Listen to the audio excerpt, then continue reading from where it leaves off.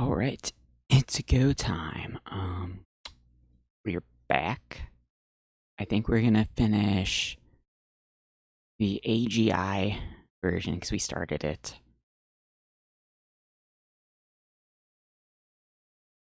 We're not ready to do King's Quest 7. I don't have it like installed. I need to like put it on the other laptop and do something to get it running. We'll do this if I like I'm gonna play something else still. I'll probably play like, I don't know, Ken's Labyrinth or something. Something random.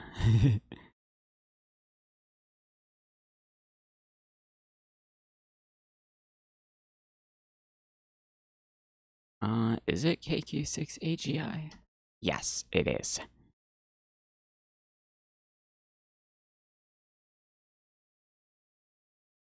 Oh yeah, I gotta redo the window.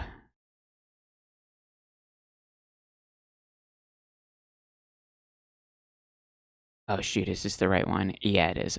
Just a minute. There we go. I don't know why I gotta do that sometimes.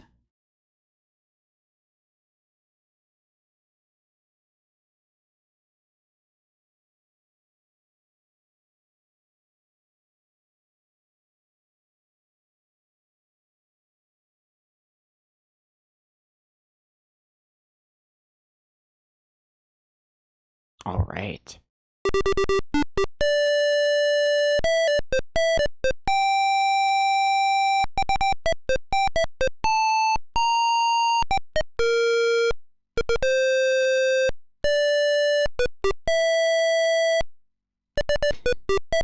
It maybe be fun to play the AGI version of 4 also. Because I looked at some of the screenshots of the differences with the two versions of 4, and I feel like some of the trees look better in the AGI version of 4. Even though like the color palette is the same, I think. It's just the resolution's different. Some of the other stuff looks different too, from what I remember. Like I saw a picture of the house, and like one of the objects that was making me think it was something that it wasn't, just wasn't there in the other versions, that wouldn't have like confused me. Stuff like that. What are we doing? Oh yeah, we did this screen. I guess we're going to what did we get? We got the milk bottle.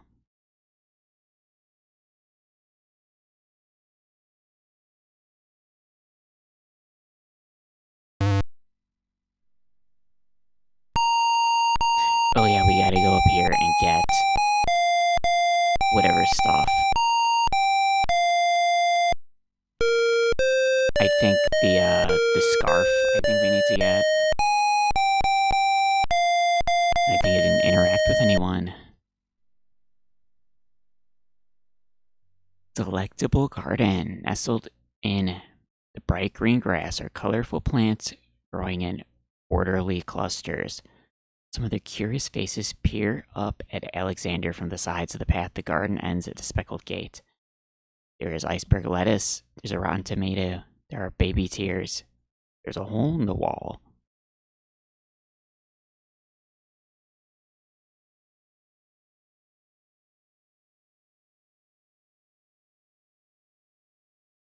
Yeah, I was thinking about why some of the things are the way they are in this version too. Like the shop used the menu.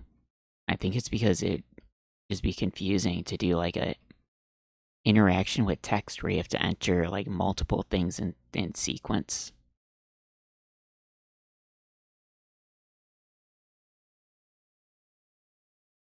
Finds of sweet, ripening tomatoes climb up little wooden posts.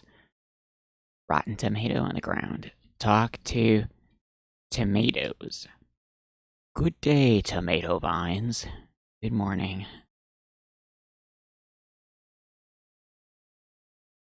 To rotten tomato. He can talk to them from wherever, but Rotten Tomato is like a character object, so you have to be right next to him for that.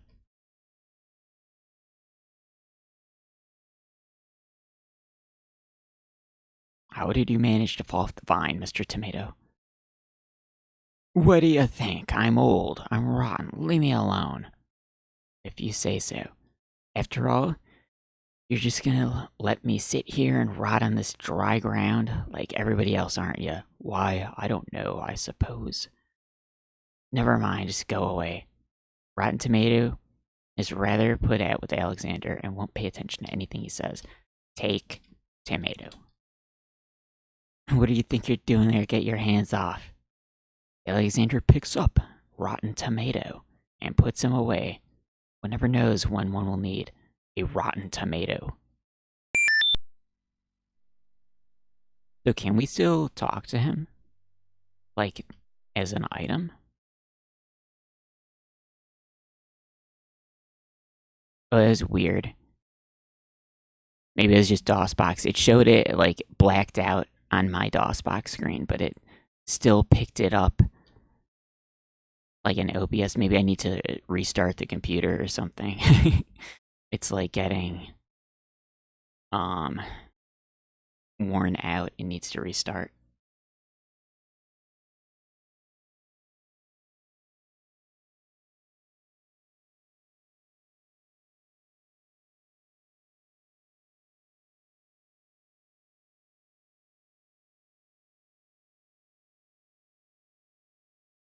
So how do we talk to him as an item?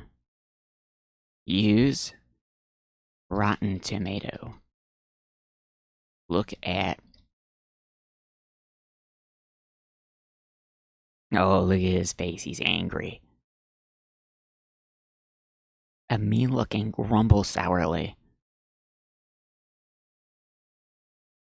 What do you want from me? A recitation or something? Leave me alone.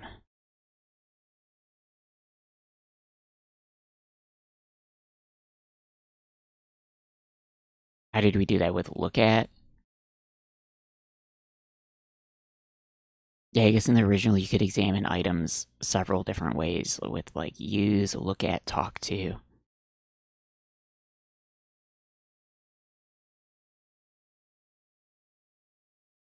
We'll pick this up on our way out. Look at lettuce. You know what? I'm gonna move the keyboard closer and move the mouse further away.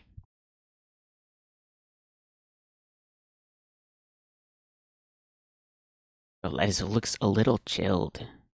Why, it must be iceberg lettuce.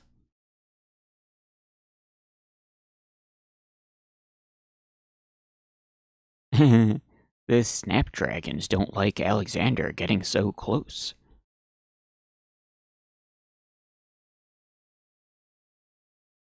A pretty stone path leads north to a colorful gate and south to the oozy swamp. Look at gate. Fiercely speckled gate marks an end of the garden. I don't know what it's supposed to be. Like, why is it? It looks like a pepperoni pizza.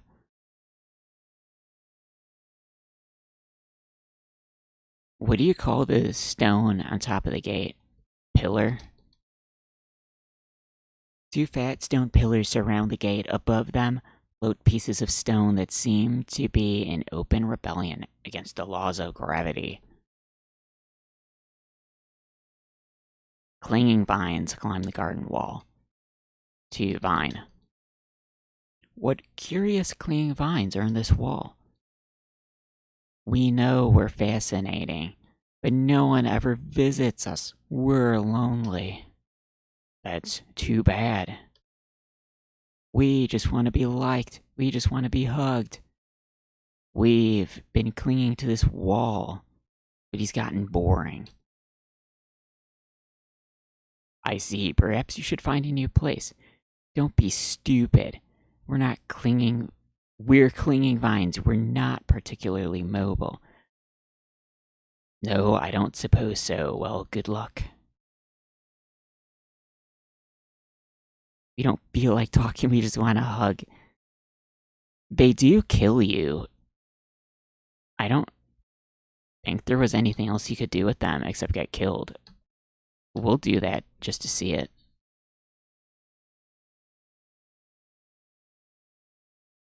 Alexander gets a little too close to the vines on the wall.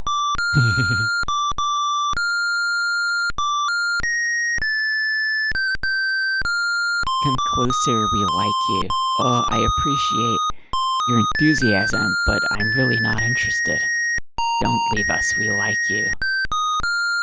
Wow, they got him.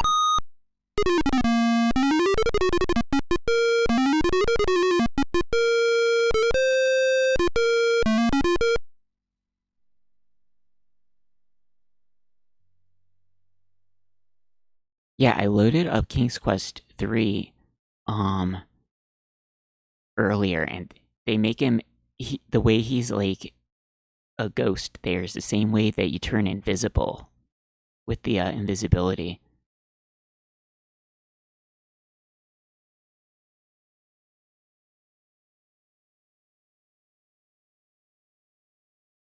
Talk to baby tears.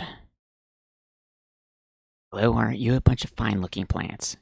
Goo goo gaga. Apparently the baby tears haven't learned to talk yet. The baby's tears peer innocently up at Alexander. Are they baby's tears or baby tears?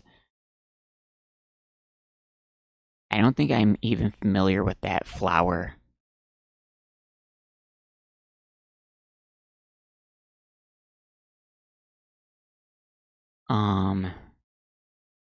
Oh, those are grapes. Those grapes look awfully sour. Alexander addresses the grapes. Why are you so sour, if you don't mind my asking? Well, we'll tell you. How would you like to have the possibility of being made into wine hanging over your head? Then there's our neighbors, the clinging vines. All they do all day is whine about the Ivy League social climbers that never call. It really is just no fun at all. That's too bad. I hope things start looking up. Yeah, thanks a lot. I like how Alexander is like, that's really too bad. As he goes into this garden and all these flowers are complaining about stuff.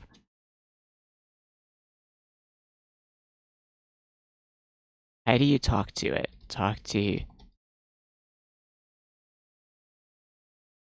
I don't think you could talk to him in the original. Is that not their name?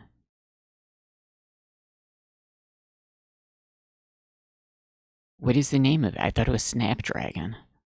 Look at Snapdragon. Well, they interact when you go like this. Oh, there you go. Hey, Raptor. Look at... Hole. Oh, we're not close enough. Yeah, it's the AGI Demake. Chair. Elegant padded chair provides a cushy seat from which to enjoy the lively garden. Sit on chair. Alexander would love to sit a spell, but he's a tad busy at the moment.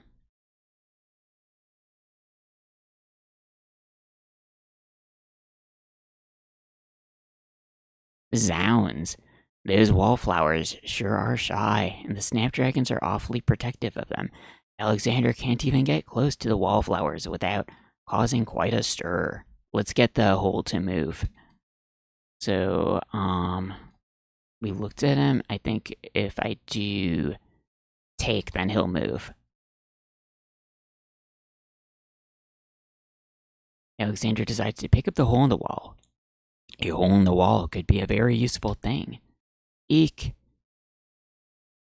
Alexander startled the poor thing. It's run off to hide behind the wallflowers. Okay, we got him to move. I don't think we need to do that, but it's funny.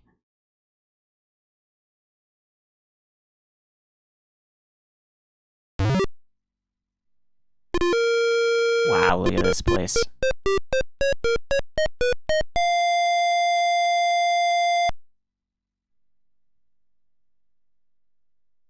Alexander is standing at the edge of a strange land with rolling checkered hills. Two chessboard knights stand before the marble entrance, guarding a path which wanders like a ribbon to the velvety hills.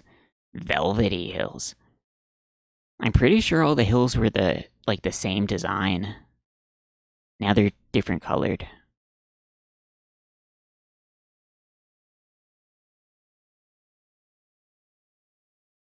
Look at path. A path leads from the marble steps to the hills of Chessboard Land. Oh, steps. Look at steps. The entrance to Chessboard Land consists of a stepped marble bridge with astonished looking pillars. Look at pillars. Look at knight. 2 chessboard knights stand before the marble entrance. One is red, one is white. A red chess knight stands at the top of the marble steps. Look at white knight. The sky of Chessboard Land is a brilliant shade of blue and has heavy cotton candy clouds. Look at clouds. Okay. Talk to knight.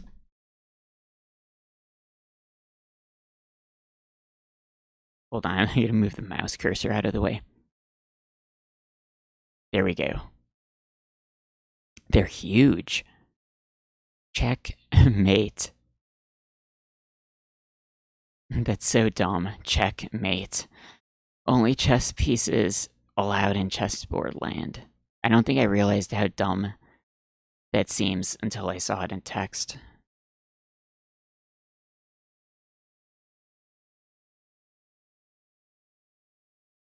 That's right, humans aren't allowed in and never will be. Stay out.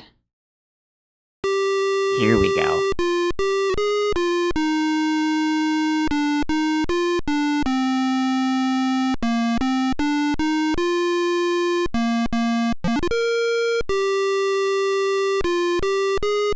I must insist, Your Highness. I shall send the lump of coal to the vizier and the princess as a present for their wedding, and that's the end of it. Are they still sending the coal at the end of the game after you beat it? Like, I imagine that Alexander is there with, like, King Graham and stuff, and he sees that, like, a lump of coal, 2 lumps of coal arrive, and he's like, what exactly is going on in this land?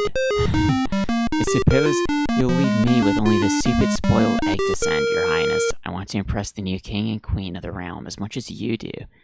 As queen of this island, I have every right to that lump of coal. Who isn't queen of this isle? Who isn't queen of the isle? Like everybody except them? The lump of coal is in my possession. Therefore, I shall do as I please with it. Besides, there's nothing wrong with that spoiled egg. The egg, though delightfully spoiled, is not merely... Is that a typo? I think that's a typo. So valuable as the lump of coal, and you know it. Your Highness was always got to carry the singing stone. The singing stone. It's not fair you get the coal too. That doesn't count. The singing stone was stolen by that horrid beast. I should get to keep the coal just because my stone was stolen.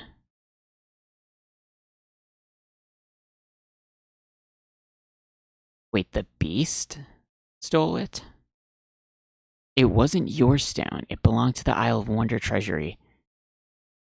Your Highness always thinks that everything is hers. Excuse me, my good man, but could you settle an argument for us?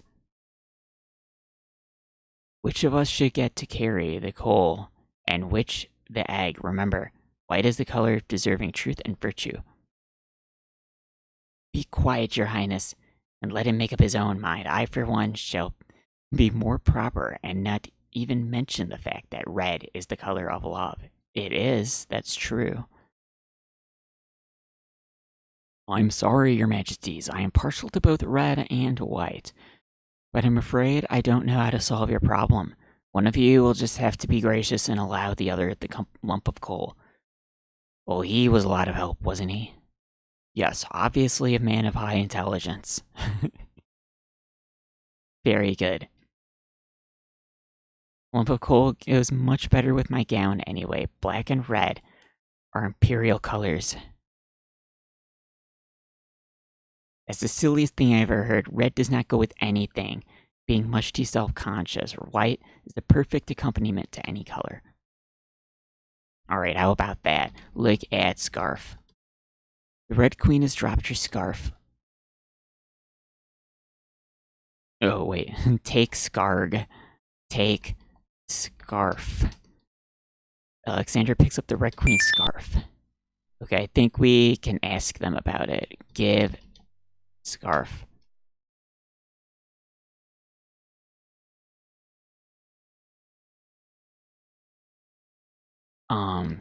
Give. No? How do we mention the scarf? Use scarf.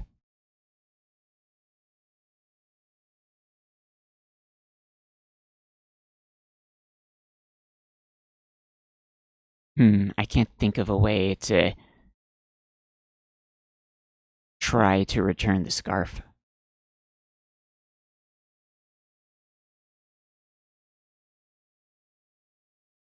Wear scarf. Okay, well, it's not like we're supposed to do that anyway. I just wanted to see the text. Alright, let's grab this thing.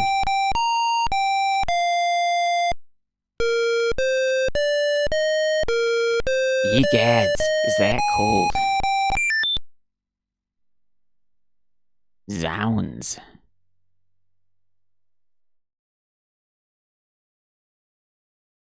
Yeah, how are we gonna know how melted it is now? Oh, maybe we could do, like, look at lettuce and we'll see the picture. A full head of queer-looking lettuce is made of ice. How about that? Hey, Marius K.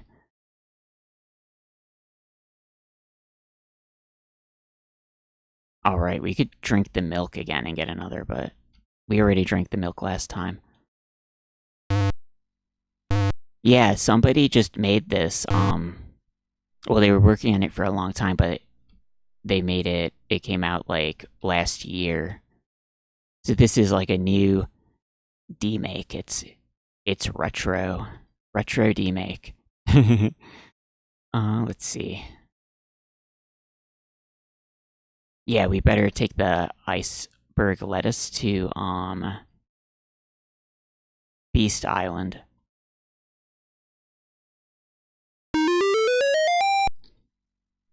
Alexander pulls out his magic map. I guess they could have used the pointer to deal with this map too. But they do it with, you type the number.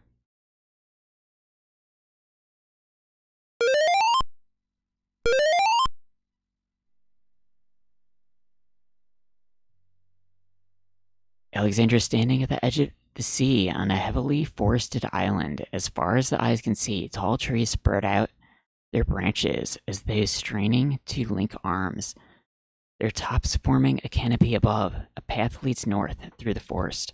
Look at squirrel. There's a little squirrel doing squirrel-like things at the base of the big tree. The squirrel does not appear to be interested in Alexander. The water seems tranquil at the moment. A dimpling pattern on the surface indicates a strong undertow. Tall, narrow trees abound on each side of the path.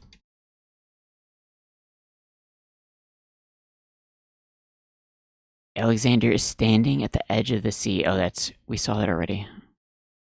I think look down is probably going to give us the same.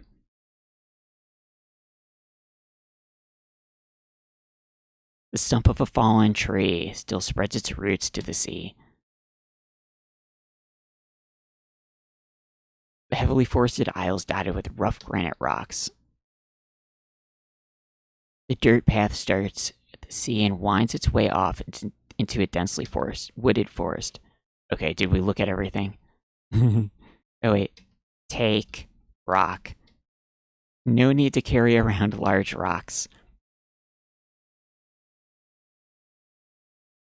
Oh, the bunny got away. Wait. Okay, let's load up the look at bunny. A rabbit hops about rather fearlessly. It's probably never even seen a human. Oh, he got away. We have to load up a talk to bunny to fire it off right away.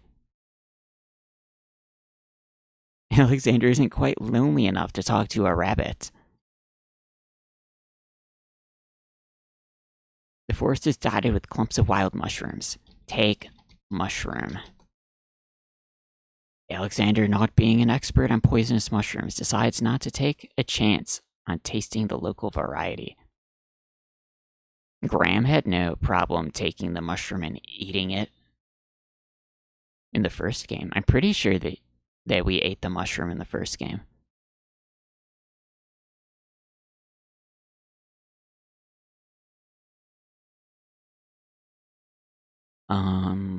Push rock. A pond lies across the path. The water boils as if over some magical flame. We gotta try and walk in it first before we use the iceberg lettuce. Let's look at the lettuce. It hasn't started melting.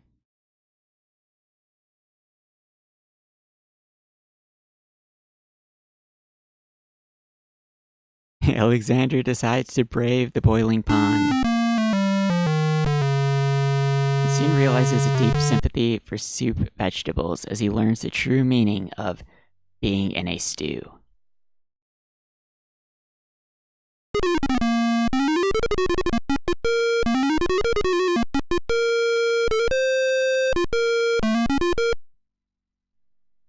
I want to see the skeleton dance thing in this version. That's going to be fun.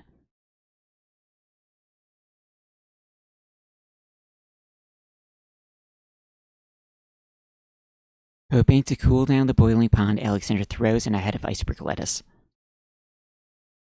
The pond's water slowly stops boiling, cooled by the ice. It still looks hot, but not bearable. Not unbearable. Or was it, did it say now bearable? Anyway. Okay, saved. Ooh, 57 points. I like having the score number at the top at all times. I'm pretty sure in other the newer Sierra games it always said the score at the top. Like at Quest for Glory, I'm pretty sure it did. But I guess in King's Quest 5 and 6, they just left the top blank. Oh, we can click about stuff. Yeah, here we go.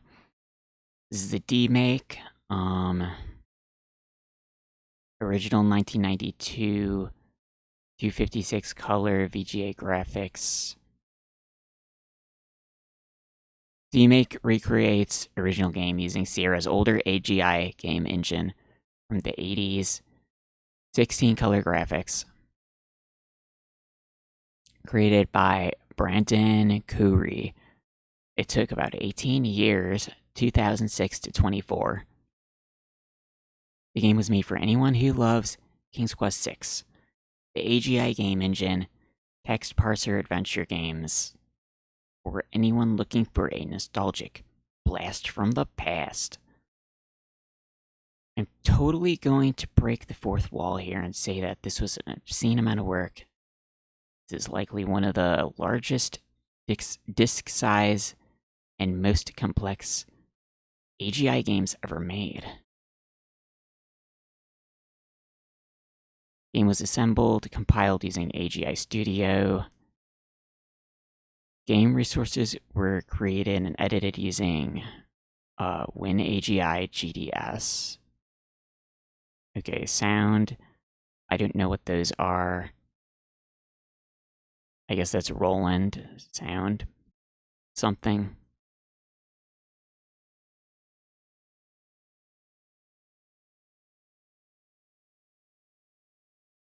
Oh, here. Certain events may or may not occur as they do in the original because of memory limitations, the AGI system, the typing interface, or simply the decision of the developer.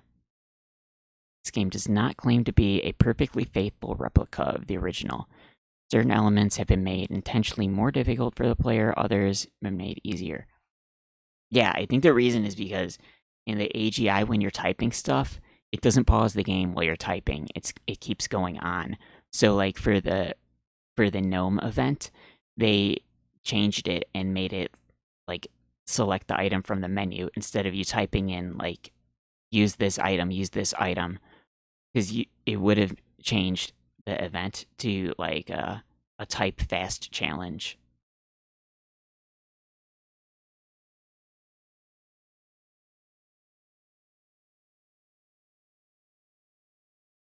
Oh, here we go. Yeah, certain graphics sound elements extracted and directly borrowed from pre-existing copyright Zero online games. You find a list of these games in credits section. The elements had help add a nostalgic flavor.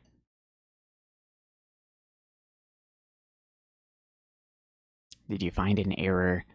Oh, I guess I should send in those typos that I found, I guess, because I think I saw 2 typos so far.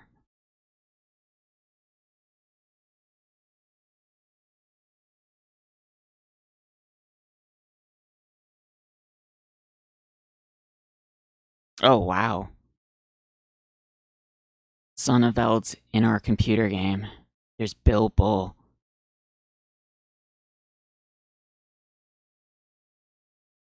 That's crazy.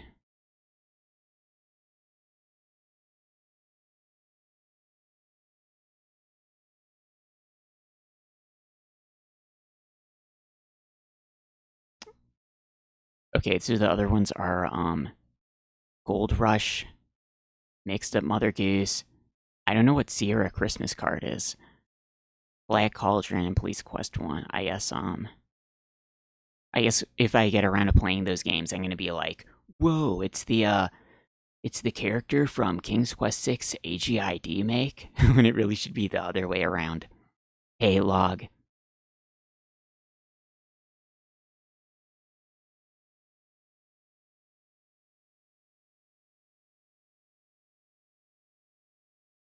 Comcast. Oh, is that the email address? Where did it say that?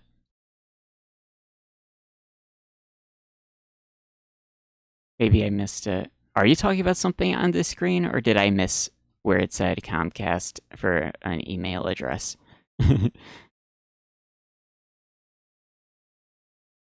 Maybe it was in like number 1. Anyway,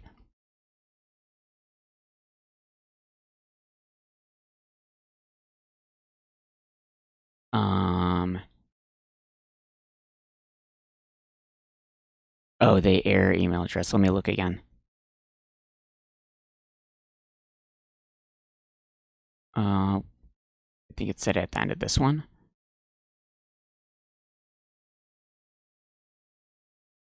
Oh, yeah, okay, there. Yeah, I guess Comcast.net.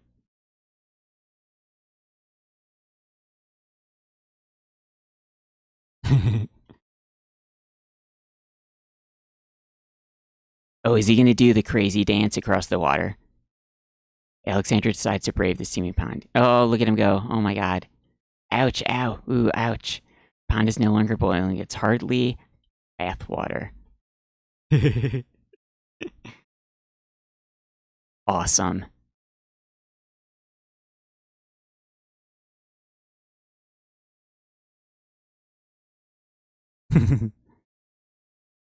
That's great. Okay, well, now we need the lamp. Look at lamp. An old abandoned hunter's lamp is sitting on a grassy bank. Alexander wonders who might have hunted in these dense woods.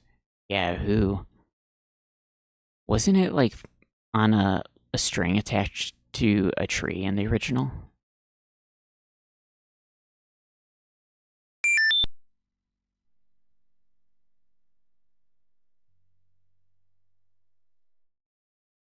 The lamp is empty. Oh, whoops. I wanted to save.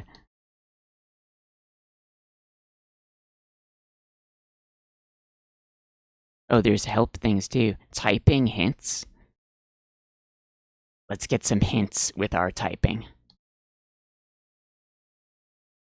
Unlike the original SCI point and click, yeah, text input, sometimes it can be difficult to know exactly. Is this just like general stuff I already know about typing? Try to keep the typing as simple as possible. Simply typing look. I always tend to type look around a lot of the times. I guess lately I've gotten more used to just leaving it at look since you don't need the around. You could just do look. But I still like typing look around sometimes. Yeah, man and woman to refer to people.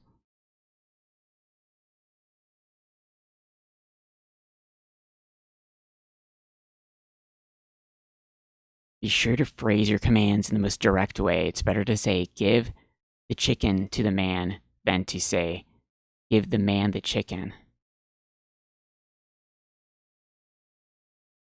Oh, yeah, okay, so you want to do give, and then the item in question, and then where to afterwards. You don't want to put the item at the end, because the item is number 2 in what you're typing. The game will totally ignore certain words. Oh, I guess like, oh, really? It's gonna ignore down? And up? I thought look up is like another way to look at the sky. That's interesting. I could have sworn you could do like look up and it would tell you about the sky instead of just a general look around. I'm pretty sure look up was different from look in the original games. Maybe I'm just imagining it.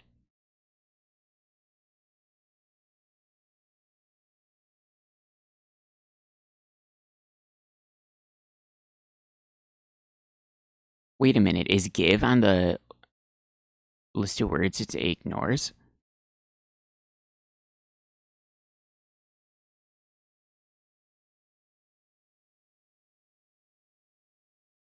No, it doesn't say it ignores give, I think. So you could just type chicken man.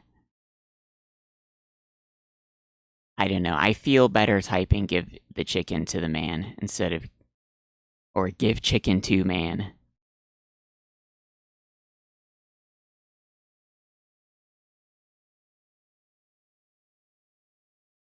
Foolproof shorthand.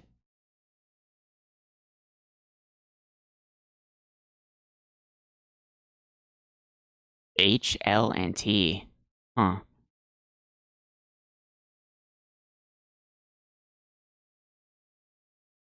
H, door, instead of open the door.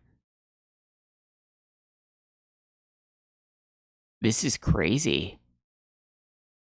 T, man, instead of talk to the pawn shop owner.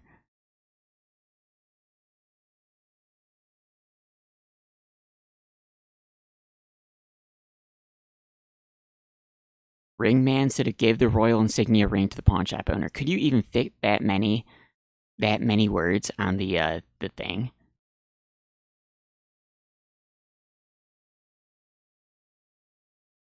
Use an object on yourself. Simply type object name, then self. Cake self. This is destroying the illusion of all the typing for me.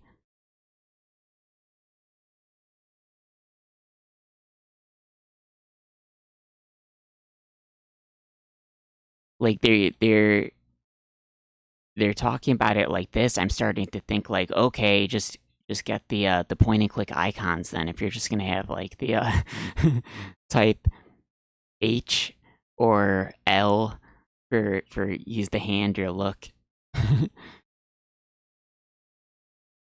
Oh, combine inventory items. So you could just type the two items? Crazy. Logged an unknown word means some word is not in the game's vocabulary. Possibly you are on the right track. It could be typed with a different word. With these typing tips in combination with frequently typing look or look around, you will be able to know exactly what to type and how to type it. Alexander will be at your every whim. Wow.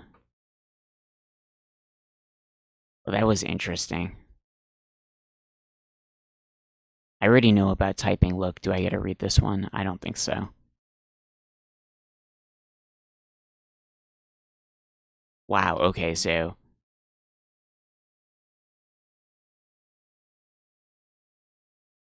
H water, that would have been like to drink the water. Or maybe not. Take water. And water, use your hand on water. No, just H, okay.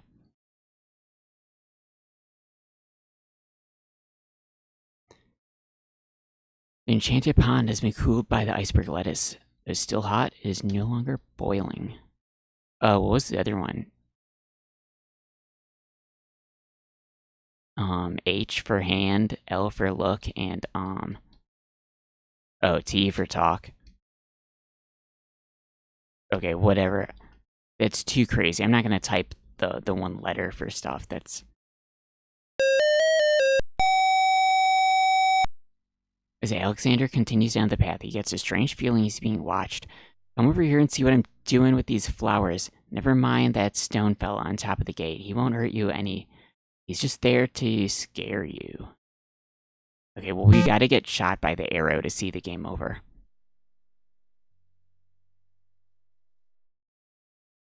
Come on through, I say. I can show you a path through the forest.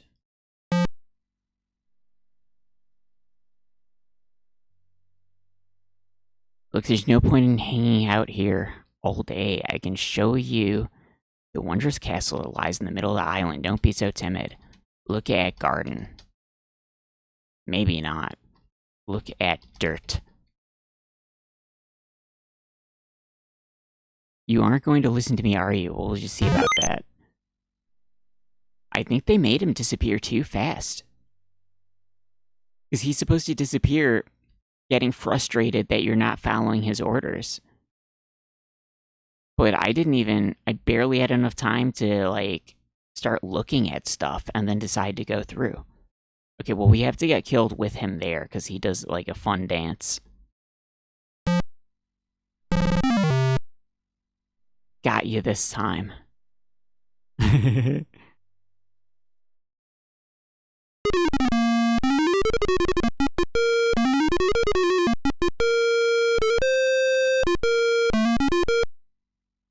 Alexander slumped over.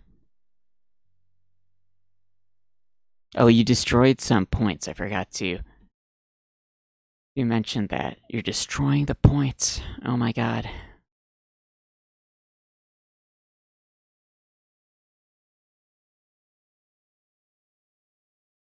Destroying the points. We're trying to get the points in King's Quest.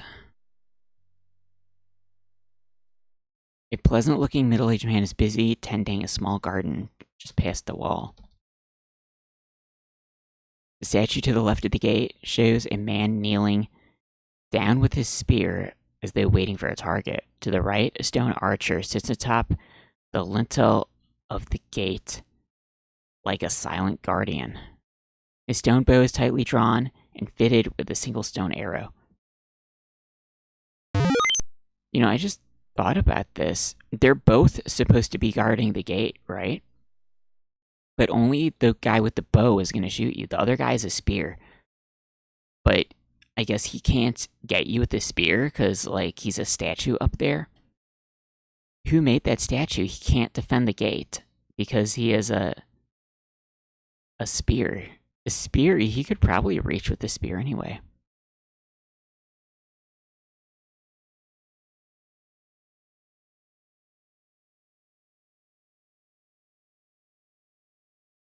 Path passes through a gated wall here and up ahead. Meanders past rose hedges and a small gazebo. Look at gazebo. A delicate gazebo made of white painted pine and overgrown with rose vines. Leads north into what appears from here to be a garden.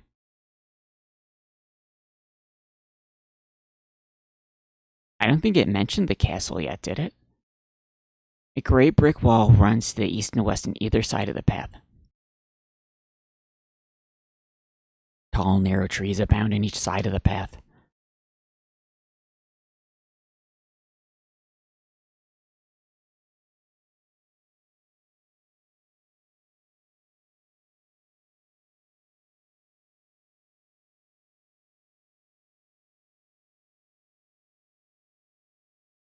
I don't know, I thought he'd say something funny if we tried to throw him.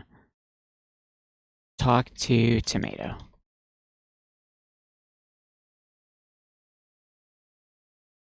The old rotten tomato gives Alexander a mean look and grumbles sourly.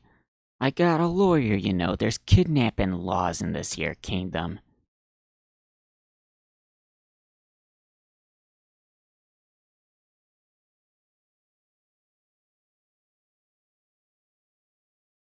Oh, yeah.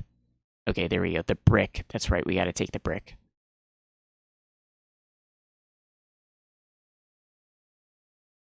Brick lies in the grass. It must have come from the old brick wall.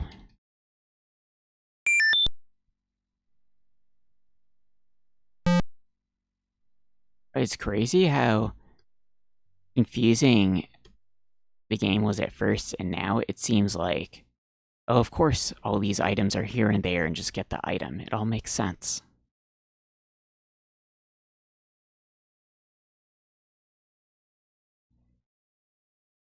Okay, I guess now we have to go to the labyrinth. So we need to get the torch, the tinder.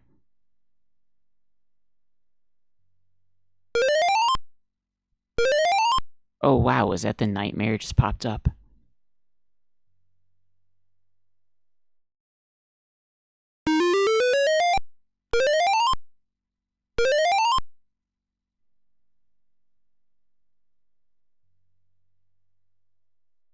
Or is that just a deer? Look at deer. Oh, okay, that's just a deer. I guess because he was like gray and black. I thought it was the nightmare. He would have had wings if he was the nightmare.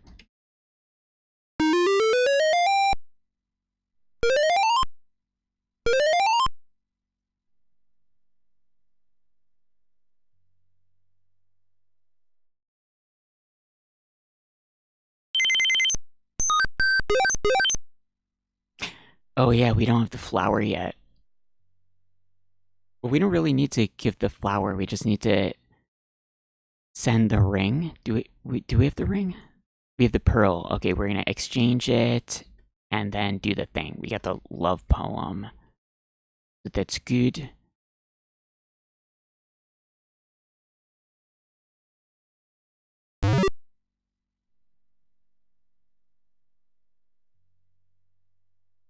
I have no more mints. Somebody has eaten them all. Oh, he's right there. He's standing in front of the desk. He's eating the mints. Get some more then. I fear that is impossible.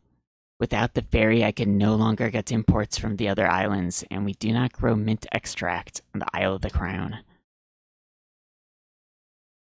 Is mint that tough to grow? I feel like I thought you could grow mints like a lot of different places.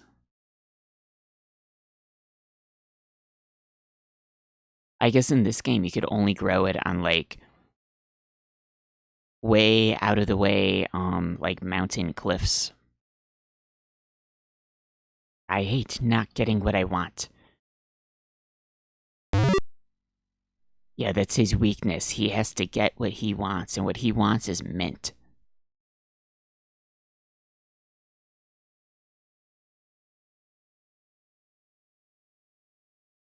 I was trying to take the mint. Oh, We have to do it through the menu, I forgot. Handy dish is empty. No! Handy dish is empty. Oh, he's gonna talk about the pearl. With talk. I found this large pearl. Might it be valuable enough to ransom back my family ring? I'd never seen such a perfect pearl. Certainly you can have your ring back. I'm glad you didn't sell it. I'm a bit attached to it, I'm afraid. Of course you are. You would be cold-hearted if you felt any differently. I'm happy to see a family heirloom with its rightful owner.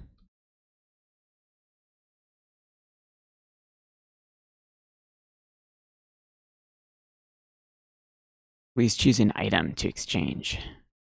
Alright, we want the lamp.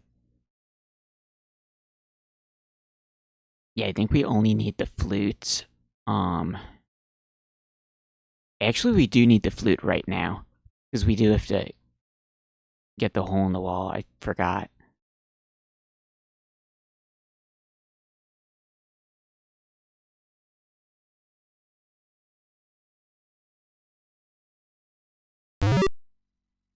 Yeah, I guess when I went there, I still had the nightingale because I was on the island.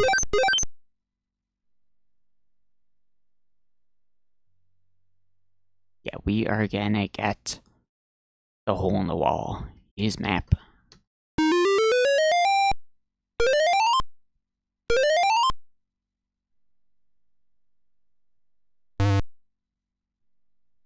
Let's save because you can accidentally fall in the swamp. It's like a couple pixels over here. It looks like they're safe, but they're not.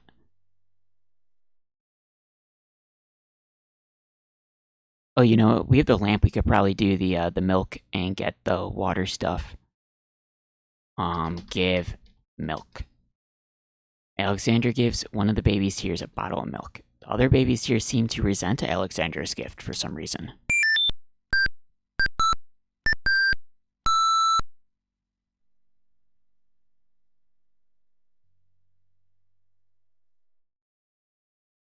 Alexander has no reason to gather tears in the lamp. Oh, I didn't know that. You can't actually do that until you have a reason.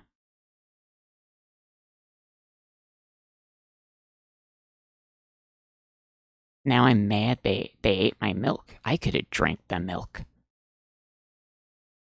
Use flute.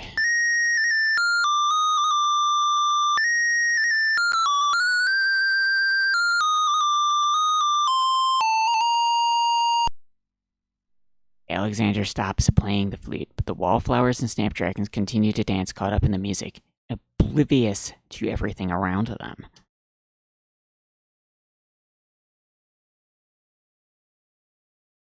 While the wallflowers dance, Alexander snatches the hole in the wall.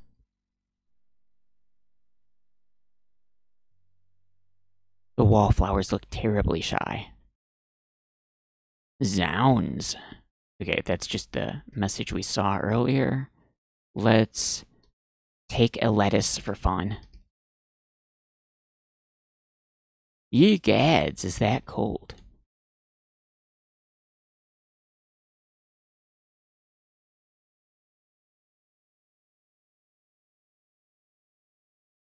Oh yeah, there's two items on the chair and the table. They don't show up until later. It's kind of weird. It's some of the stuff, it just magically shows up when you need it later.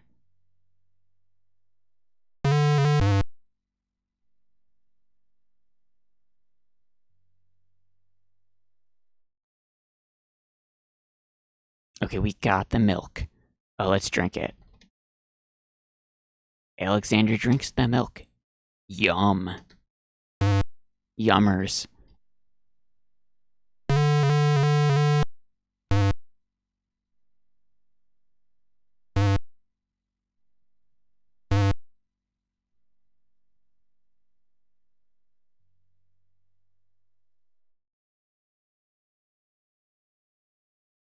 Okay, so we got the thing.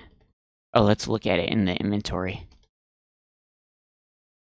The hole in the wall has 4 legs and a curly tail. He's all limbs with only a hole for a body, but that doesn't make him any less whole.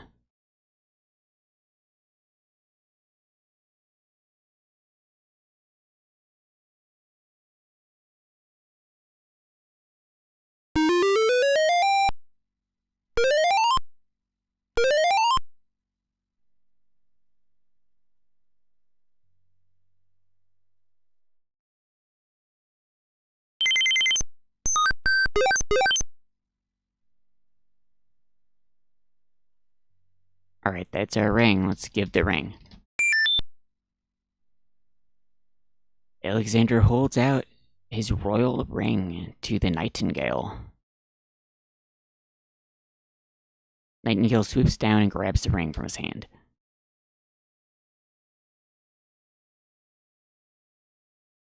The Nightingale flies off towards the castle with the ring. Where might she be taking it?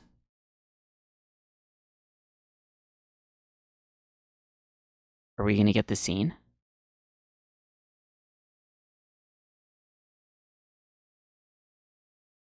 Wait. Is she not coming back? Maybe you don't do it this early. That's not good.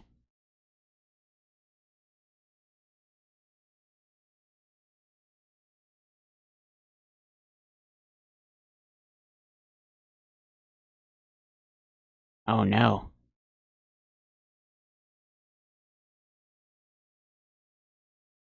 Yeah, maybe you don't do it this early. Because it seems like it just disappeared. We need the Nightingale to come back to give the, what's the other thing?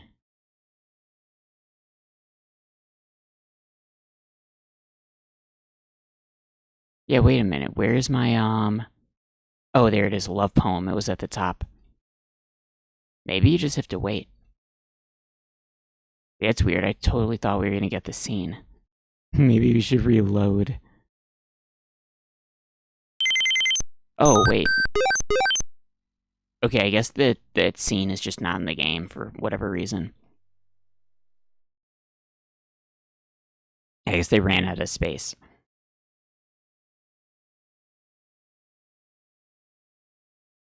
They would have had to draw like a huge close-up of the princess. It probably wouldn't have looked too good. Nightingale has returned from her flight with Alexander's ring. She drops something red at Alexander's feet.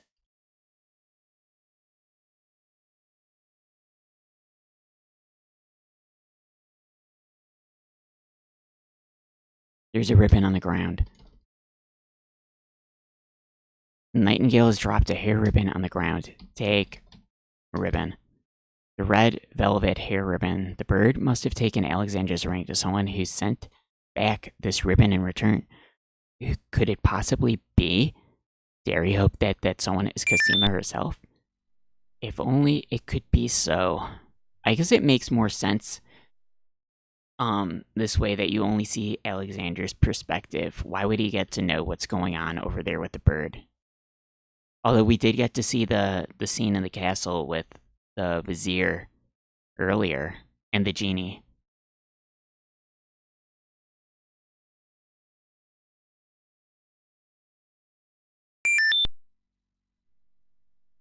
Alexander holds out the love poem, hoping that the bird will deliver it to the same place she took the ring, and the chance that the receiver might truly be Cosima.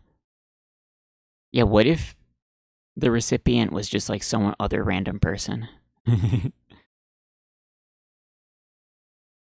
Like he goes to the castle later and one of the cleaning ladies got the love poems in the ring and she is like, "Oh my god, Alexander."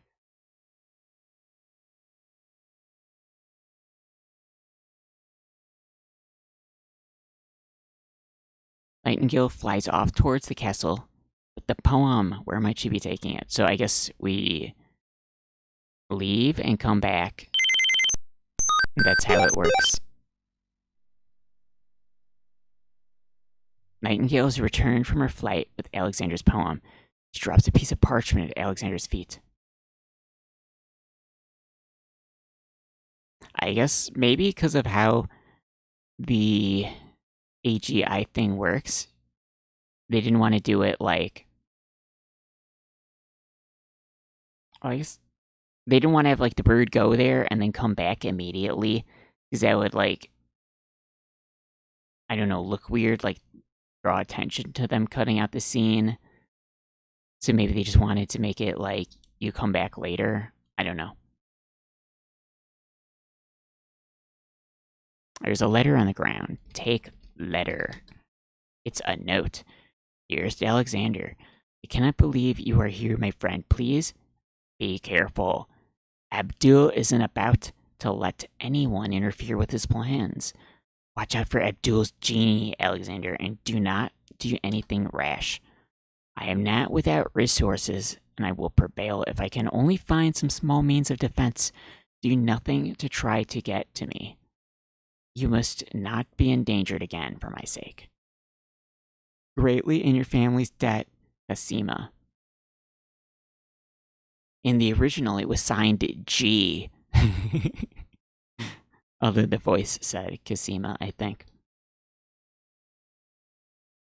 Alexander's hand trembles as he reads the note. For the first time in his long search, he has heard her voice again, if only in writing. No words of love, only friendly concern.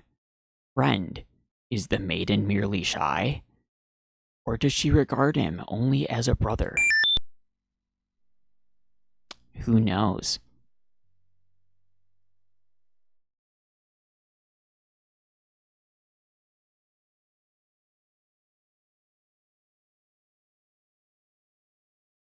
Yeah, okay, so now that we got the hunter's lamp, the lamp guy disappears for a while, and he only reappears until later, after you've heard about the lamp switching. I think the reason is so you can't even think it's a possibility to switch the lamp right here in town.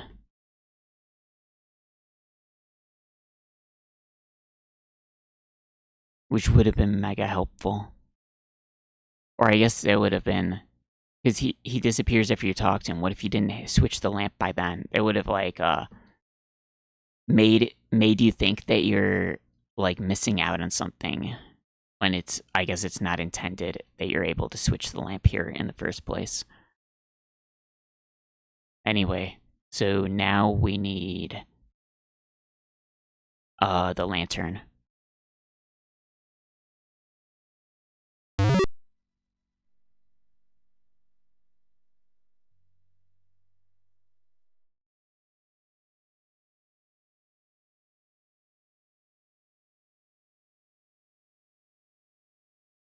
Where is the flute? Oh, there it is. Oh wait, did I ever type look at flute? Hold on, I want this back. I'll take the flute. I just traded the flute for the flute. You can't do that in the original. You can't trade your item for the same item, but you can here.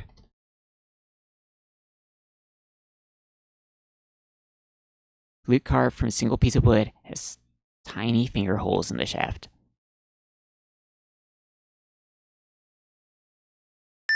He's blowing the flute.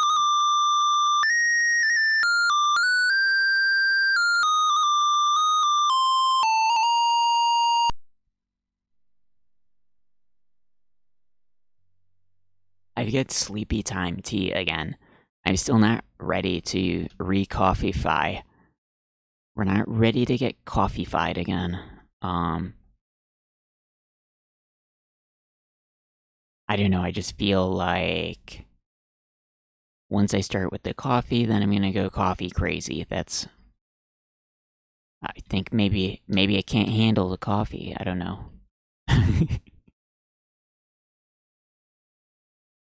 We're gonna go like coffee crazy, like the genie for his mints.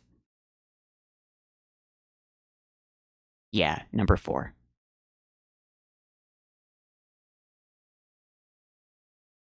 So now, I guess we're done with these items, except for if we're gonna go in the front door of the castle, we would need the nightingale, and if we go in the side door, we would need, the paintbrush.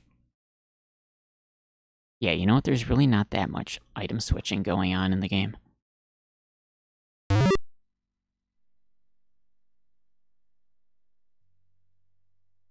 You know what? We should go here.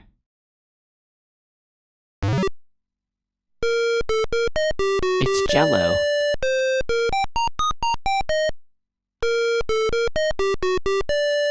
Good day, sir. Is there anything you can tell me about the land of the Green Isles?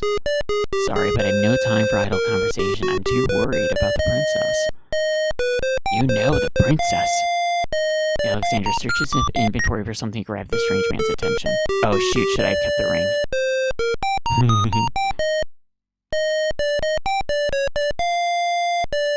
I'm not interested in your trivial trinkets. Oh no!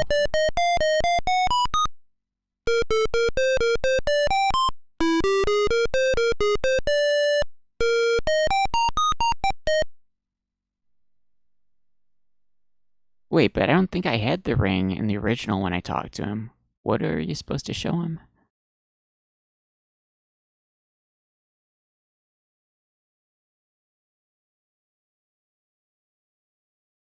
That's a letter from the princess. How is he not interested in it?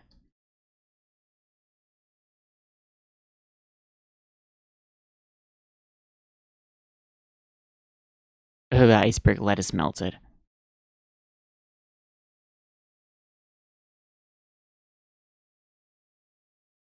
The magic map is not a trivial trinket.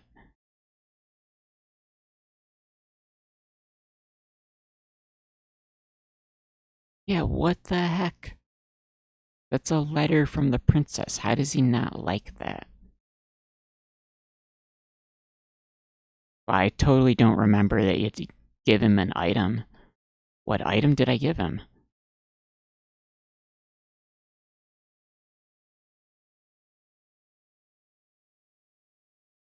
I don't know how I would type, like, talk to him, because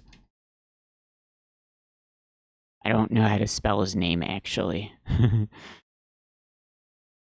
odd-looking man is walking around the store. I guess man works. He wears a fast balloon-style pants, pointed shoes. There's something deliberately silly about the man, although as though he were a performer of some kind.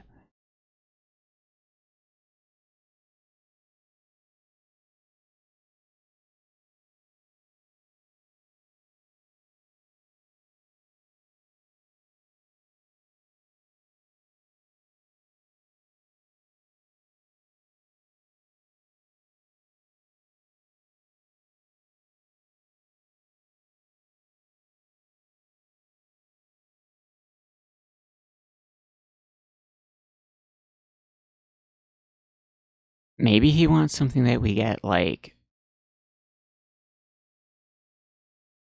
from the labyrinth area. Oh, I don't remember at all. Okay, whatever. It's not like we need to talk to him anyway.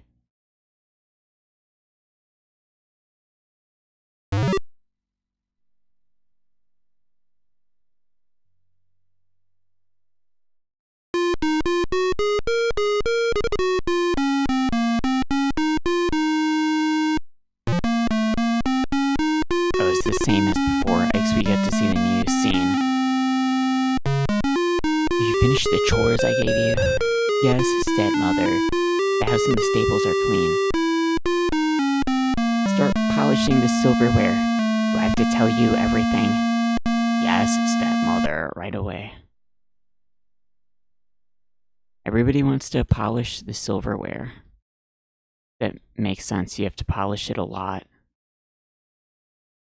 Silver always tarnishes.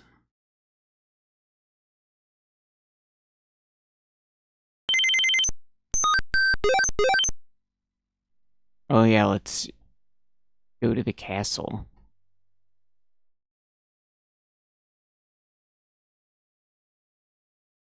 I like how when he's like walking in a path in the distance, he walks so fast.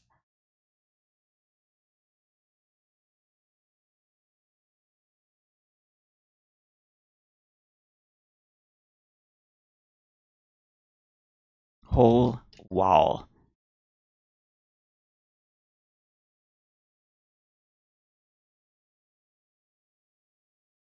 Um.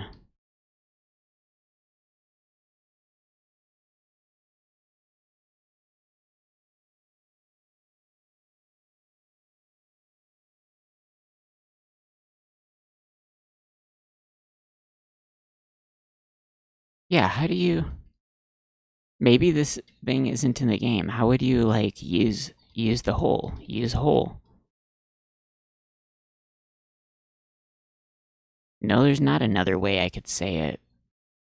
Um, put hole.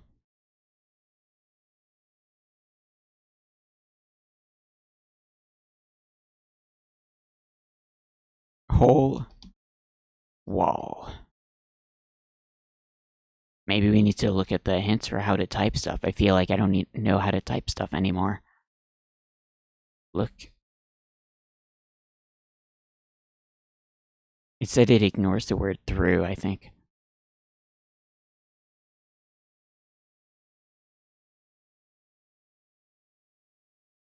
Oh, you can't type a hyphen.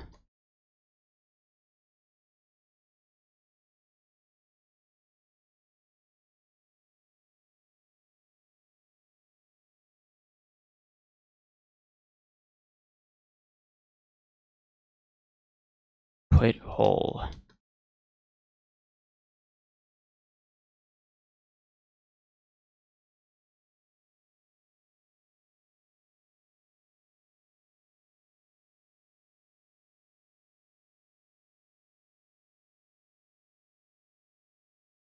Where were you born? A barn? It's a pigsty back here. All this stuff you got. What do you want to carry all this trash around for? Yeah, no kidding.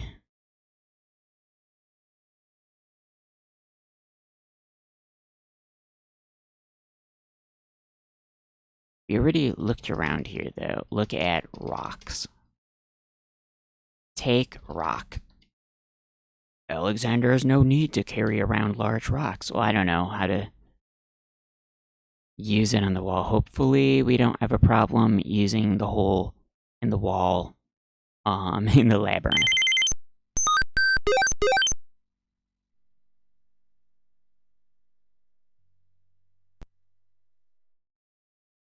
Oh no, that means we have to do the logic cliff puzzles now. Oh, I don't want to do them.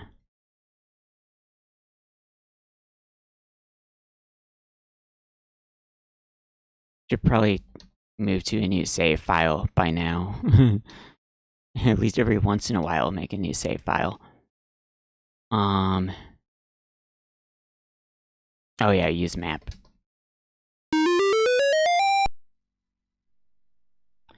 I think we got all the stuff we need.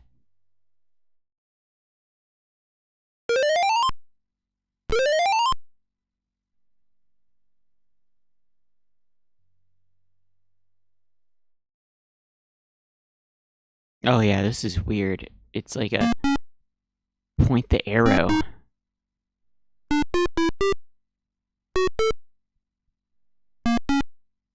I feel like maybe they should have just changed it to be like a one of those stairways that are difficult to go up that you always fall off of.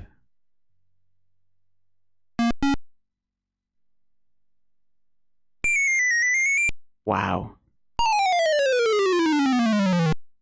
Even with the arrow, I messed up.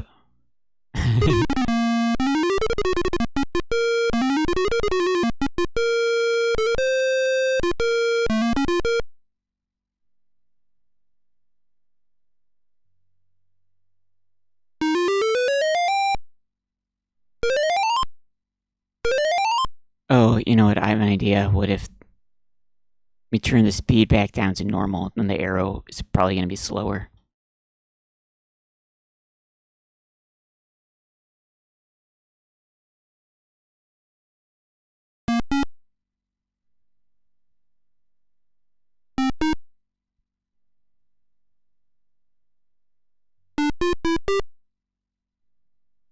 We're going to be very careful. Only point the arrow's pixel right in the middle.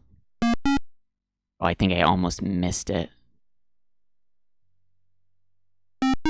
This is very difficult arrow pointing action going on.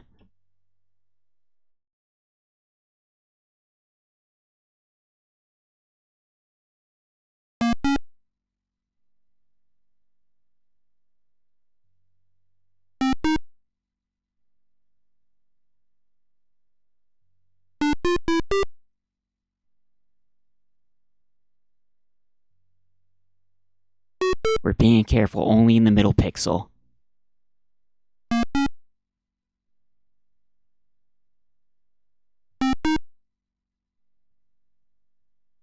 Um, do I click on the sign?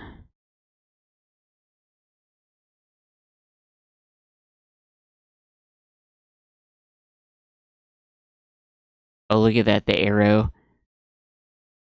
It goes behind him, like the arrow is an object on the field.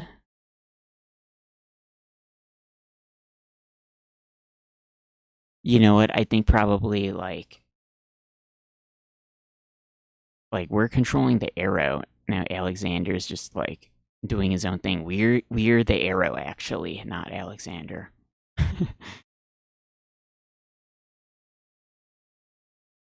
A master of languages will.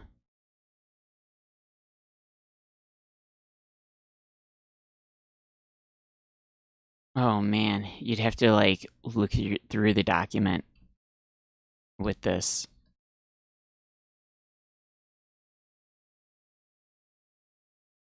How do you exit out?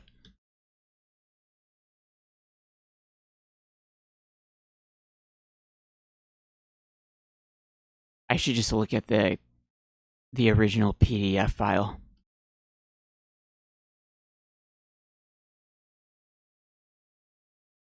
Oh wait, it's the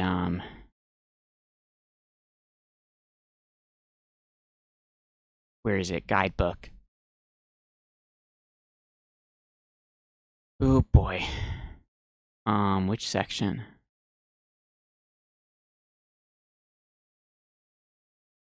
Legends and no. Sacred Mountain.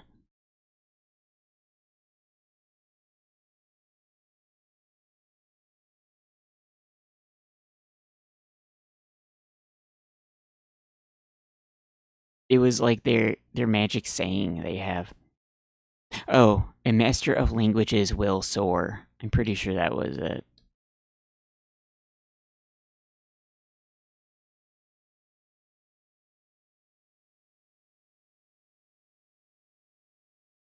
Okay, so it's the one that looks like a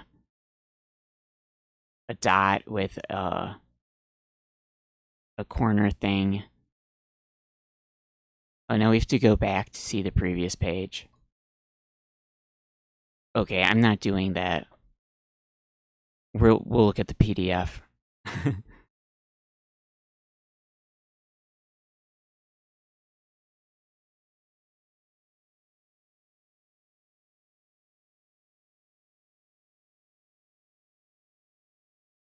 Well, this was the first one.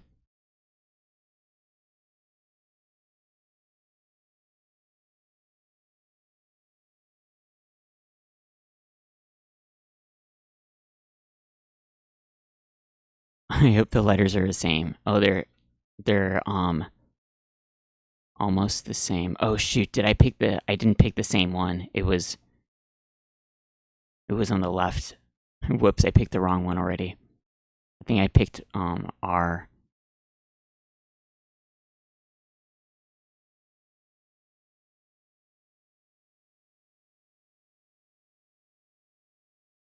Yeah, S and R look similar. They have like the square and then this like right angle thing.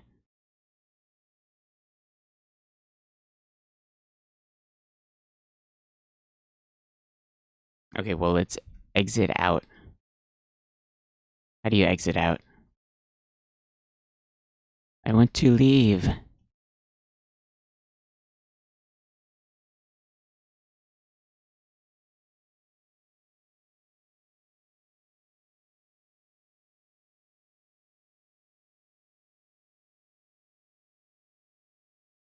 Okay, so it was this one.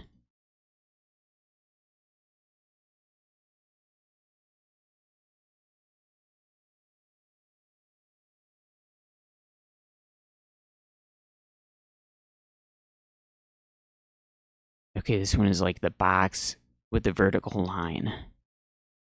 It's the letter A.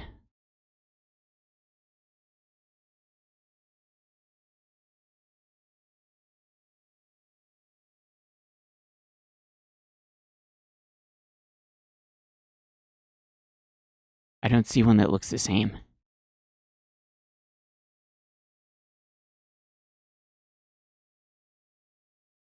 I'm looking for like box with vertical line with the box in the middle.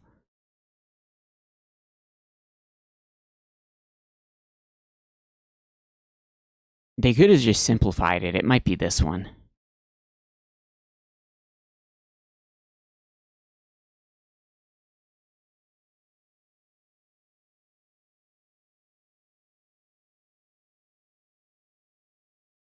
I think I picked the wrong one.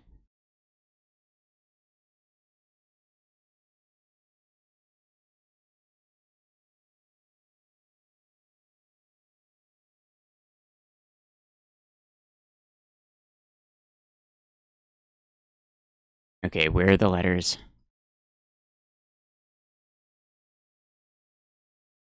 Okay, it was box with like lines going up, down, and left and right.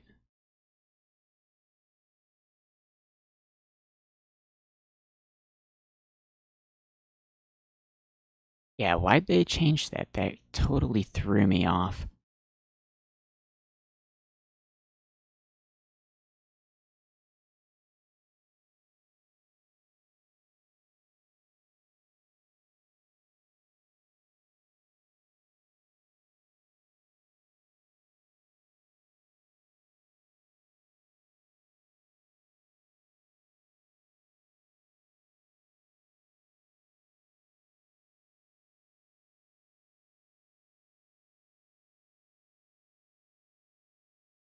Then R was this one.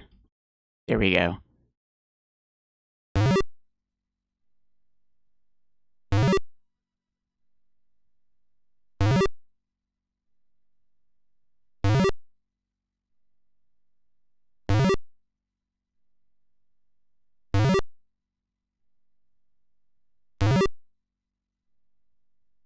Oh, geez, we're gonna have to click on all of those.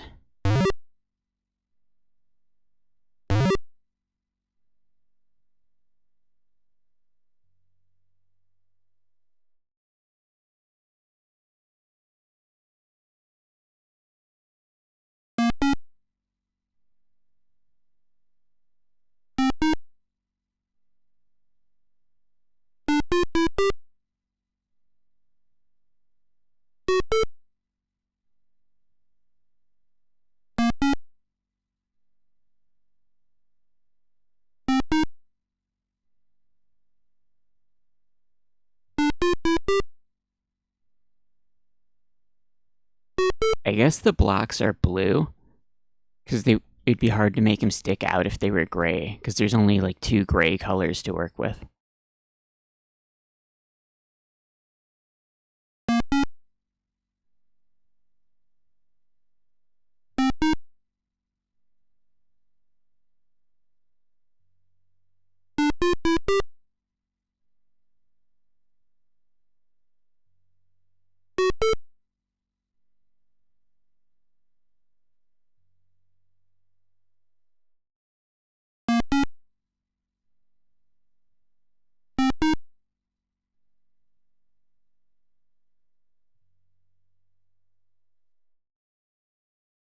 Okay, number 3.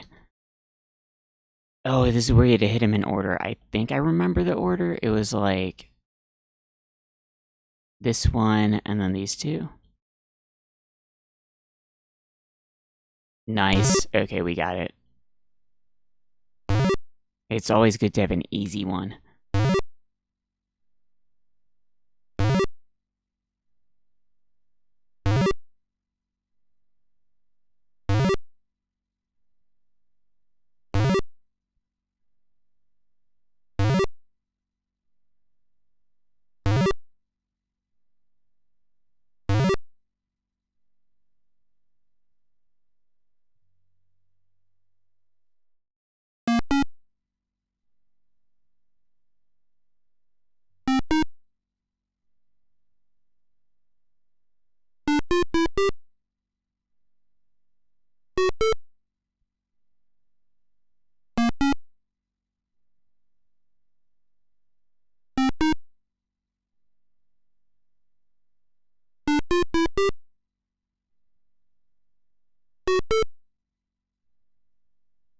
I guess maybe this does like accurately portray trying to carefully click on the spot. Moving the arrow like this. I don't know. I think because I think it should have been like they should have just changed it to a stairway and had a ridiculous stairway challenge.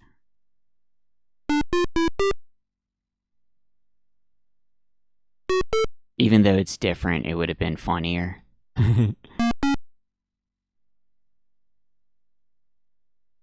And there aren't too many other stairways in this game.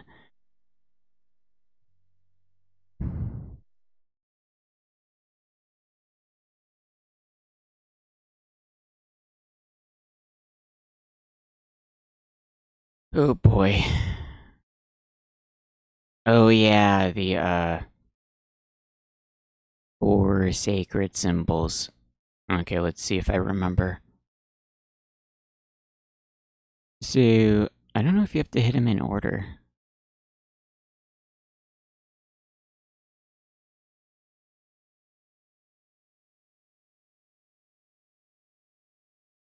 I'm just gonna scroll up here and look at it.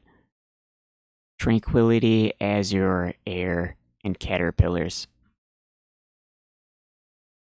Okay, so it's the like the rook chess piece. Um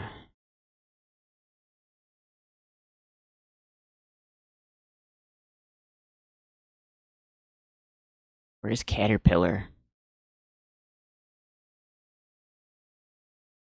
Oh, right here.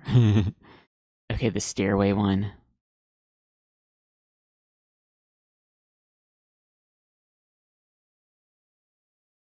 Okay, this is definitely the same. Here's the stairway one.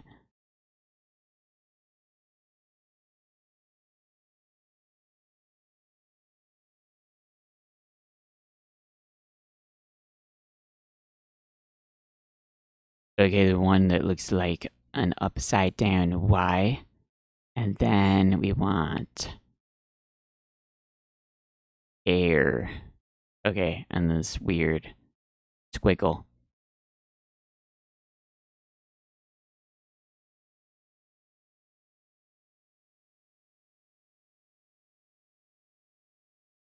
Well, that's definitely this one. Now we want the big squiggle.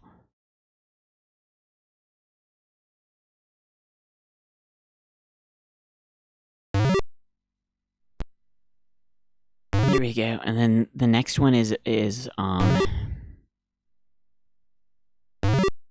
the puzzle thing. It says like 1, 3, and 5. It says like right in the spot in the book. 2 and 4 are like referring to some paragraph in the writing.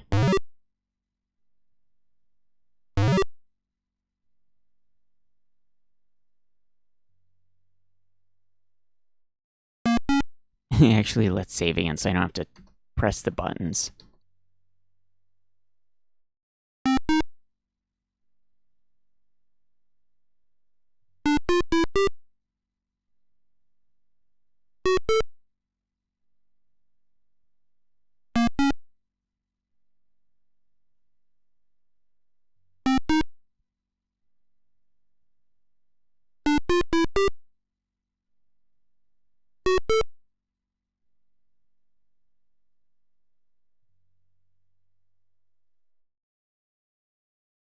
Alexander climbs up the cliff.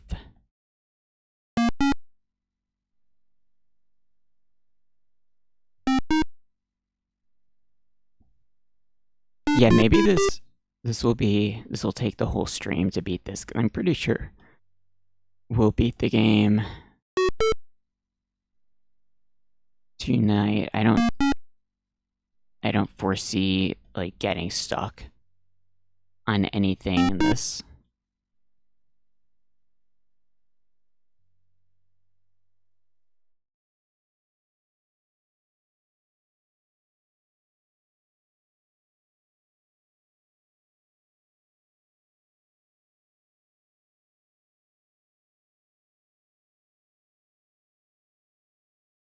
Okay, you write ascend.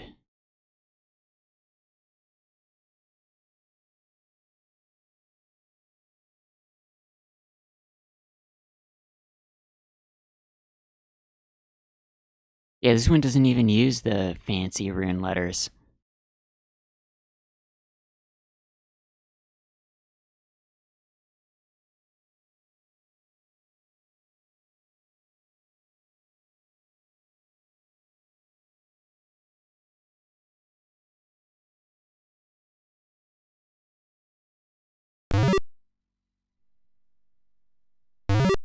Oh wow, finally. Okay, no more lift puzzles.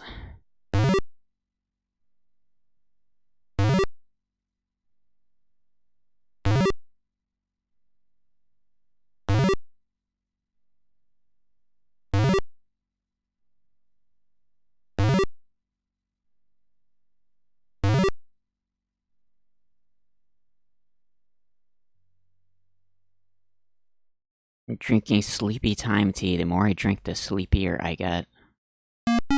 When you finish off the whole cup of sleepy time tea, then you fall asleep. That's how it works.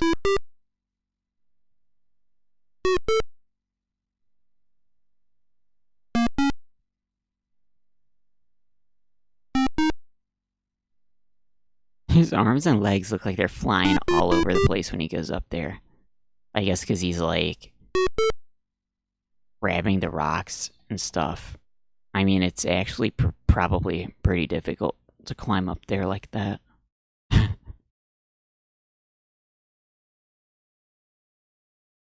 Alexander finds himself, finally, at the top of the cliffs, exhausted. He steps over the lip of the plateau and stands. Why do you make such an effort to climb the cliffs, young man? The winged ones who live in this island have the power of flight. You can have it too if only you would eat a berry from this magical flying nightshade bush. Wow, the old woman really zips around.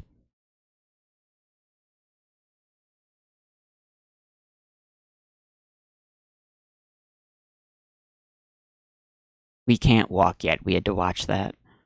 See, the sweet berries will make you float like a petal in the wind. Try some. Okay, well, I guess we should try it to see what happens first.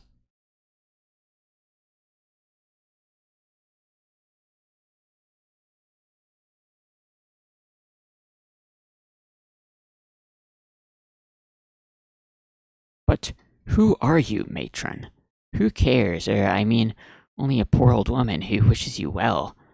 Handsome stranger, think of me as your grandma, if you like. How can this plant give the power of flight?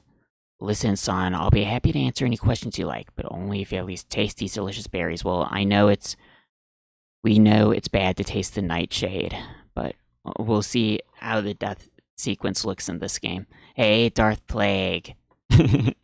Try it. Yeah, we gotta try eating it once, right? Eat nightshade. Young man, you offend me. I try to help you, but you insist on being rude. I didn't even get enough time to type it. Come on.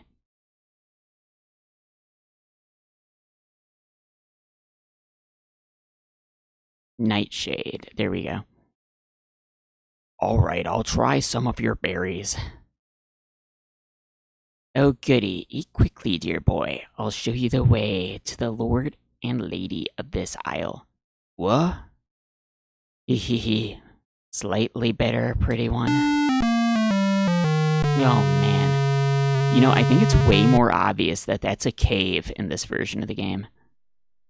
That hole right there. Oh, we're in skeleton land.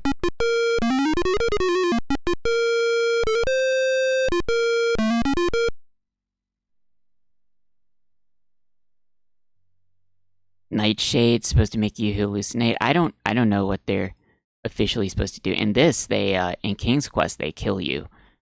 There was Nightshade in the third one. It was one of the spell ingredients. Like if you think about it, actually, Prince Alexander should be familiar with Nightshade since he was using Nightshade essence or extract or whatever in the third game to do spells. So he should know what it is.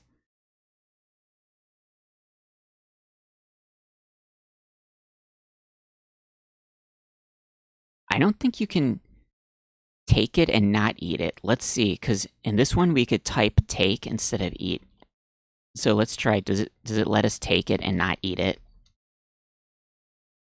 It's about to type eat. No, don't eat it, just take it. He's apparently he's so dumb he can't take it without eating it. He can't resist.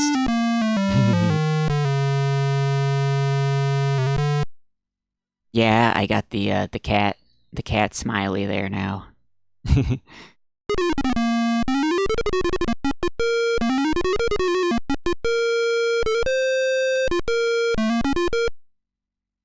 Okay, so I guess now we'll wait for him to leave. You can give him the mint to get him to freak out, but we don't have a mint right now.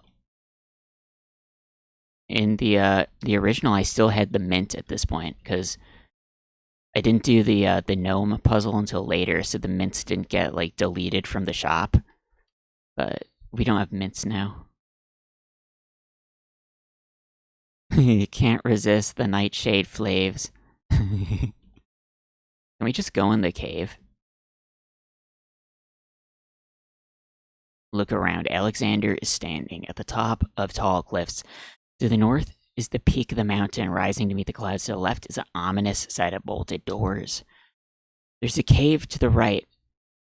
Did it say there was a cave explicitly in the original? Maybe I missed it because I was caught up in like everything else going on. I feel pretty dumb if I missed it and they explicitly told you there was a cave. This is a demake version of the original, by the way. The original was like the 256 color VGA, and this is like somebody demade the game to make it look like the 80s versions games. There's a natural opening in the rock near the nightshade bush.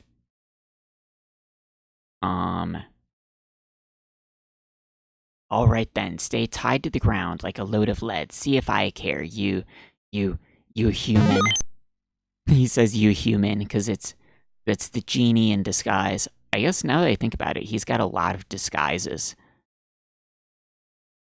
The old woman just disappeared in a cloud of smoke. Perhaps those berries are even more powerful than she led Alexander to believe. Go in hole. Alexander finds himself in a dark cave. What was our item called? Tinder box. Okay.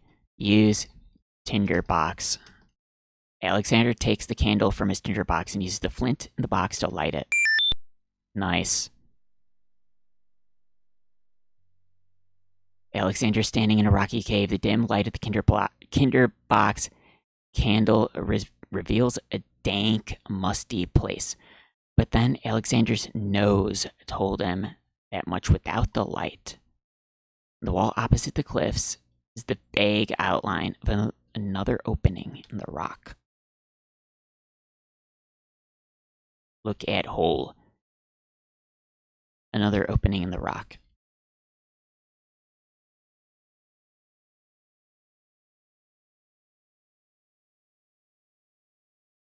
I don't think those are items. I think they just made like sparkles on the ceiling for some reason.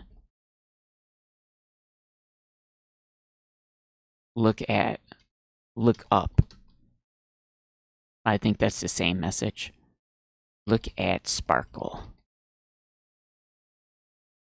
Okay, whatever. I don't think it's an item. You are now entering the scary cave. Oh, he doesn't have an animation for walking up and down. It's only left and right.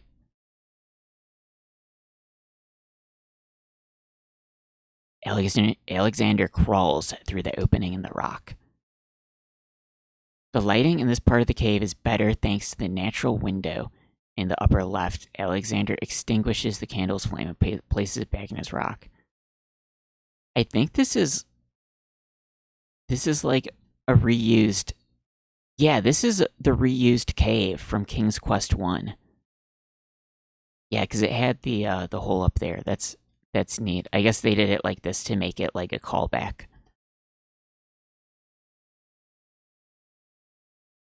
Natural window-like opening in the rock provides enough light to illuminate this part of the cave. A peppermint is growing from the floor in the cave. Also, an opening. Is that a typo? I think that's a typo. And the rock provides a passage back to the first room. The hole looks way bigger from this side. I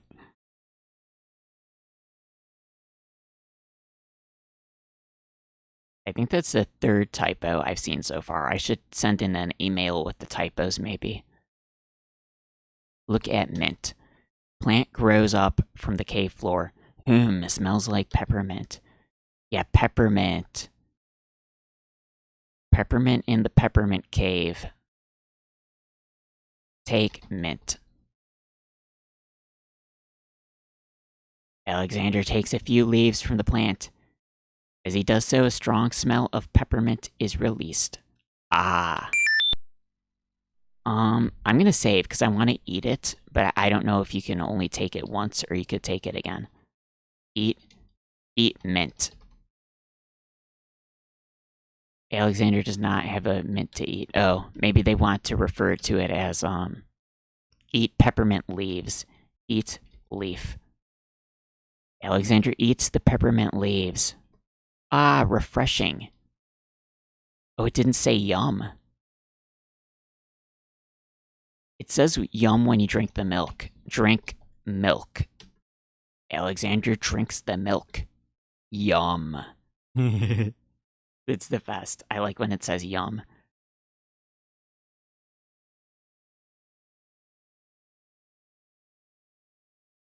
Okay, I'm gonna reload because I don't want to have to go and pick up another milk.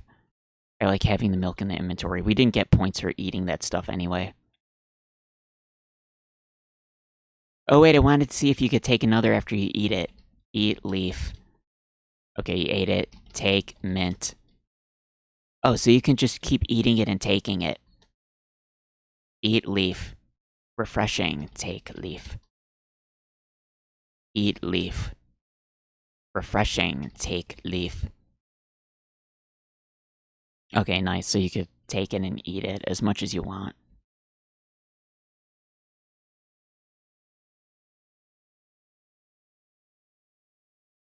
I think did I look around here already? I think I did. Window the outside, yeah, I looked around here. Clear the musty smell. Look at stalactite.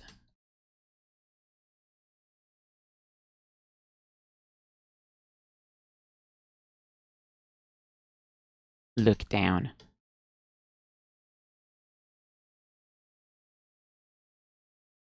Yeah, that cave hole is huge. Alexander can't see a thing. Do we actually need to light up the thing to walk through here?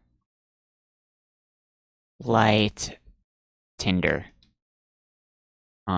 Light tinder box.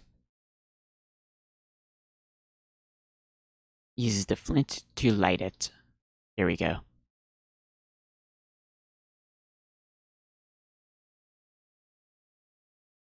This part of the cave looks really good though, because look at, I like how they have the darkness, but they have the light gray, and then they use the blue and the purple, and I guess a little bit of like red to highlight some stuff on the rocks. I think this cave part looks pretty good. I wonder if this cave is a reused cave from the AGI version of King's Quest IV. Because I didn't see that version. Go in the hole. Okay, we got the stuff.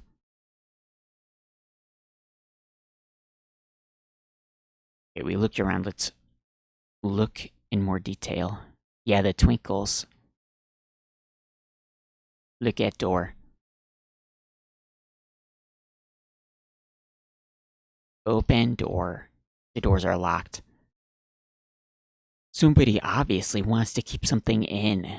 Something out or something in.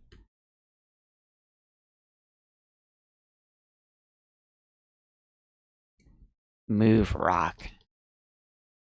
Push rock. Nothing unusual about the boulder, it's unusual to me. A group of boulders are piled in a seemingly random way against the face of the mountain.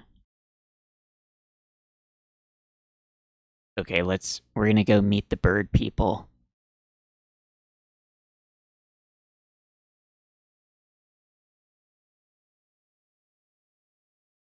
In the distance, Alexander can see the peak of a majestic mountain rising in the clouds. Should we save again? We'll save again.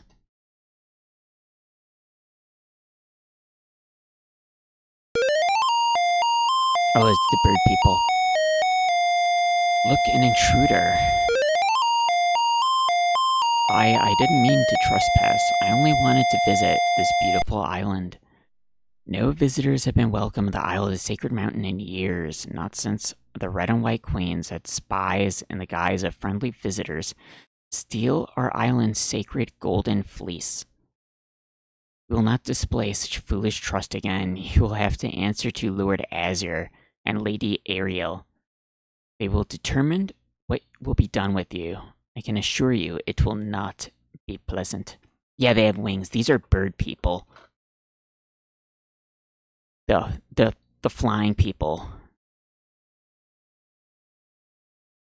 Like the ancient ones supposedly lived here before, and now the bird people live here. Angel people. Yeah, why do they have a gate if they fly and they just fly up here and like their houses are on those pillars up in the air? So why is there a gate?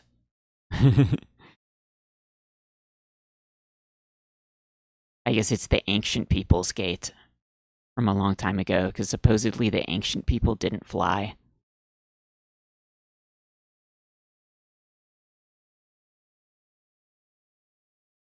Yeah, see, it's on top of those pillars. They have like their bird nest houses.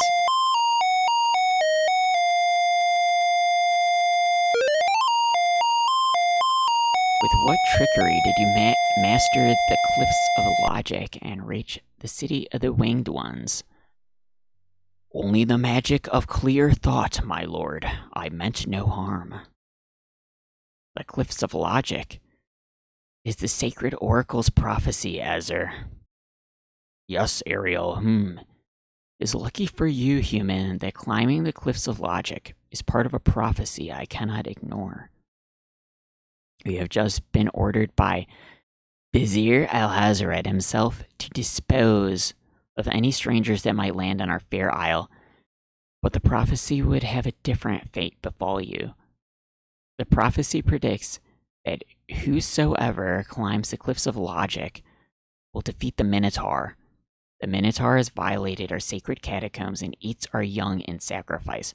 Our own daughter, Lady Celeste, was taken there only this morning, and his most recently demanded offering. Oh, so that did really just happen super recently in the game. Yeah, I was wondering about that. Like, has she been in the labyrinth for like weeks? What's up? A dilemma then. Whom shall I obey in regards to your fate? The oracle or the crown? But since Alhazred did not dictate how I was to dispose of intruders, and since you cannot possibly survive the catacombs, your imprisonment there should serve both purposes quite admirably. I will not resist you in this, my lord. I shall do my best to save your daughter. First, I must tell you that the catacombs are a labyrinth of rooms, a place of exceeding danger. You will need many tools and clear wits to survive it. I am ready. Very well, my guards will take you there now. You seem courageous enough, but the catacombs will determine how brave you really are. So I think they, like, put you at the beach to give you, like, a last chance to go around and collect items you might need.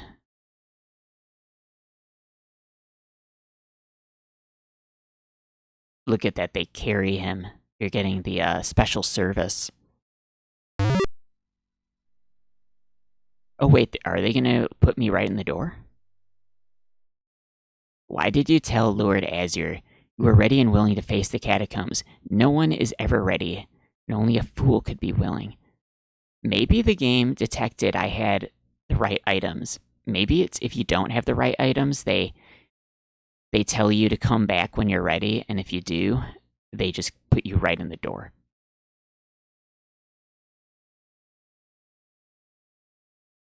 Yeah, they're nice bird people.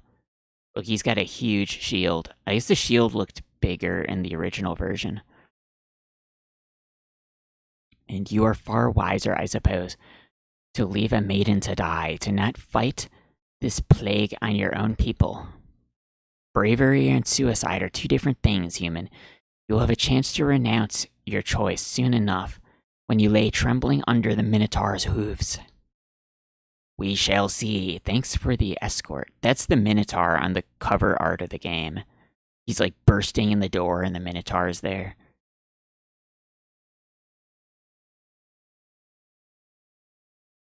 Thanks for the escort. We only escort you to your death.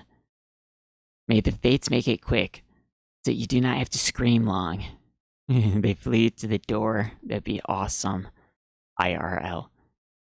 They think they're flying you to your doom. Alright, here we are in the labyrinth. The catacombs entrance door is locked from the outside by the Wing One's guards. Leaving the catacombs by that door is not an option. Alright, new save. Do I remember the layout of this place? I'm trying to think. Okay, there's like the bones. We had to pick up the coins. I think maybe I remember.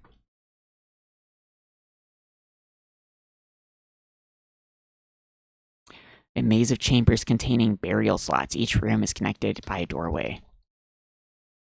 The main door to the catacombs leads to the outside world. Unfortunately, it's locked. All the doorways in the catacombs look alike, giving Alexander no clue as to their order or purpose. Yeah, what's the purpose of a doorway? Like, to walk through it? How do you not know the door's purpose? What is the door's purpose? Niches in the wall form stone burial beds. Ancient bones lie crumbling on the unyielding rock. Holy crap! Wow! There was no bone close-up like that in the original. That's freaky.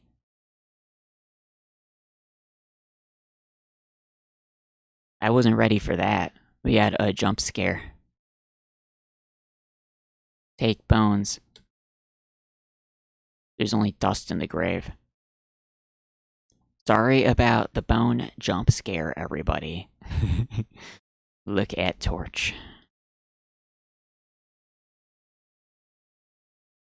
The torch flickers in the wall and casts shadows and the dank stones in the catacombs. I bet that screen was like a reference to one of the other Sierra AGI games. That's probably why it was there.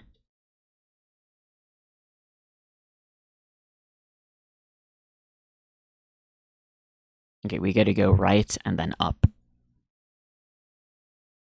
They make it seem like the Minotaur's gonna get you on this floor, but I feel like it's not possible because the Minotaur can't fly. You have to like go up a like a trapdoor falling thing and to get up to the upper floor, I think. I don't want to look at the bones again. We're gonna get like the crazy bone scene. Wait, the Minotaur can pop up here? I was just talking about how I don't think he's gonna pop up. And look what happened. He knocked me over. Maybe it's because I hung out in that room too long. I don't remember the Minotaur, like, popping up to get you.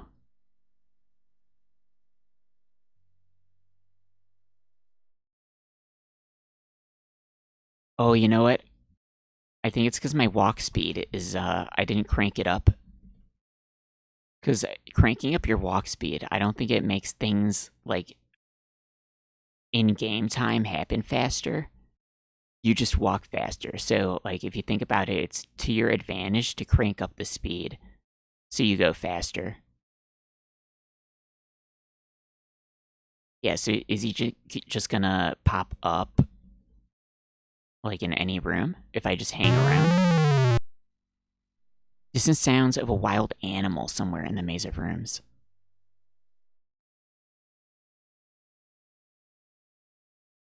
I'll power walk back and forth a little bit to see if he pops up.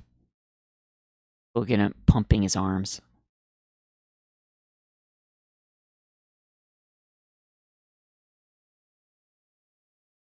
Because I don't feel like I was hanging out in that room too long. Low growling, so faint as to seem born of his fired imagination rather than any living creature.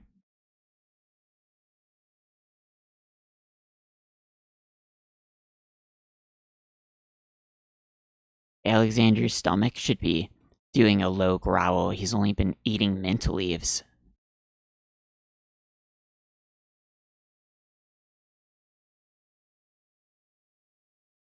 This section just loops around. I'm just messing around until the Minotaur shows up. Oh, that message was different. I should have read it.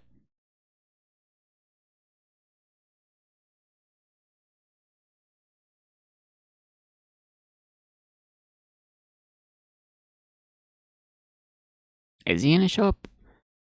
I feel like I was only in that room a tiny amount of time.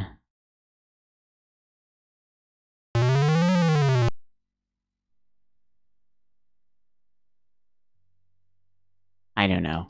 Okay, let's reload. We'll crank up the speed. Yeah, this is too fast. I'll leave it on fast, not fastest. Too fast. I can't handle it.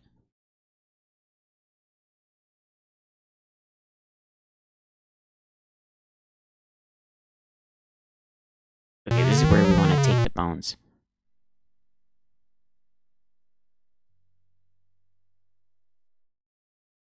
Oh, the cat. She is probably... She's probably either at the window or a lot of times lately she likes to go to sleep in a basket in the other room. Like a basket with blankets in it and stuff. The remains of several unfortunate souls haunt the room. These bones seem more recent than the ancient catacomb bones that Alexander has seen so far. Perhaps they were victims of the Minotaur. Perhaps they died while wandering lost in the maze. maybe I'll start hearing cat noises. If I hear some cat noises, I'll go and get her and maybe we'll see her. She didn't get too many treats yet today, so maybe she feels that she deserves more treats still. 3 of the skeletons are completely intact. A lone skull lies on the ground among the skeletons. Where the skull came from is a mystery, since the other remains seem to have their skulls intact. Oh, why did it say didn't understand your request? Oh, that must be another bug that it says that. Let's put this as skull bug or save file. Take skull. Alexander did not want to disturb the remains.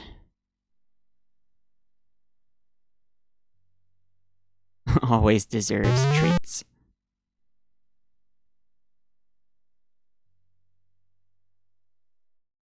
Wait, doesn't understand. Isn't that... What is it called in my inventory? Skull? How do I look at it? Oh, there we go.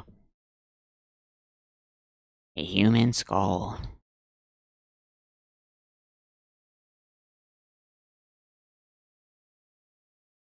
Oh, they changed the puzzle.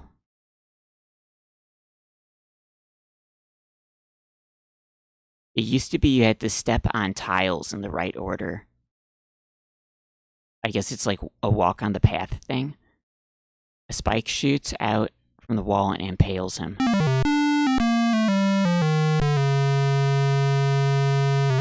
Ouch.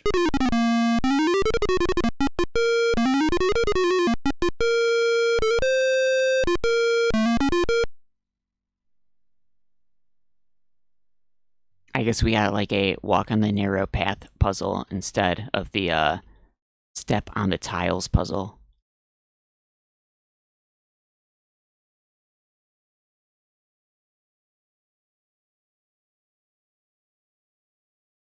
Why is there green goo dripping from the ceiling?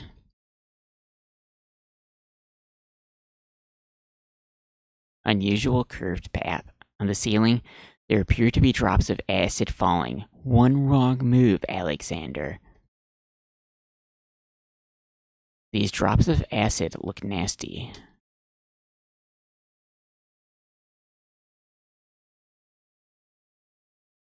What? A drop of acid strikes Alexander. He can feel his body dissolve into a pile of gelatinous goo. That did not touch me. Look at that. It's below me.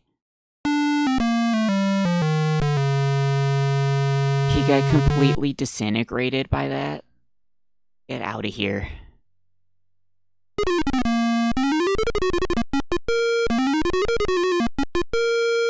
That did not touch me.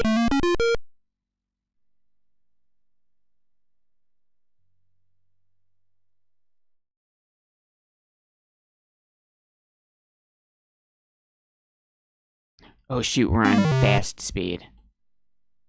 I didn't die, reloaded.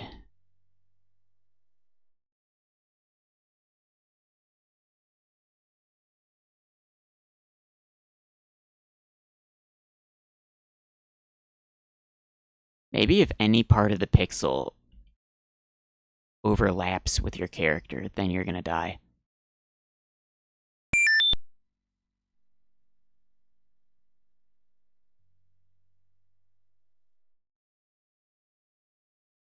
Okay, let's talk to the fake princess.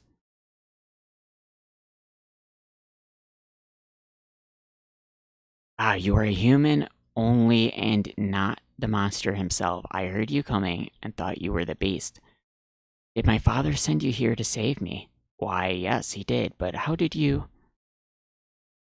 Hush, there is no time. I think I have discovered the Minotaur's secret exit from the catacombs. Follow me. We'll both be saved.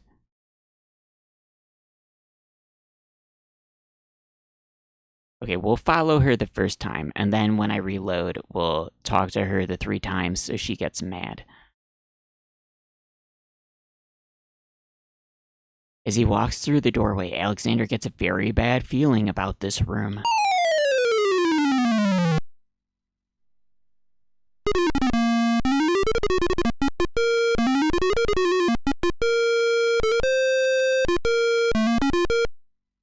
Don't you think you'd be able to see that coming if the room was just a big hole? Like you look through the doorway? Really? Okay.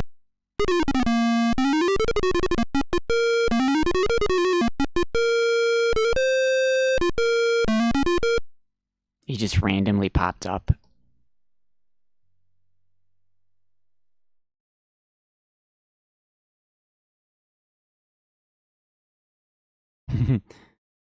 The Minotaur just touches you and you die. Okay, let's... There's supposed to be 3 dialogues. There you are. Why do you not follow me? Do you wish for death by the Minotaur? Hurry, we can tarry no longer.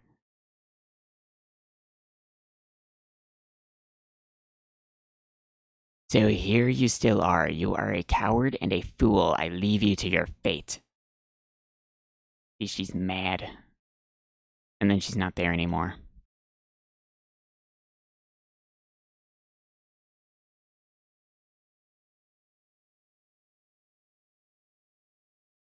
Standing in a maze of chambers containing burial slots, each room is connected by a doorway. An old wooden shield hangs in the wall. Look at shield. I wonder if the Minotaur can't get me in this room because the Minotaur only seems to enter from the left and right doors due to how it's programmed. Maybe we're safe if the room doesn't have a left or right doorway.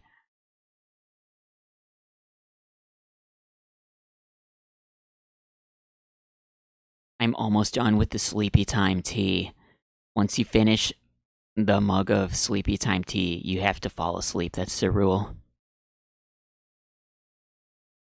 Alexander takes the shield from the wall.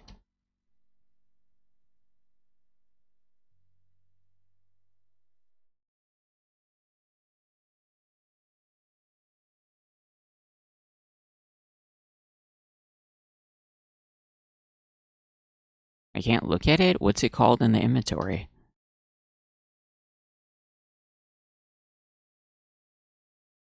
The otherwise plain wooden shield is embellished with a silver cross.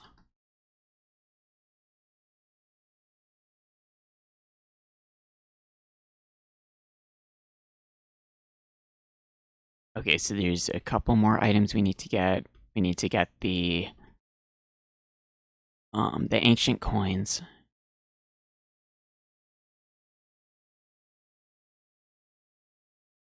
Yeah, this one is a Bigelow brand. It's called like, it's not Sleepy Time is Celestial Seasonings, what they call it. The Bigelow one is called like Time for Sleep Tea or something. I don't know. I think what it actually is, it's like chamomile and mint. Oh, you have tea. You have kava tea. What is kava tea? All right, we can get the coins. Look at skeleton. Alexander notices that this skeleton has old coins over his eyes. Look at coins. Look at coin. Okay, take coin. Alexander finds 2 coins on the skeleton's eyes. He takes the old coins. The 2 coins from the skeleton in the catacombs are extremely old and corroded. Very good.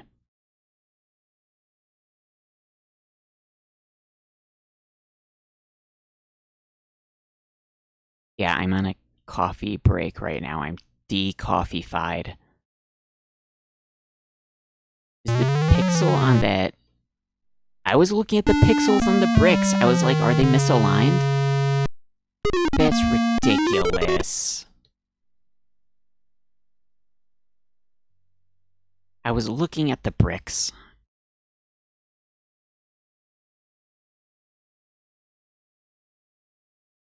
I guess it's more of like a,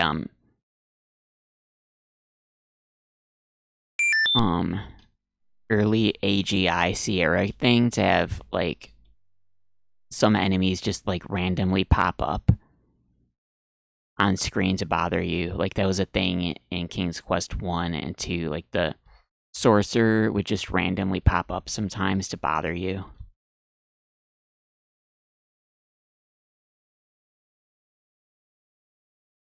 I'm worried I'm gonna, like, save the game once, and in the game's mind, we're, like, 1 millisecond away from the Minotaur popping up, and it's gonna be a soft lock. Stress relief. Oh, nice. I don't put honey in my tea anymore, because I feel like it's a trap. The doors have sealed Alexander inside. The ceiling's coming down. I feel like I'm just gonna be, like, guzzling down a bunch of honey and not really appreciate it. I don't need to drink it faster. I need to make the tea last longer. Although it is good to drink a lot of liquid. Look around. Alexander is standing in a trap room with a crushing ceiling, and the ceiling is descending fast.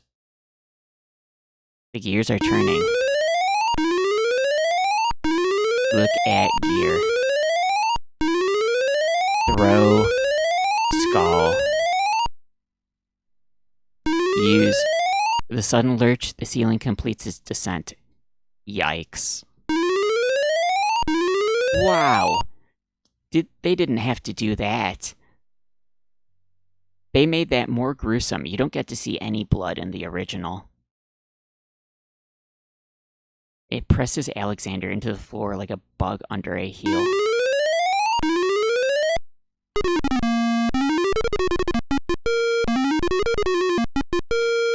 Oh, you double bag the tea? I should try that sometime. Maybe that's a good idea. I think I would double bag it if I used like the gigantic mug for sure. Whereas yeah, over here I have like the gigantic size mug. Let me show you. Actually, it probably isn't gonna come across too well, but this is like a I think this one is like a 24 ounce. It's pretty big. Well, let me put the other mug next to it. So this one is like, I think this one is like 14 ounce, and this one is like 24 ounce. I don't know if you can tell. It's bigger, I swear. It's almost too big. Anyway.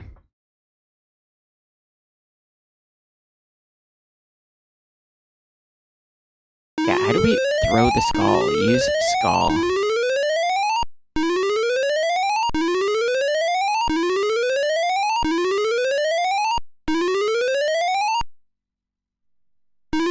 That is what it's called, right? Maybe they didn't program that in the game using the skull. In the original, you could throw the skull and it gets lodged in the gears and explodes.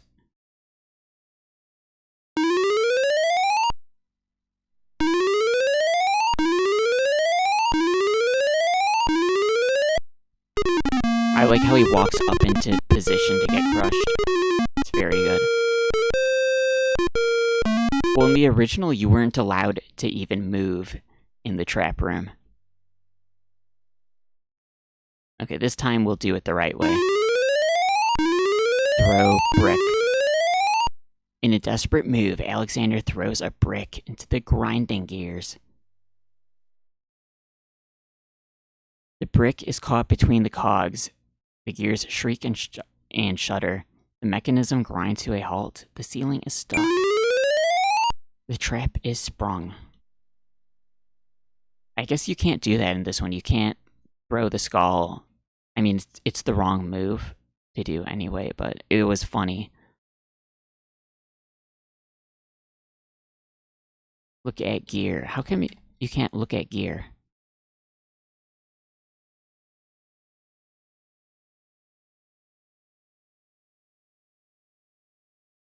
The ceiling is stuck in its path by the brick that Alexander threw into the gears.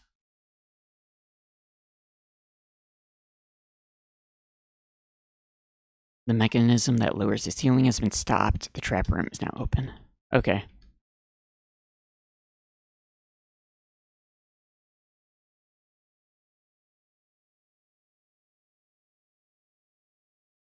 It sounds like casino noises.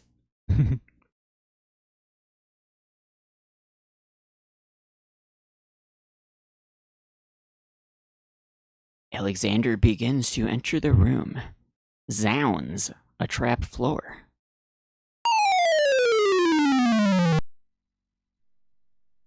Alexander seems to have fallen to a lower level of the catacombs. Wherever he is, the place sure is dark. Alexander can't even see his hand in front of his face. Light tinder box. Alexander takes the candle from his tinder box and uses the flint in the box to light it. Ah, so that's why it's dark in here. A torch is out. Alexander lights the extinguished torch and puts his tinder box away. A torch flickers on the wall and casts shadows on the dank stones of the catacombs. Yeah, this game uses the word zounds a lot.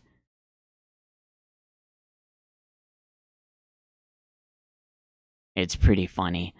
Like, the only other game I could think of that had zounds in it was, I think Heroes of Might and Magic. When you look at the army size of an army and it's over like 1,000 or so units, it just tells you zounds instead of Well, I guess instead of the other descriptive words. Like it would say like there's a few, like many, a lot, stuff like that, and then zounds was like the biggest number.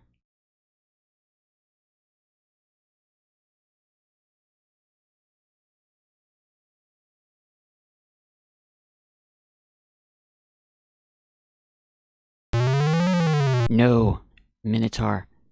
Somebody was saying there's like another game that said zounds in it, but I don't remember. Maybe they said they couldn't remember the name of it either.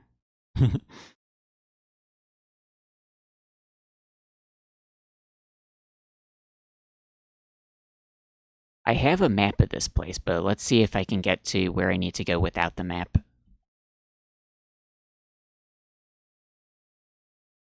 Maybe it's this way? We hear the Minotaur. Alexander hears the sound of a wild beast again, this time so loud the creature seems to be in the room with him. The noises are coming from the other side of the east wall. Okay, I got the right room. I found it.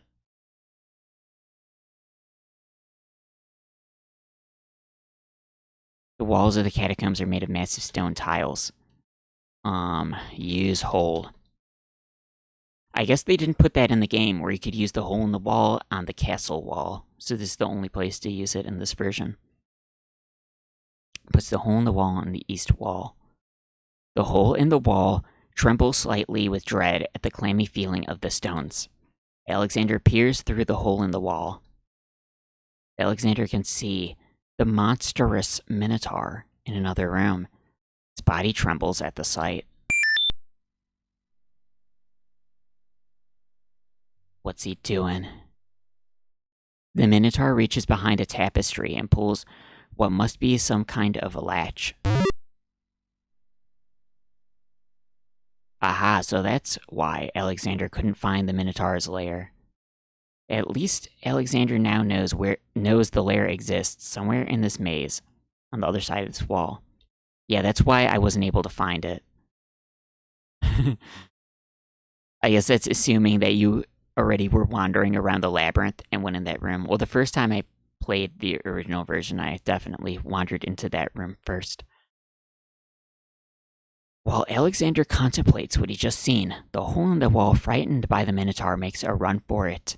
Alexander hopes the little creature finds its way home to the Isle of Wonder.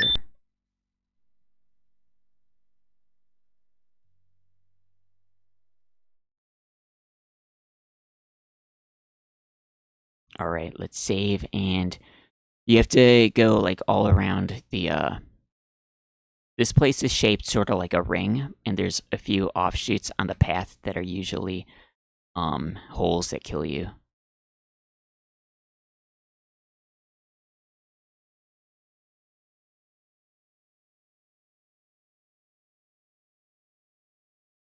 So I think if I go south, that'll kill me.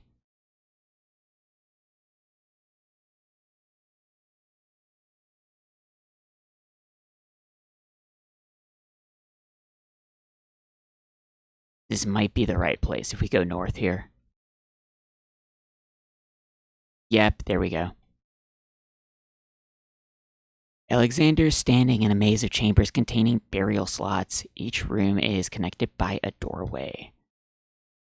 Look at tapestry. Alexander's not close enough to examine the tapestry. It looks pretty huge. I don't think you need to be that close. This tapestry looks familiar. Now let's see, I don't feel anything. Aha, a hidden latch. Wow, there you go. Alexander triggers the little latch. A secret door rolls open. Alexander enters the Minotaur's lair. I didn't want to enter it yet. I beg of you, please don't hurt me. Roar. Your struggles are useless, Gur. The music here was really good in the original, too. It's the Minotaur, and he's struggling with a winged one's girl. She must be Lady Celeste. She's Lady Celeste of celestial seasonings, and she has the tea. That's why we need to save her. Alexander just wants to get the tea from celestial seasonings. Alexander steps further into the room. The movement catches Lady Celeste's eye. She screams for help. Tea Queen. You there, human, help me, help. Who dares enter my lair? I ask you to release your captive, or suffer the consequences. Oh my god, he's huge. Grr, never you die, human. As the Minotaur advances in attack, Alexander slowly backs away. Until he can back away no more. Now where to, little man? Here we have to type. Use, what's it called? The scarf? I don't remember if there's anything else funny we could try using. Let me just try typing.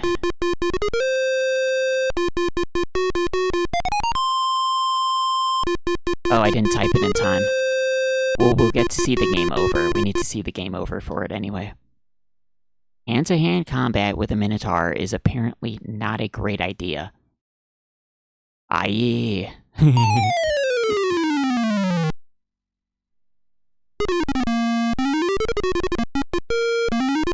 Tickets, please. There's something to be said for taking the bull by the horns, Alexander.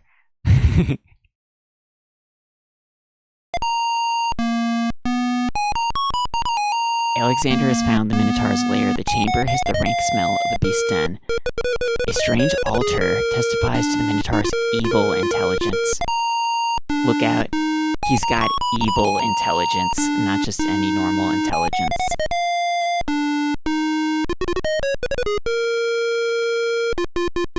A pit has caved in the floor in one corner of the Minotaur's lair. Flames rise from the pit, as though from the throat of a dragon trapped in the earth.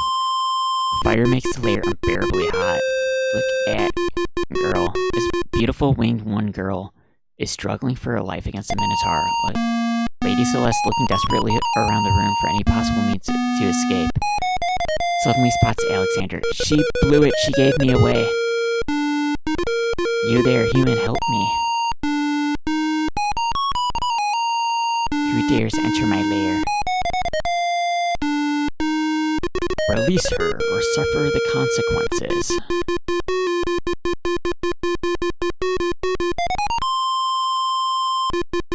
I have blue written down there.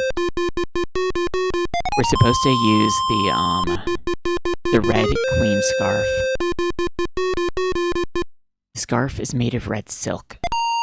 Use red queen scarf. Alexander's back inches from the fiery pit, tempts the Minotaur with the red queen scarf. Look here, you bully. Nice. Bright red. Red. Now you die, 'cause he's a bull. The Minotaur drops from sight amidst the consuming flames. Slowly, his scream fades as well.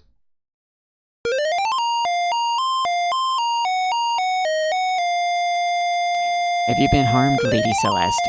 Are you alright? No, I am not alright. I assume you do not intend to leave me tied up on this vile monstrosity. Of course not. Sorry. Let's see, if you'll give me a moment, I'll have these untied in no time.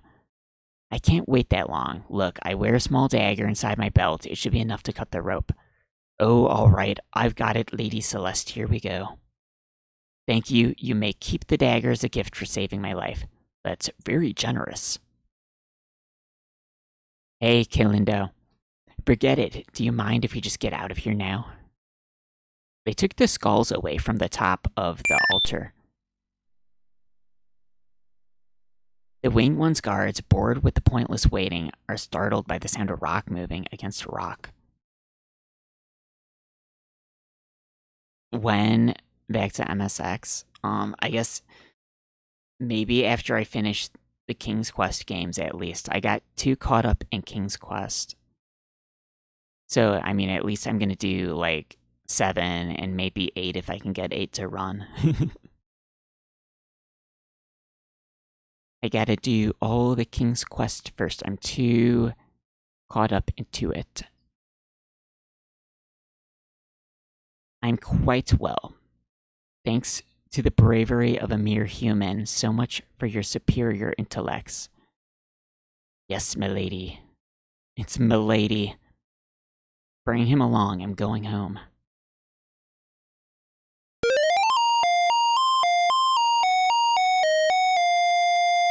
As you have proven yourself the hero of the prophecy, well, I'm expected to thank you for saving my daughter's life, so I thank you. I am obliged to thank you for the restoration of our sacred catacombs. It means much to our people. We have already begun the process of clearing the deadly traps from its rooms. It is also my duty to grant you a visit with the Oracle. So this I do, I will grant you the freedom to leave here unharmed, despite my orders to the contrary from the crown. But there my obligations to you end. I have no love for Alhazared, but he is my liege, and Princess Cassima trusts him and wishes to wed him. My guards will take you to the Oracle now. When your time with her is through, I want you to leave the City of the Winged Ones and never return. I don't know who you are or what you want here, but I will not disobey my crown further. I thank you, Lord Azur. I will respect your wishes. We're going to the Oracle. Oh, they made it the same as King's Quest 3. That's funny. Hail to thee, great Oracle. Lord Azur sends you this wingless mail. It appears that he solved the Cliffs of Logic and defeated the Minotaur in his lair, so I have seen. So this is the one that haunts my crystal of late. Welcome, young seeker, what knowledge do you desire? Princess Cassima.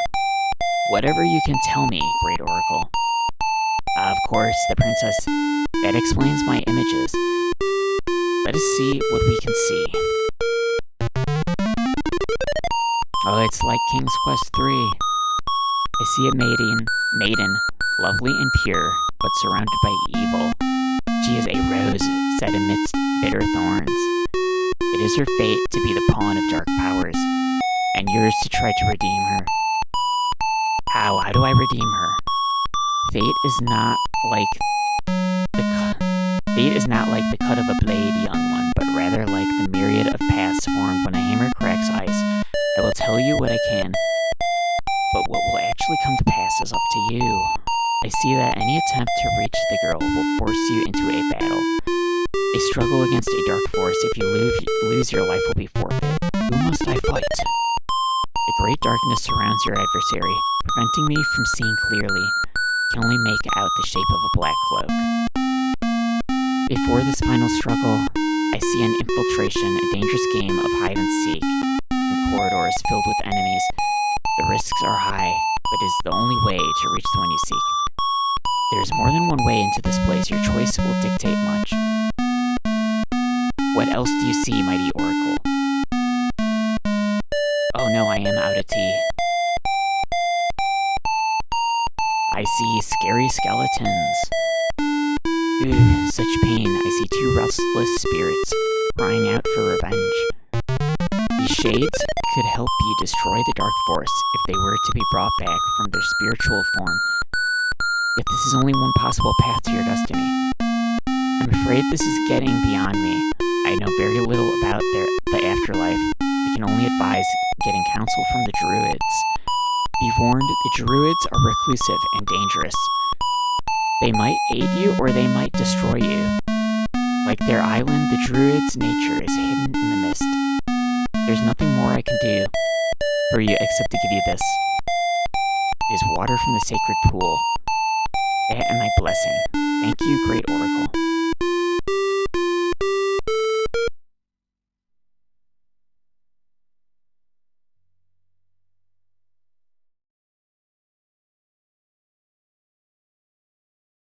Yeah, you know what? Now that I'm thinking about it, she says that getting the restless spirits back from the dead will help you. But in the game, they like barely do anything. They burst in the door during the wedding, and it's like, that's it. Did you really need them to do that?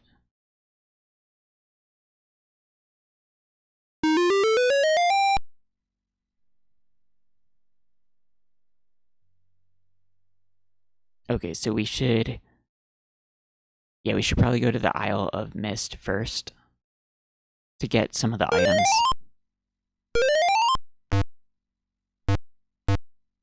Alexandra is standing on the beach, a shrouded island.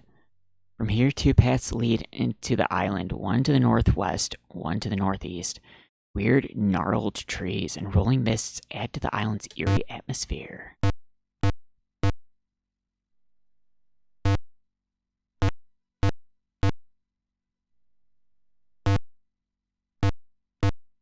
Mysterious sounds of drums and chanting.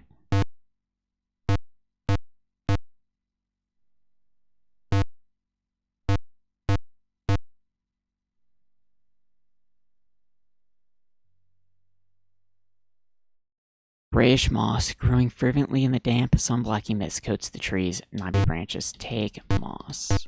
Maybe not.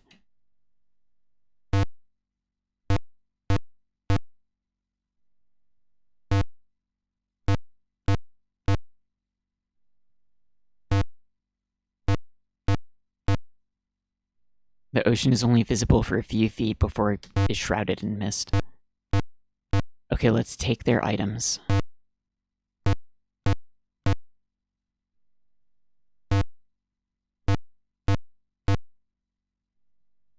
Alexander's standing in a small village. Arranged around him in a circle are houses built into the hollows of huge trees. In the center of the village is a fire pit. There is a scythe hanging on the side of one of the houses. There's coal in the fire pit.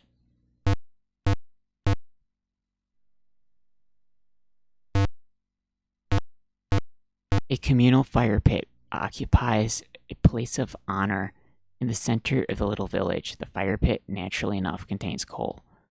Coals are cold. That's odd because Alexander definitely smells the smoke of an open fire close by. Alexander reaches into the fire pit, takes a lump of coal. Alexander has a pitch black lump of coal that he found on the Isle of Mist.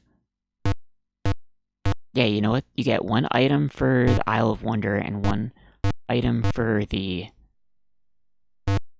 Isle of Beast. A wooden handled scythe hangs against a bear skin in one of the tree houses. I guess they don't know that you stole this from them ever.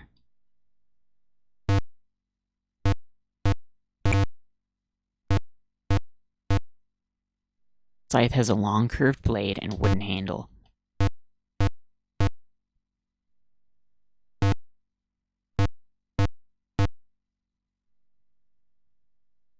A grove of giant trees has been hollowed out to make houses. The trees look cozy and dry, if a bit primitive for Alex's taste.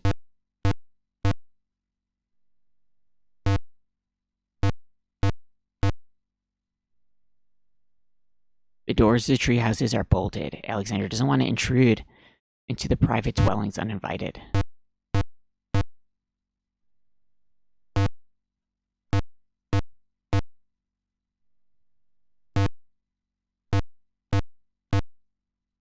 Oh, you can't even walk up there in this one.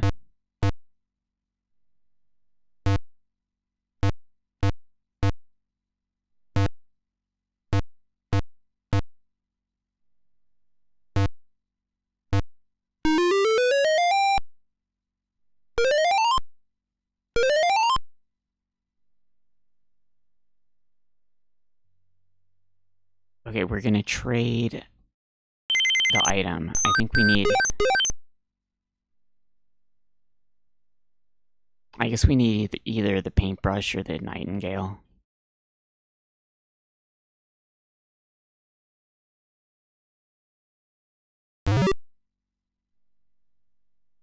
Good day, Prince Alexander.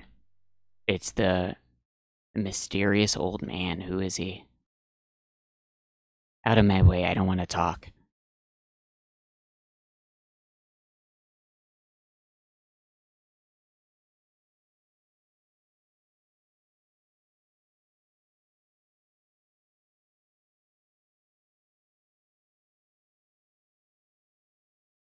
Wait, which button repeats? Oh, it's F3 repeats your last typed thing.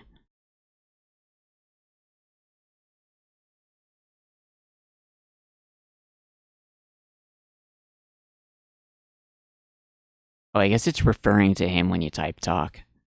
To the shopkeeper.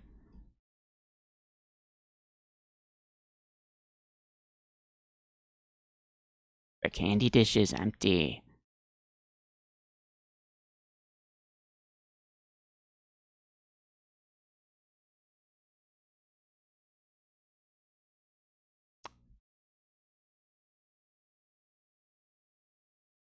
And we want... We'll take the paintbrush. Maybe I'll try taking the nightingale if we're gonna, like, test out the other stuff. I think we're just gonna do the paintbrush route.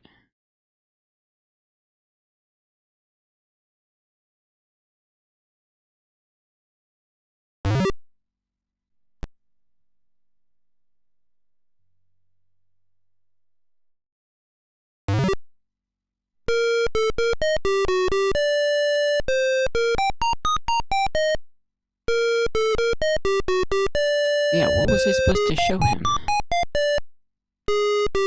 I totally don't remember.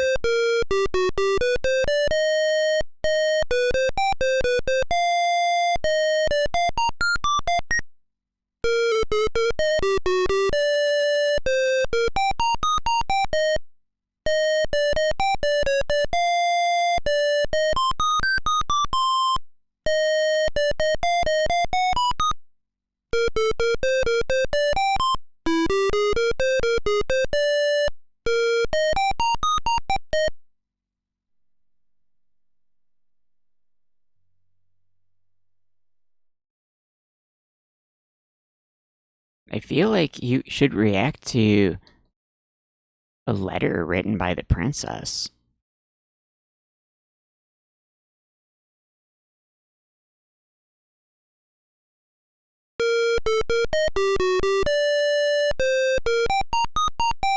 My only wish is for more time to read.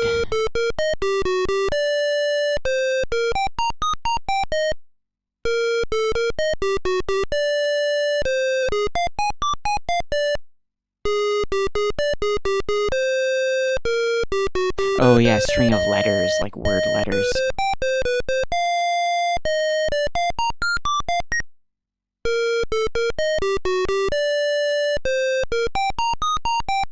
I feel like he's supposed to be sitting at, like, the table with the book that talks about Jester stuff.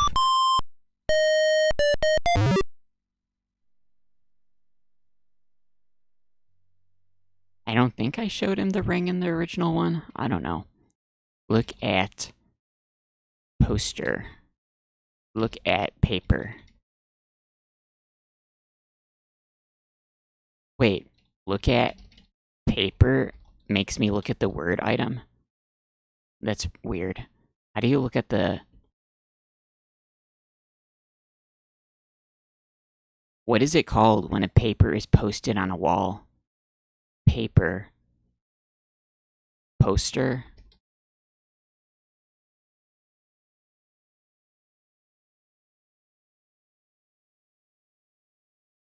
Read. Oh, read does the same thing as look?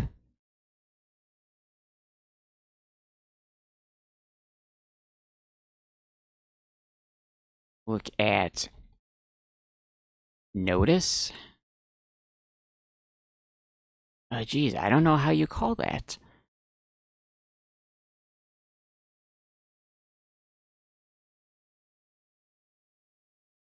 Paper, poster, flyer.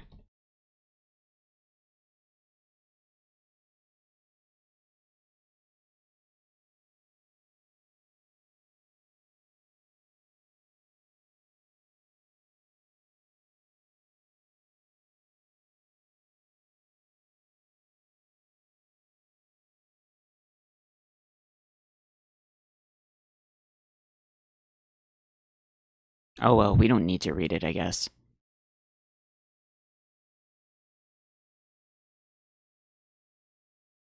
We'll go back there later.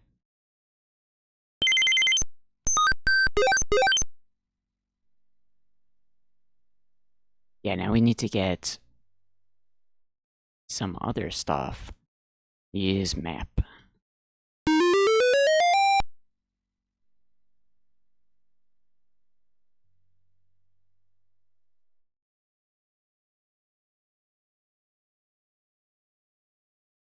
Yeah, let's do the Isle of the Beast first. I think we still need to, like, come back to it again later.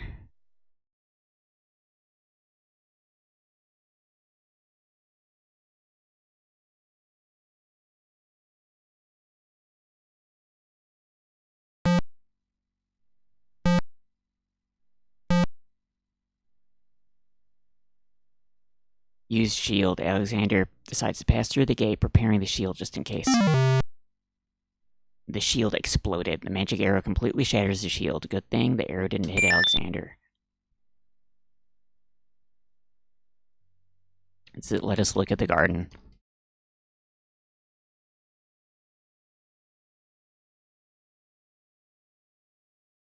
We read that already about the gazebo.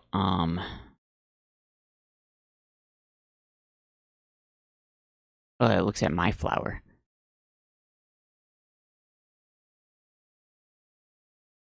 Flowering rose hedges grow on either side of the path north. Take rose.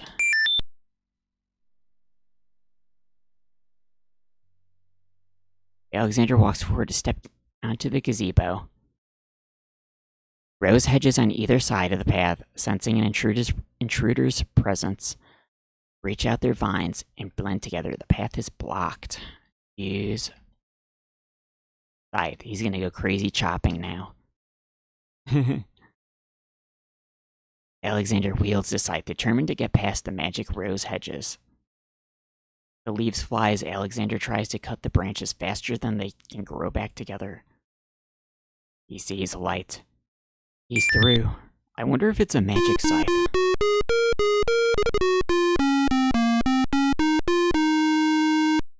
They just put like an animal head on a guy for his little character. Who dares enters Beast's garden? My name is Alexander. I didn't mean to disturb your private garden. No, and yet, Monsieur, you could hardly have accidentally broken through the 3 enchanted traps of the Isle of the Beast. Or I suppose it is simply my nature to break through enchanted traps. You must be a prince then. I know the nature of princes all too well. This face you see before you is not hideous, is it not? Well, for the face of a beast, it is really quite noble. I'm glad you like it, for you will soon have one just like it. You'll soon own one just like it. I too was once a pretty prince, caring for nothing but adventuring and rescuing fair maidens. But I rankled one too many evil hags. One dark night, I turned into this obscenity you see before you, warped in shape, trapped on this enchanted island over 100 years ago. Surely there is a way off this island. Surely. You broke in, did you not? And yet think, where would I go, clad so eloquently as I am, with this silk and this pelt? You see, my prison is also my sanctuary. You're the first to break through the barriers in lo these many years. That is, except for the druids who stole my heirloom coat of arms. If there's any way I can help you, I'm afraid you don't understand. The enchanted barriers were a warning and protection for you more than me. Your prize for forcing your way past them is to join me and this dire life. By the laws of this sorcery, you are doomed to be trapped in the form of a beast. Your reward for broaching this garden is to be my slave, a slave as beastly as I am. You've only a few hours of humanity left. That's not possible. There must be some way to break this enchantment. Spells always have a weakness. Enchantment you are under is tied to my own. Sorceress left me a way out, all right, but I'm afraid it was only her final bitter joke. You see, I need only find a maiden to join me here, to share my castle, my life willingly. Take another look at me. You can't help but admire the hag's terrible cruelty and cunning. I shall try to find such a maid for Kazima's sake. Truly, how determined of you. I personally would not waste my last few hours as a man on an impossible errand. However, you may do as you please. I give you this token. It's my family ring, and the only heirloom I have left. If perchance if you think you have found a maid, Gurf, I shall give her this ring. Yes, she must accept it by her own free will. By doing so, she accepts me. Not that you shall find anyone, mind you. Your time is short. Count the minutes in your fingers. What fingers you have, pretty prince. Your master will await you.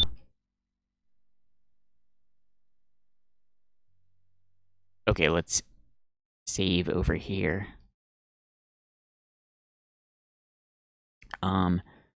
Let's take a break, actually. I'm going to stretch. Where is it? Here we go.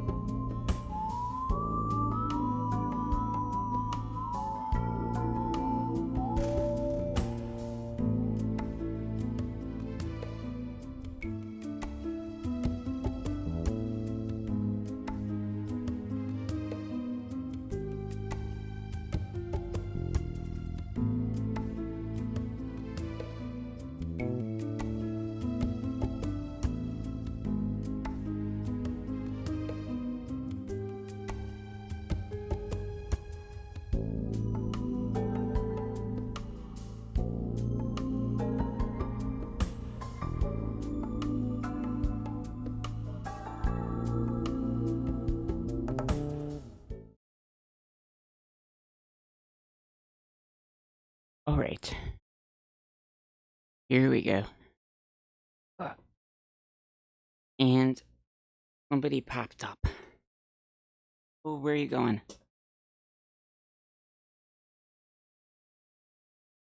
Here. At least look here. There you go. She's too antsy. She wants to go somewhere. There you go. So we get to see her for like 30 seconds, maybe.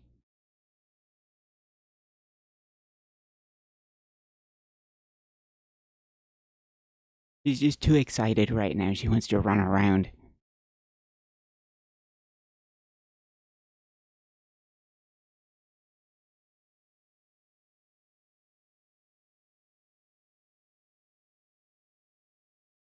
Oh, yeah, there she goes. Actually, yeah, I think she wants to. Does she want an extra treat? I don't know. Let me see. Hold on.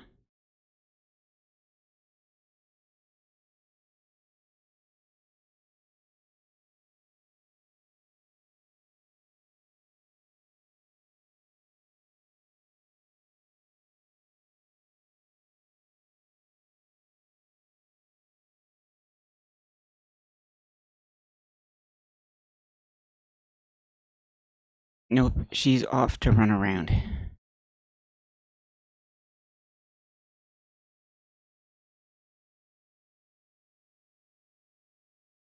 Raptor got the PS5. Nice. Let's see. Everything in order. Yeah, we're ready to get back into this King's Quest 6 AGI version. Let's give this King's Quest 6 AGI a go. Actually, we're on like a time crunch now because we have like the beast curse, so we have to go back to town really fast.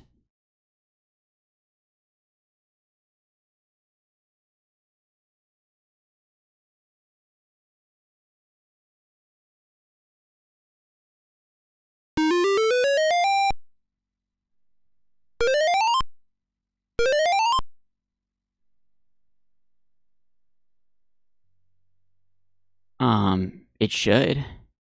Well, it's running in DOSBox right now. I mean, I assume it would. It's using like the AGI engine. And it, like, according to the guy, it like falls within all the limitations of it too, so I'm assuming it would.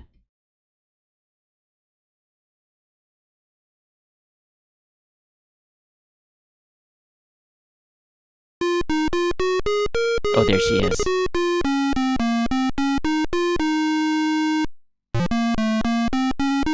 Good day, maid. My name is Alexander. How do you do? I'm sorry, sir, but I'm not allowed to talk to strangers. Oh yeah, we have to see what the game over when he turns into like an animal.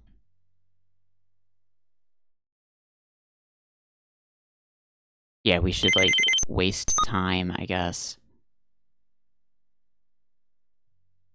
Maybe I'll just like speed up DOSBox until it happens. I'm not sure. There we go. Alexander feels a strange sensation come over him. His skin begins to itch. His head throbs. Uh-oh. He turned into the animal.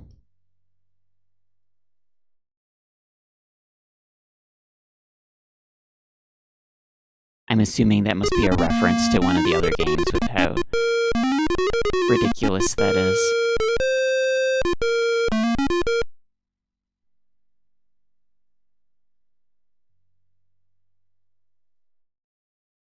Okay, we need to... Yeah, that's right, we have a rose. Give rose. Pardon me, maid. I hope you don't think me forward. I see that you like roses. I thought you might perhaps like a fresh white rose. Alexander can see the conflict in the pretty face as she fights between her distrust of him and her desire for the white rose. Girls love flowers. Oh, I shouldn't, sir. but it is so lovely. I've never seen a rose of white. It looks so pale and delicate. Wherever did you find one of such color? There are many hedges of them on the Isle of the Beast, and they grow together like magic. Oh, truly, what an adventure that must be to see them, but I should not speak so, especially to a stranger. Thank you for the rose, though, kind sir. Do we have the... What's the other item it gave me? There it is, Beast Ring. Beast's ring is made of pure, heavy gold and bears an insignia possibly related to Beast's princely past. Do you live in this house, maid? Well, blush, my stepmother and her children live here.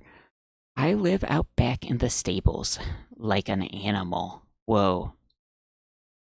Your stepmother? Then you're not, I thought you were, a servant? I am, I suppose. You see, my mother died and my father remarried. He passed on shortly afterwards. My stepmother has no obligation to feed and clothe me. I only try to repay her for my upkeep as best I can. I see. Is there anything I can do for you, maid? You look tired and hungry. I'm just fine, sir. Why do you not leave this place? Where could I go? What would I do? Besides, I don't really mind the work. I would miss my roses. Okay, give Beast ring. Alexander has a thought about the servant girl. He decides to bring up the subject of Beast with her. Let me tell you about... This is so funny. Let me tell you about the place where white roses grow, the Isle of the Beast. It's an enchanted place. There's a path running through a deep forest. The path crosses 3 magic blockades, set to keep all the visitors away. At the center lives a tremendous beast. Like, she's gonna agree to this without even seeing the guy. Really? Magic blockades? How exciting. What kind of a beast? Is it very terrifying or ferocious? It is a beast that walks on 2 legs and dresses like a prince. It speaks with the voice of a man. A beast that talks and wears clothes. How is that possible? Is the beast magic too? Not magical, enchanted. Beast was once a prince, but a witch trapped him in the form of a beast and set him on the island. There he lives, in a castle in the midst of a maze. How terrible. Imagine how lonely he must be. It is a very lonely prospect, isn't it? I have met him, you see. He is indeed ferocious. But who would not be? He really exists? How it breaks my heart. If I could, I would tend to such a beast. Such a beast might find comfort in a kind face. Do you not think it so? Oh, I think it's so. I very much think it's so. You would not be afraid of him? Afraid, maybe at first, but how silly of me to speak so. The roses in this little yard are the only magic I will ever see. I could take you there. In fact, I would owe you my life if you would go, if you truly wish to go. Are you serious? I could leave here? I have always dreamt of leaving, but to actually go, this is the only home I've ever known. Home is a hard place to leave, even if you're unhappy there. But I will go. If I can help him, I must go.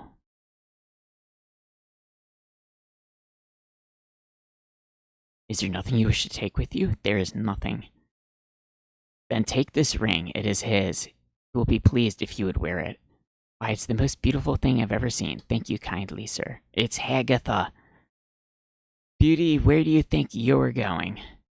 To a place where roses grow, and someone who truly needs me.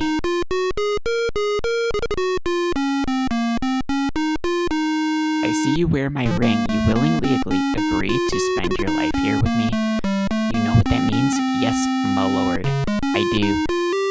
I have been touched by your story. Pity alone need not sentence you to endure this face. Oh, but it is a gentle face and kind. You look at me so sweetly and are not repulsed.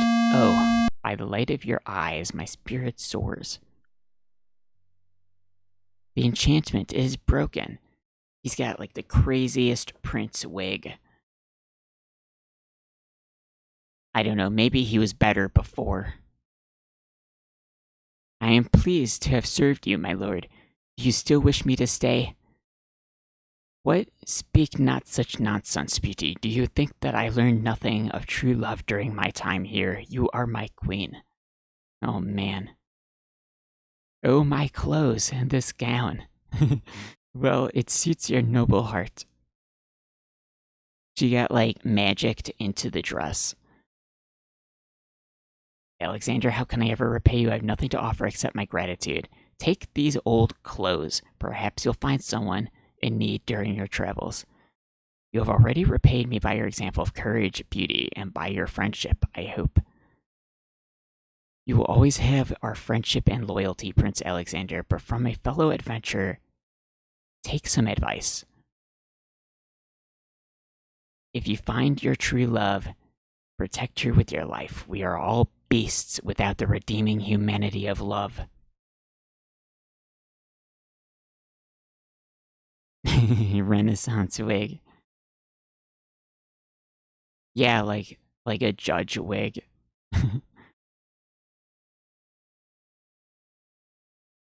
And to aid you, accept my mirror. Now that my life is no longer hung in false shadows, I have no need for it. Give it to someone with nothing to fear from the truth it reveals.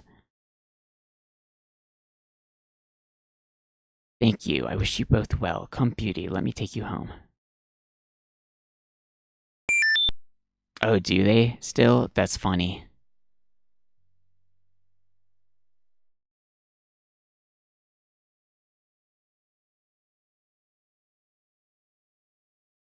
Okay, so we need...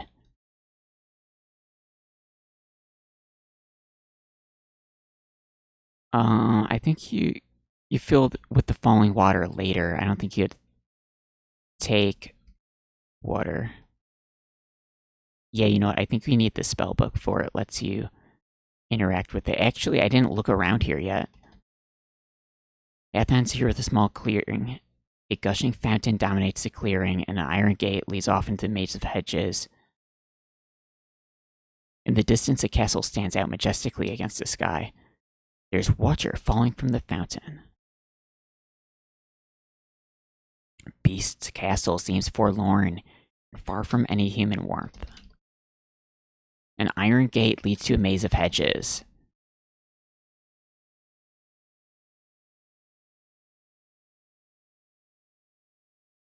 The hedge continues back towards the castle and forms what appears to be a maze. The maze of hedges seems to be a final obstacle protecting Beast's privacy. Having seen the result of his other violations, Alexander has no desire to test the maze. Has he seen the result of the other violations? I don't think he has, because that would have meant that he would have gotten killed. The gate has been firmly shut and latched. It looks like the prince and his beauty need some time alone.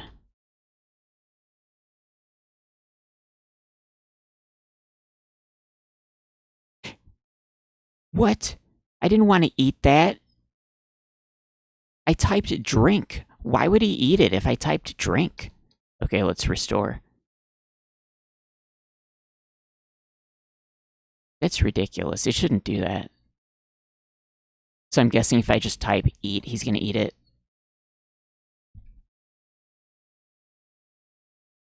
Yeah, if you would think that he would drink the milk if I typed drink. What if I do eat milk? Eat milk. Alexander drinks the milk. Yum.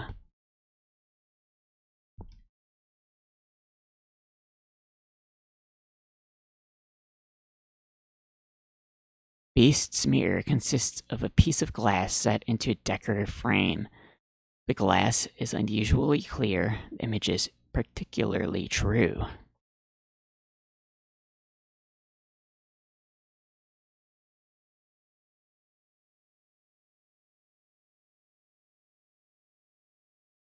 Oh, let's get another flower.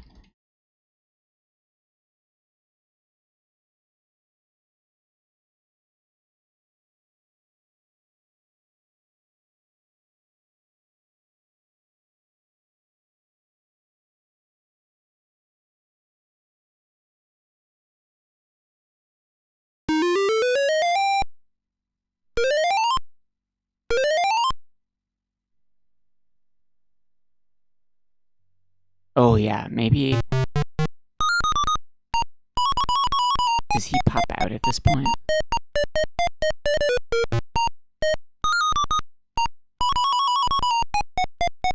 I think we need, like, something else to happen to get him to talk about,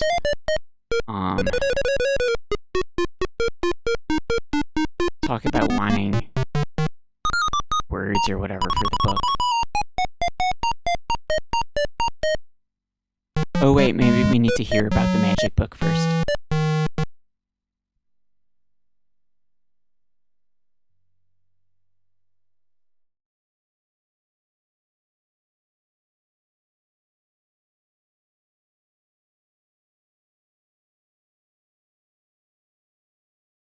Oh yeah, this thing.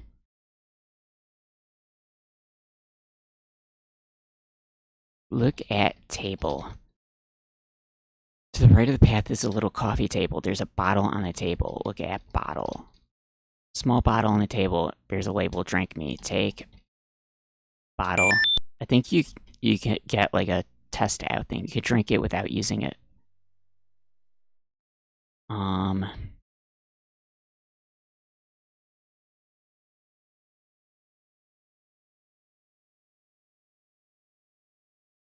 Yeah, I guess there's two things. Oh, it's called potion. The little bottle contains some sort of potion and bears a label saying drink me. That's rather forward of it.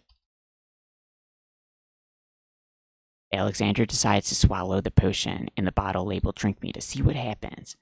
His vision goes white, then fades to black. His lungs become too heavy to breathe, then beats no more. Suddenly his heart takes a lurch, then beats strong. His chest heaves like that of a newborn. His vision clears and Alexander feels fine. Phew, for a minute I thought, what if someone else had seen me and thought, zounds.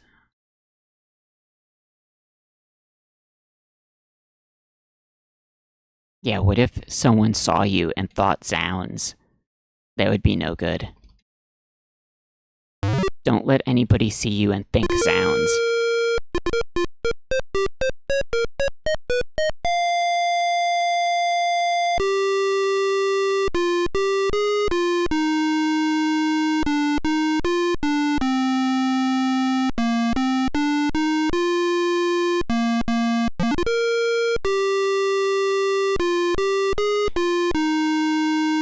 Your Highness may as well spend her royal time contemplating something else. A lump of coal shall be sent to the castle on the crown in my name. That's all there is to it. No, there shan't.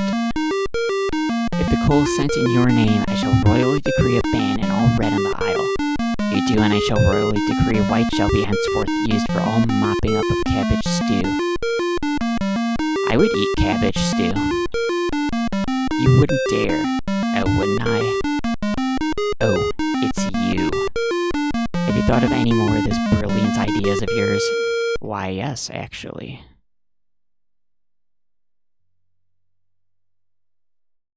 Oh, did I click outside the window? Why isn't he going?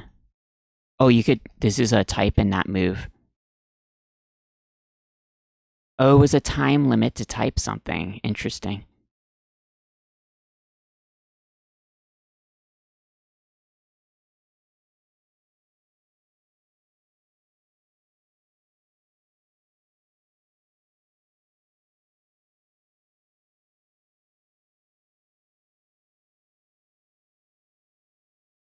You know what, let's walk out and back in. I was like trying to move, I thought,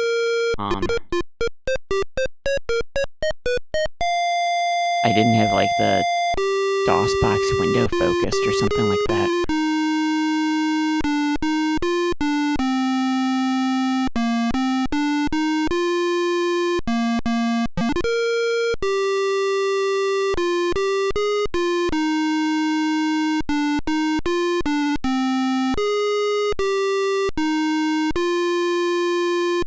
Two of you another lump of coal so you can stop fighting over the one you had. Let me see a lump of coal. What beauty it is too, marvelous. Yeah, stop fighting, sister. Your Highness can just keep the old lump of coal. I'll take this new one. Quite right, this settles everything. So that means the White Queen is the better coal now. As a token of our endless esteem and your royal favor, please accept this magnificent and truly incredible spoiled egg. Thanks.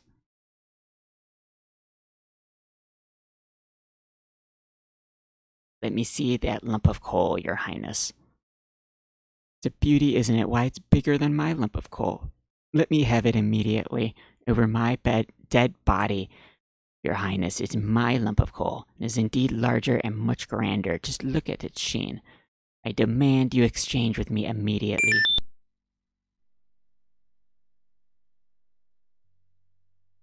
Oh, let's just take a lettuce for fun. Egads, is that cold?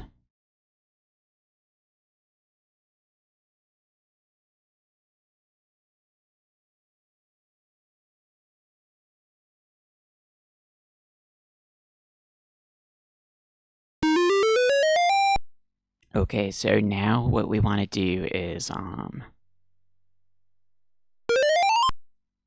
think we want to go to the bookstore.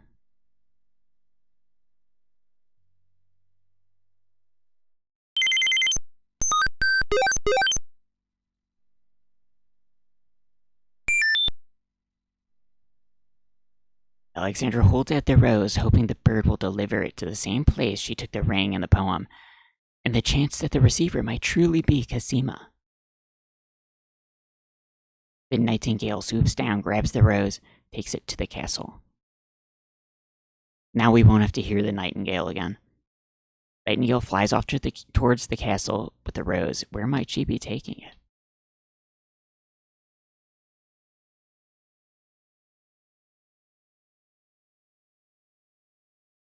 Now she's gone.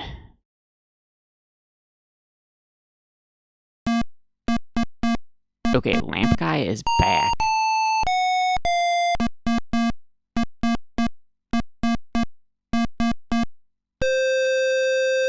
Does that mean Jello is gone now? Yeah, Jello is gone.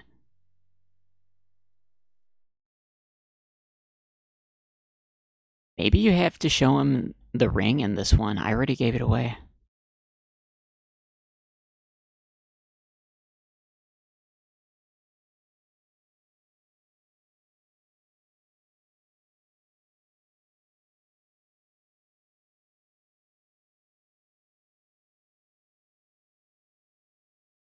Oh wait, no, that's the other table. How do you look at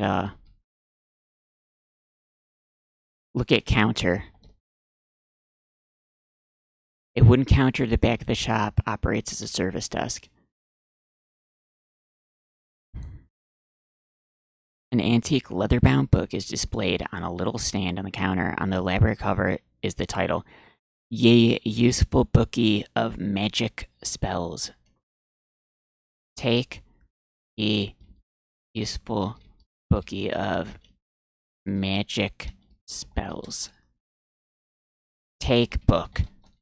How much for that book on the counter, merchant? It is a fine book, is it not? I obtained it from the estate that the one and only magician in this kingdom has ever had. Poofed himself into an aardvark in the end, or so I heard. I never found the spells all that useful myself, but then I lead a boring life. I tell you what, if you could find another rare book, something a bit more marketable, I might be willing to exchange the spell book for it. Okay, I think that should, set off the next event.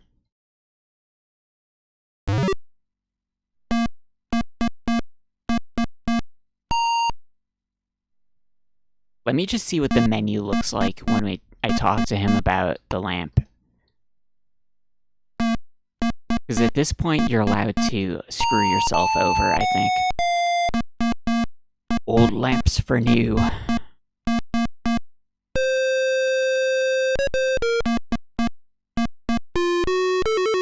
Good day, sir. If you'd like to get one of my fine new lamps, I'll need an old lamp in trade.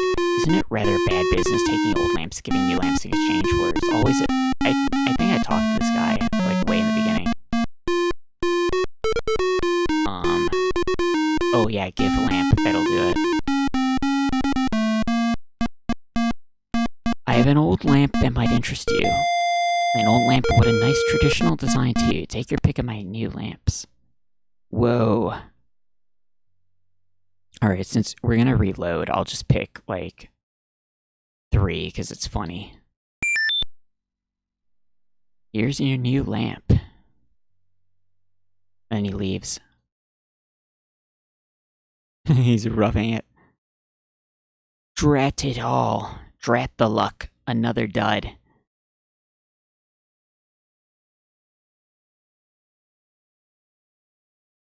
Alexander's new lamp is long and narrow. It's open at either end like a lantern. It's fashioned like flowered blue paper. Okay, that's funny. Let's reload.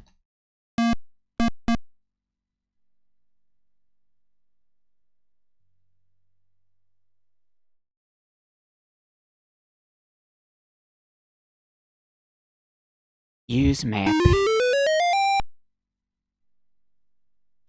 Number 2.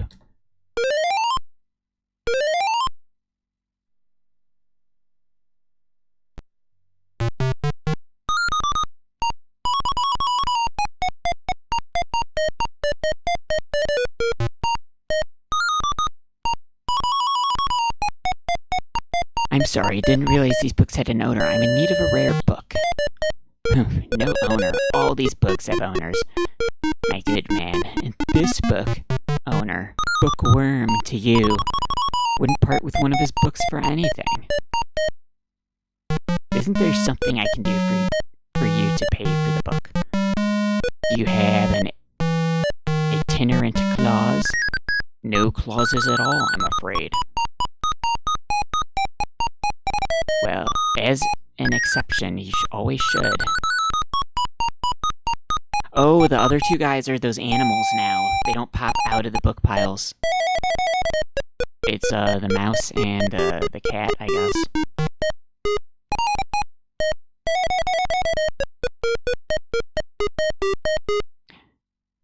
Don't mind oxymoron on diphthong. They're fairly limited grammatical principles, you know. Let's see, marsh pig that does taxes. No, I'm afraid not. A dangling participle? I'm fresh out. A purple fiddle-whacker. No, I don't think so, sorry. An idiosyncrasy, perhaps. Afraid not. What good are you? Alright, let's go find the thing. Did I look at the bees yet? Look at bee. Little bees buzz around the books as though the pages were laden with the sweetest pollen. Maybe they're spelling bees. Take bee. The bees, although spelling, can sting and cause swelling. Super. I wish we could get the bee.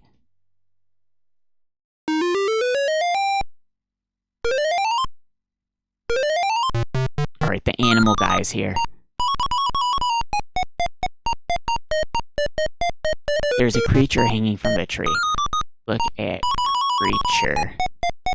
There's an odd little creature dangling from the tree branch. Talk to creature. Alexander's not close enough to talk to the... He's not close enough. He's in a tree branch. He's never gonna be close enough. Hello, friend. Aren't you an odd-looking little fellow? I am not. Odd-looking you are.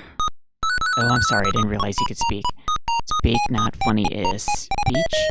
I am and nothing but. You speak strangely. Strange? My speech is not eloquence. I speak with. Who are you? Why are you here? Away I fly, my home from lost I am therefore. As my name too, can you guess not, is what I do this branch with and the way I speak of. What was his name? Like hanging participle or something? give. I think we give words to him.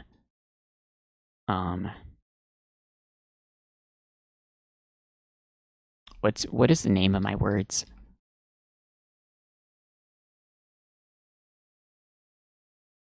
String of letters. Alexander holds the sentence out to the creature. This sentence seems in need of an ending. Perhaps you could finish it. Where are you going? Where are you going? Know it, I do. Where are you going to? Like you, I do. Go, I with you. Okay. He did a dance for getting the animal. Well, that was certainly interesting. It looks like Alexander now has a passenger.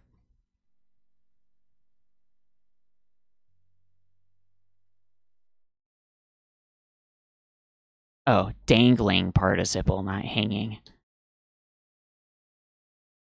One end of the creature resembles a miniature dragon, while the other like a possum. What a strange looking fellow.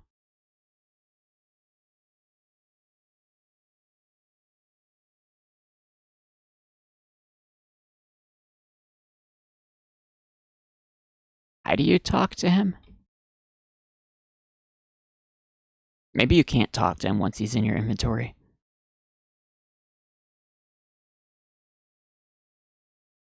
You know what? Have I ever tried giving him to, like, the shop? Let's go do that super fast. Oh yeah, Itchy nose.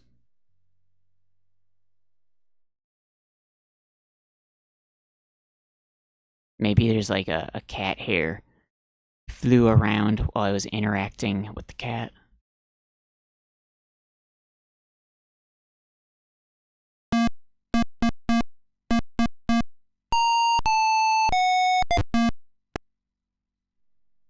Good day, Prince Alexander. I think you operate with the menu.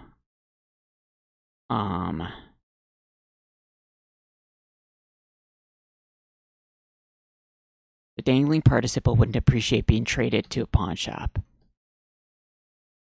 You can, like, click on a bunch of stuff, I think. You've been interested in trading for these coins. The coins have been around a long time. The copper's too corroded for me. Would you be interested in making a trade for this? No thanks. I leave the storage of bones to the graveyard. He's got a huge skeleton right there.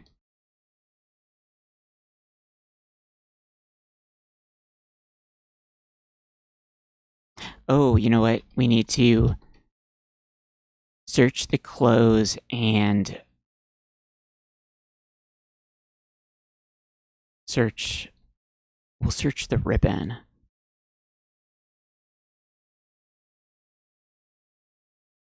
The hair ribbon is made of soft, sweet velvet. There's a strand of black hair caught in the ribbon. Could it be Kazima's?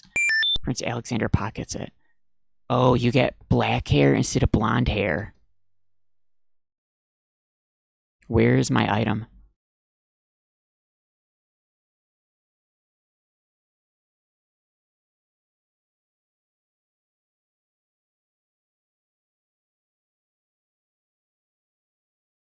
Beauty's old clothes are very ragged and heavy. They consist of a long, thick dress, a headpiece, which covers the hair most of the face. So we don't get the hair. You only get one or the other.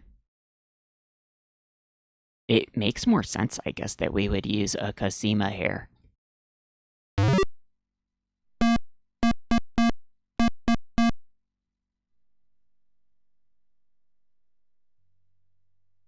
It's kind of tough to walk on that path. He keeps getting stuck.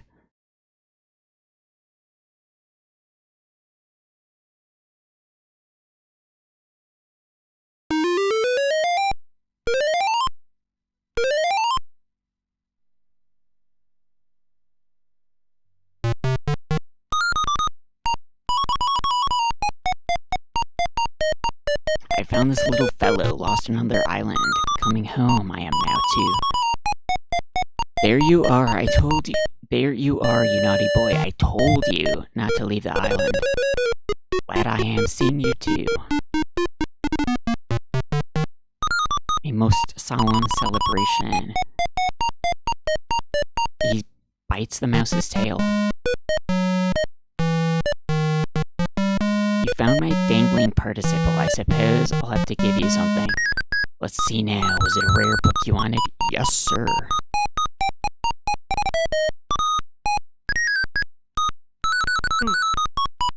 We gotta finish the game soon. I'm getting sleepier.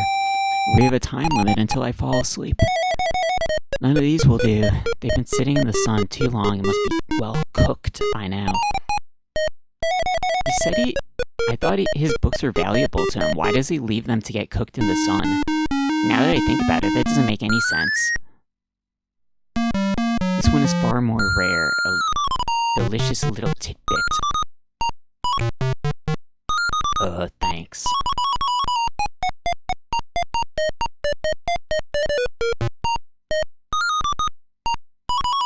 Alexander's carrying a rare book from the bookworm. The words on the binding are very faint. The something something riddle book.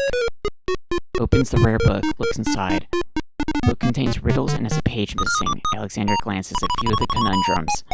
Finds himself more curious about the one that is missing. What was the riddle? More importantly, what was the answer?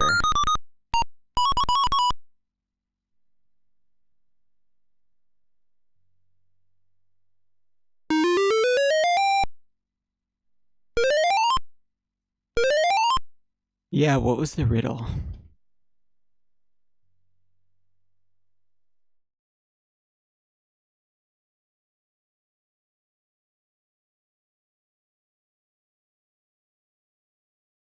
There we are. You have to like keep hitting like up, left, and up to get through there.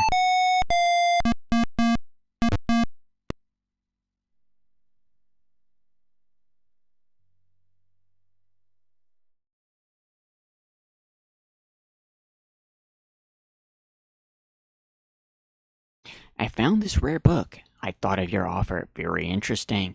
It is a wonderful riddle book. Riddles are much more marketable than spells these days, because people believe more in mirth than in magic. Here's the spell book you wanted, and fair trade it is, I must say. Enjoy it. I certainly hope so. We shall see how rusty my spellcasting truly is. Where's my book? Spell book? I wonder if they're gonna have me, like, type the incantation.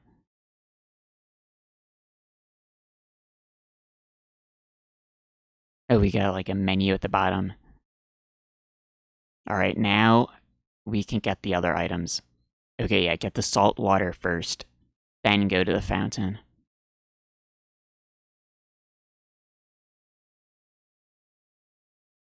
Okay, that we'll get later. Alright, let's do the stuff.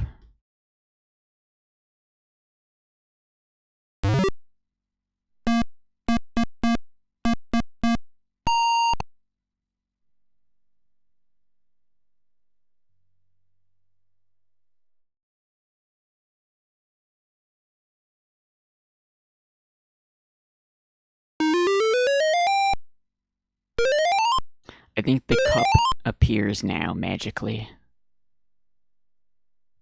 Some of the things in the game don't make sense. Like how these items just appear. Like things activate when you need them.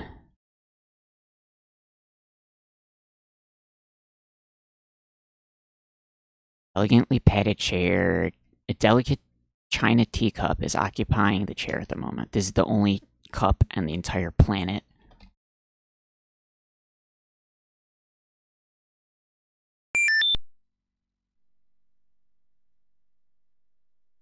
Little china teacup is made of porcelain.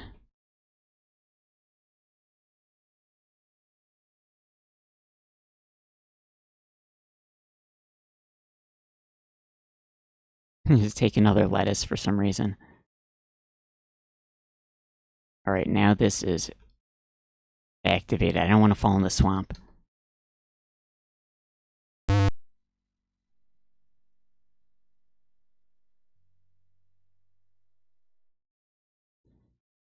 The Mucky Swamp is no place for extensive hands-on exploration. How do you use cup?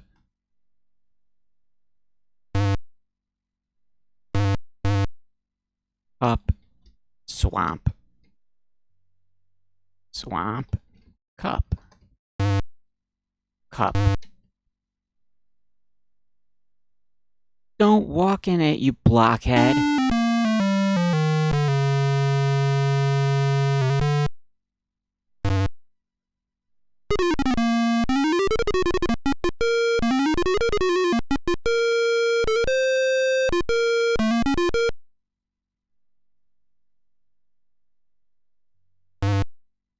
Wait, H, cup.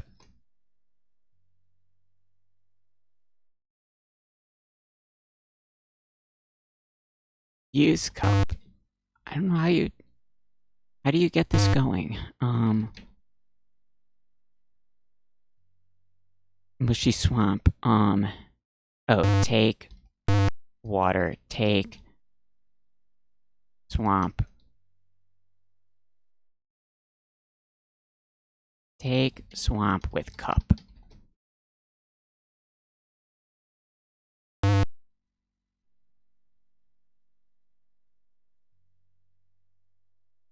Dip cup. Oh, magic paint spell. That's not even what I'm... Oh, it meant like dip paintbrush dip. Dunk cup.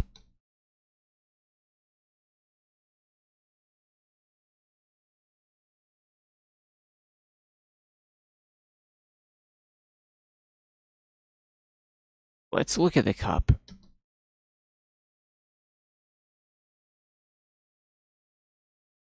Teacup. Use teacup.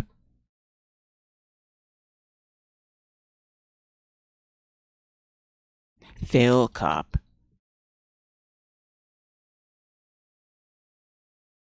Oh, this is crazy.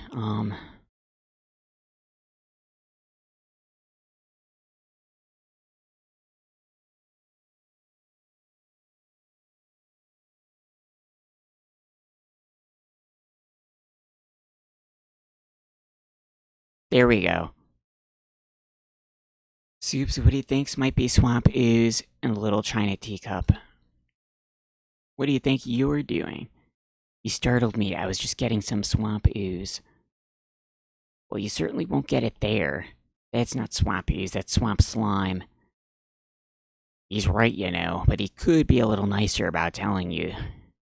Not a very pleasant stick in the mud. Nobody asked you, be quiet. Oh, the trials of being a mere bump on a log.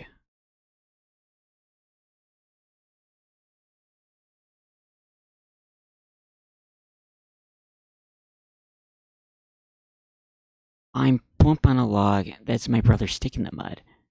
We've had this thing about each other ever since our childhood. Mom always liked me best. She did not, that is absolutely not true. He's a bit lazy, you see. He's got only swamp ooze in the swamp right next to him, but do you think he'd move a finger to help you get some? Hardly. He tried to brain you with it, more likely. Brain you. Oh, like, because he's gonna throw it. His temper's about the only thing that ever gets a workout, and that's on yours truly. Oh, like you've moved at all in the last century. Like you're Mr. Physical Activity. Just because I can't reach anything, he thinks he can throw gushy swamp matter at me and just say whatever he likes. If only I could turn the tables on that heckler, he might learn some respect. As you see, I'm a mere bump on a log and must be content with my lot. Oh, shut up. You couldn't hit the broadside of a barn even if you had something to throw. Just shut up. You see how he is.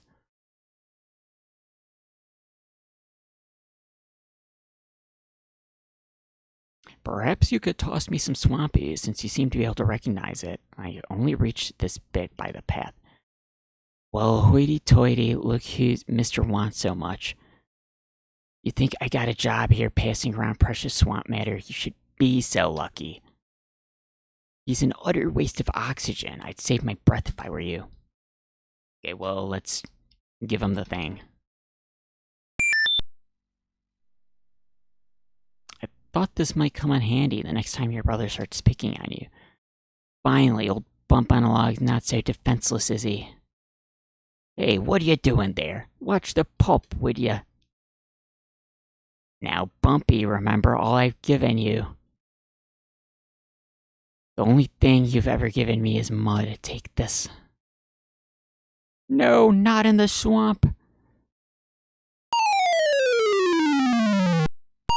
Oh, he lands on the rock.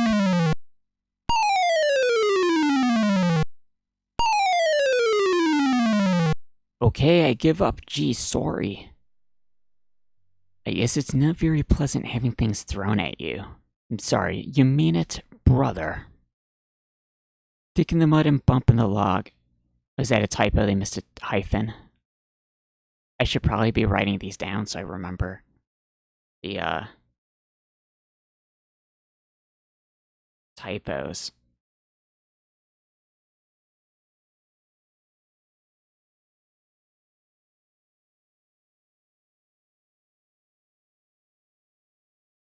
You know, whatever. I'll write them down later. I don't write down the typos right now.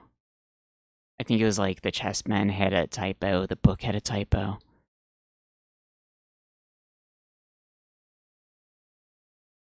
Rotten Tomato, being equally lazy, decides to join them. Okay, let's just get the thing. We're in a time crunch. I'm gonna fall asleep before we finish.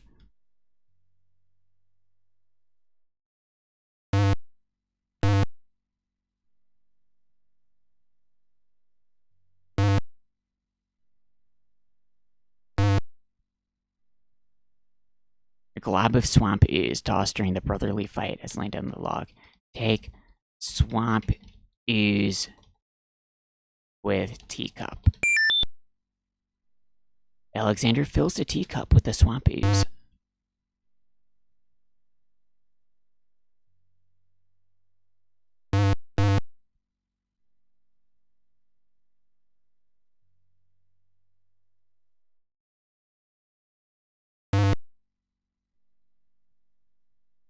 Huh, you can't talk to him again?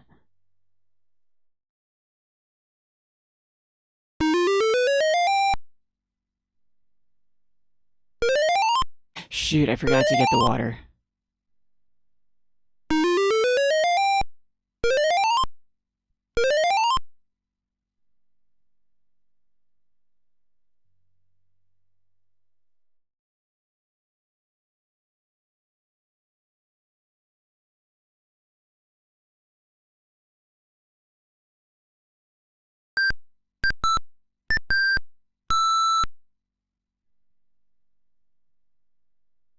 With, lamp.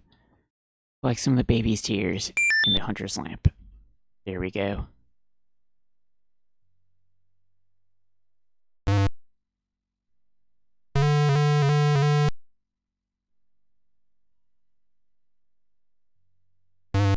We gotta have spare milk always.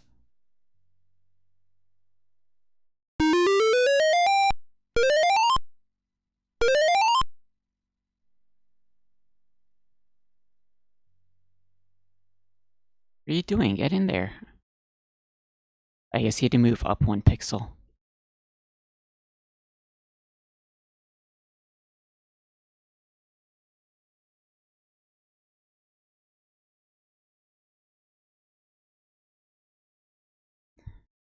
Actually, we need to use sacred water.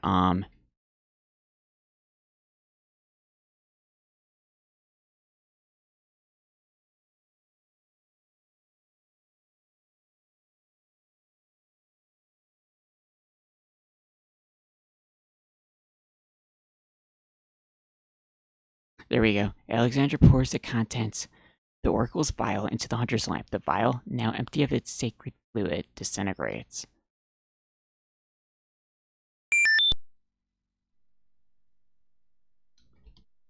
Take water with lamp.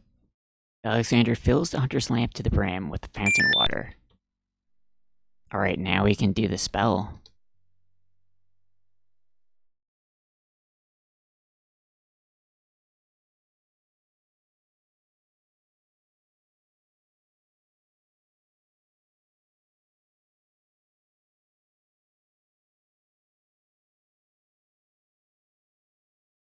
Are we gonna have to type it?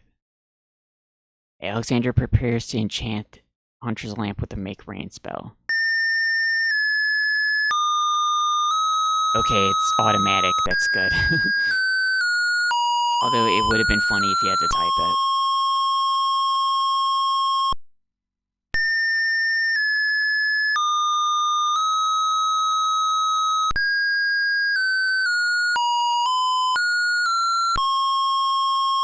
The lamp in Alexander's hand gives a little perk. He hopes the spell works despite his makeshift teapot. There we go.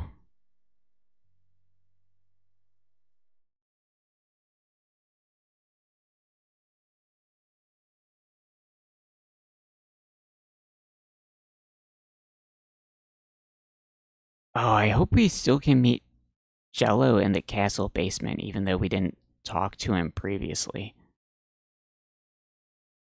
I don't see why not. Although you never know. Are we ready to go to the thing? Use... They grab you immediately when you get there, so we'll like save on 5, and then we'll go to the new save file.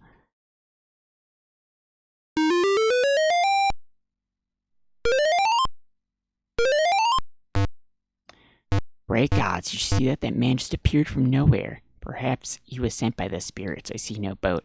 He's an intruder no matter how he got here. Grab him. Not again. I'll leave, it's no problem.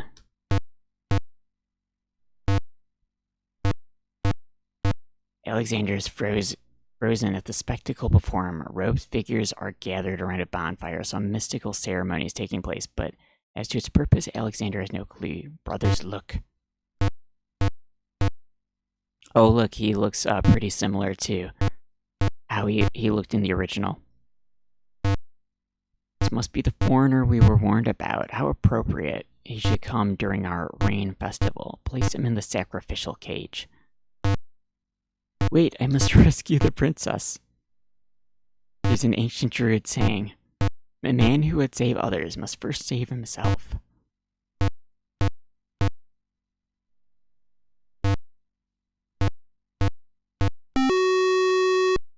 Oh, it's just like the original scene.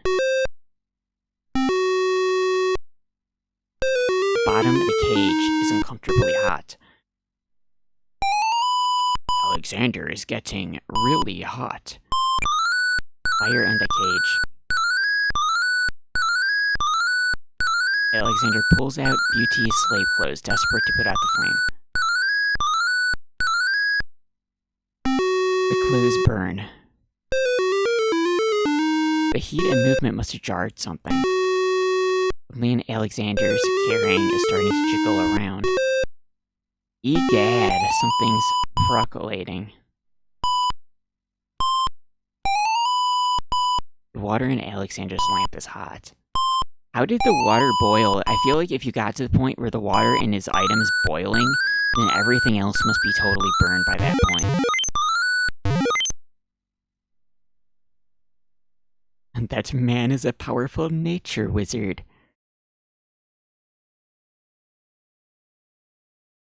Later, after a short but furious thunderstorm, I must apologize for our rude welcoming committee. We've been feeling inhospitable ever since the winged one stole our sacred miniature oak tree.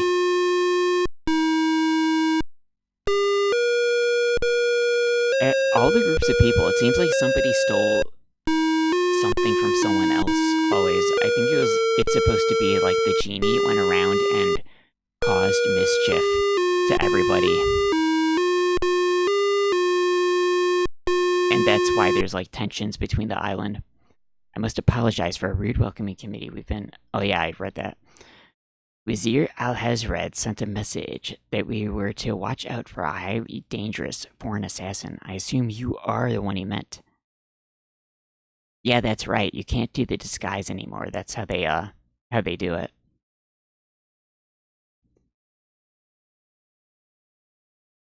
I'm sure I'm precisely who he meant. I assure you, I mean to harm no one unless that person threatens the princess. I'm sorry to have disrupted your ceremony. I'm running out of time. What is it you seek? The oracle on the Isle of the Sacred Mountain told me I should speak to you about the realm of the dead. She told me of 2 souls in unrest that I might be able to free. Free souls in the realm of the dead? You're mad. The souls might be able to help me on my mission to save the princess. It's imperative I do everything I can. The risks are not important. No?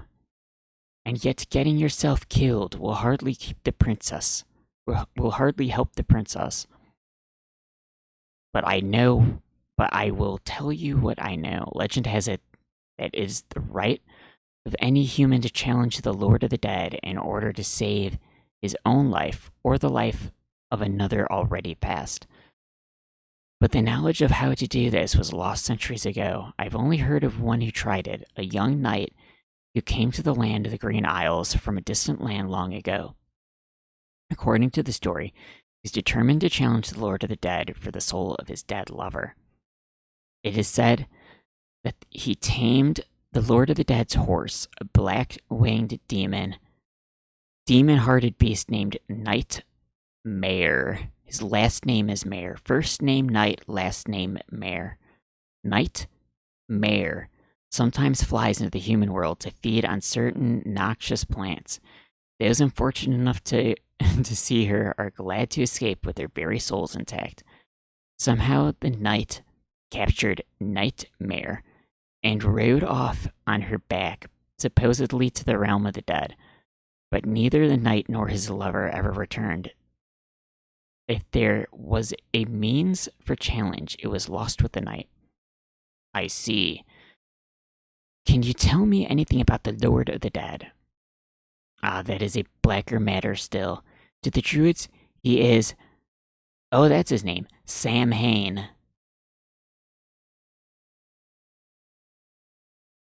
They said that out loud, and I didn't understand how it was spelled. Lord of coldness and despair, Samhain was once a man like you or I, but he insulted the gods and was sentenced to rule the underworld. Is that really all you gotta do to be, like, ruler of the underworld?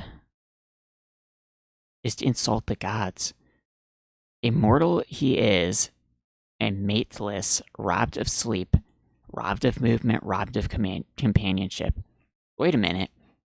How is Nightmare his horse if he can't move? It sounds like he became unable to move upon becoming the Lord of the Dead. Maybe that was just his horse beforehand and the horse got cursed too. It is said that he hates all mortals, even more for the mortality that he lost. That is all I know. Interesting. Oh, that's a typo. There's a space after interesting. I will remember that. Now look how the oak embers of our bonfire still glow hot despite the rain. If you're bent on your course, you'll need courage. You'll need courage that's just as impervious to the chill. Those oak embers aren't totally impervious to the chill. May your luck last longer than your storm, brave one. May it indeed. Thank you, Archdruid. Okay, let's get the stuff. I think you need to get the embers before you can put the other stuff in the skull. Let me just try it. Put hair in skull. There's no reason to do that. Okay, take ember. Alexander scoops up some of the red-hot embers in the ancient human skull. Put hair in skull. Alexander puts a strand of hair in the skull. Put egg and skull. Alexander cracks the spoiled egg and dumps it into the skull. The spoiled egg hisses as it makes contact with the hot embers. Zounds! The steam.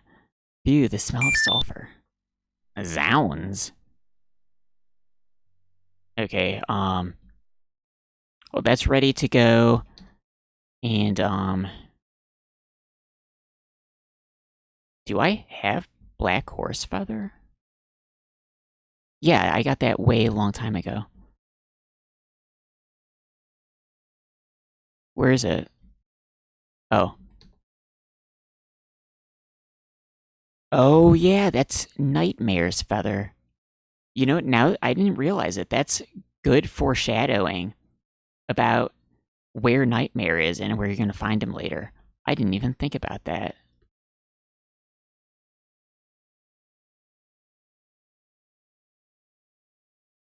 Okay, let's move to a new save. We'll put this, because this is now, like, magic spellbook stuff. Are we good to go?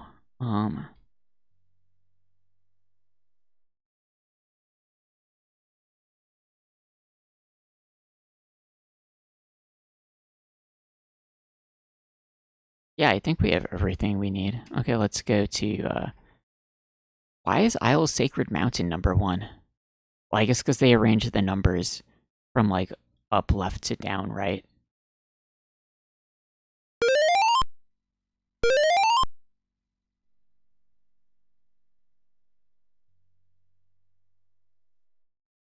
Alright, let's do it.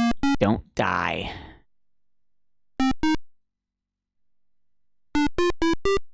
Well, I guess you don't die if you fall on the first screen.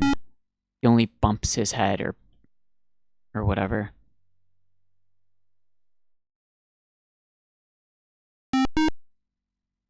Oh, you know, you can click any of the, like, 9 pixels in the middle, I guess. Alexander arrives at the top of the cliffs, somewhat winded after his long but uneventful climb. Okay. Use spell book.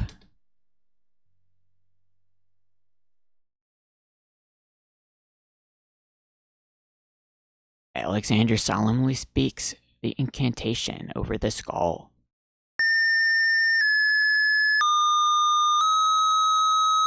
It's the music from the third game. Creature of night to me succumb, purity bind thee like a chain, to do whate'er I now ordain. Look at that, he's friendly. Nightmare flares your nostrils at the scent of the fire and brimstone. Unable to resist the power of the enchanted smell. Nightmare approaches Alexander. Her eyes appear glassy and sightless. In her hypnotized state, she is unaware of the human so close to her flank, or of anything at all except the marvelous smell. Does it, like, automatically do it? That's it, come on. I need passage to your homeland, fiery one. Now ride.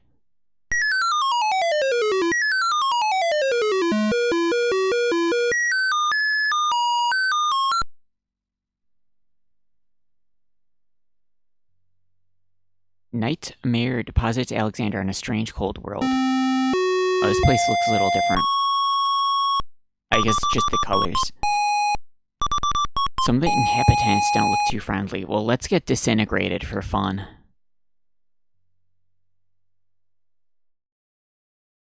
Uh-oh, one of the wandering ghosts brushes up against Alexander. The touch of the putrid flesh dissolves the living matter like acid.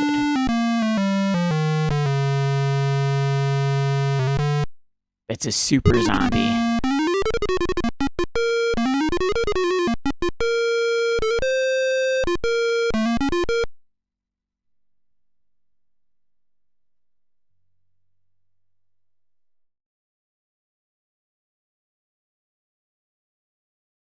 Alexander standing on the surface of the realm of the dead.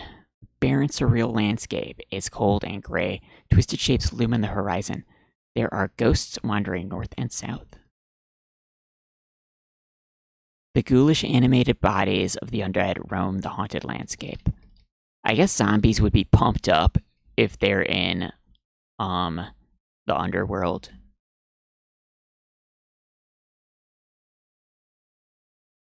These two spirits wander together. The spirit of a beautiful and noble looking woman floats silently alongside that of a desperate looking man. Talk to couple. Okay, we'll just do talk to woman. I think he just makes like weird ghostly grumbling noises anyway when they talk.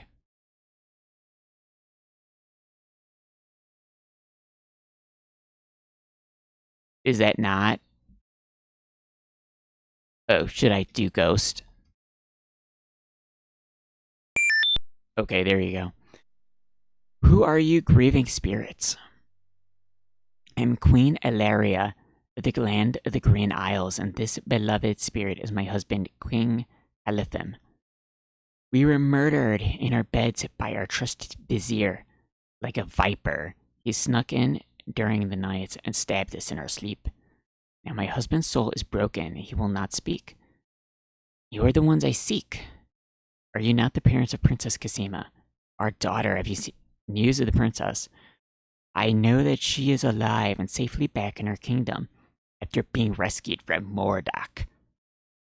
I'm afraid I have not personally seen her. Alhazred is keeping her in her room in mourning for you. Oh, dreaded news. I am glad to hear of her return. But she will not be safe alone with that devil. Oh, that we could be there to protect her. Casima, how I failed thee. My poor husband will never rest while our murder goes unavenged and our daughter is in danger. I came to take you back with me. Your people are still loyal to you. They need to know about the vizier.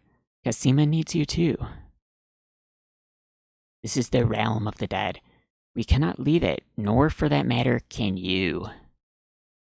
The only one who might be able to return us all to the land of the living is the Lord of the Dead. But he would never help us. He has no mercy. I might be able to convince him. I must try. Then take this. It is my ticket to the underworld. There you will find the Lord of the Dead.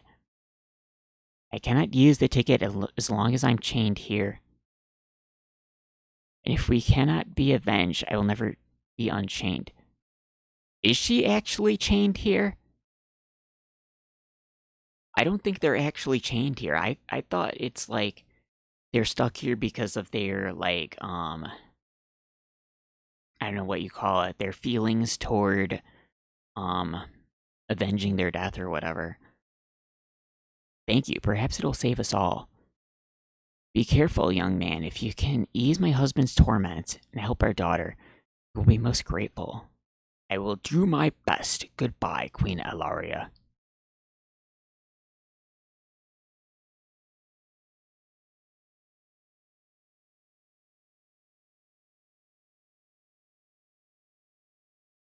The sky above the realm of the dead is a deep black, the darkest night. Yeah, look up doesn't do look at the sky. I could have sworn it does in the original games. Maybe I do misremember. Ali, where's my little boy, Ali? Oh, this is crazy. A crazy dude comes here. He's gonna try and get you. Oh, she just looks like a plain version in Ghost. I don't remember which King's Quest that Ghost is from. Oh, number 2. He's from like Dracula Castle Ghost. Talk to Ghost. We're like 1 pixel away from that guy killing me. Why do you not rest, sad spirit? Rest? I cannot rest. My son is lost. You mean in this realm? No, his spirit is stuck in the land of the living. Probably, yeah, how come that other boy's spirit got... They're both restless spirits, but The king and queen got stuck here, and the boy is stuck in the dungeon. Spirit is stuck in the land of living, probably looking for me. I cannot leave to go show him the way. My poor Ali. Is there anything I can do? Take this handkerchief. You get back to the land of the living and find him. Tell him that his mother is waiting here. By this kiss, he'll be able to find his way to the realm of the dead. I'll do my best to find him. Thank you, thank you. Oh, my Ali. There's like 2 people named Ali, and then the magic word is Ali also. That's a good reminder. Let's type, the magic word.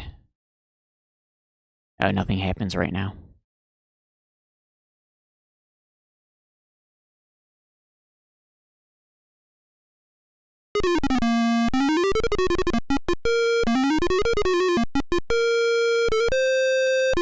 The ghost went in. Alright, let's do the fun thing. Alexander's standing at the entrance to Underworld. Shoot, did I do look on the last screen? Entrance is a huge tendon-covered skull. The skull's mouth is a doorway to whatever lies below. Some solemn skeletons admit the spirits who seem to be drawn trance-like to enter the skull. There is a xylophone on the right side of the path.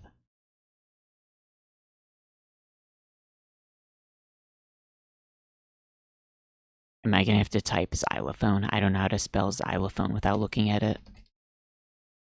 Surface of the realm of the dead feels even more oppressive here. A path leading to the ominous-looking skull looms in the distance.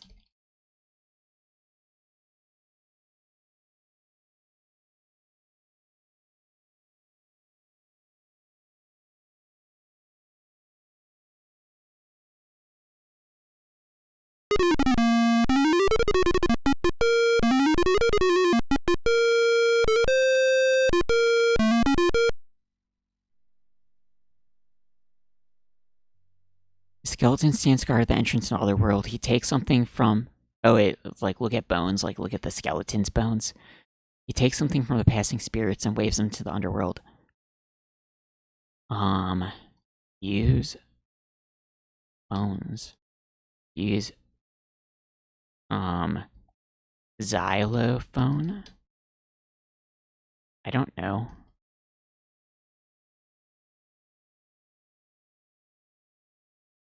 Isn't that what I typed? Xylophone.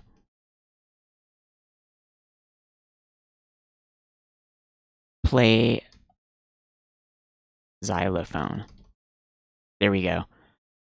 Picks up the 2 bones from the ground. Now, what do these bones remind him of? Now I remember. The skeletons are overcome with the musical call of the bones. They begin to dance.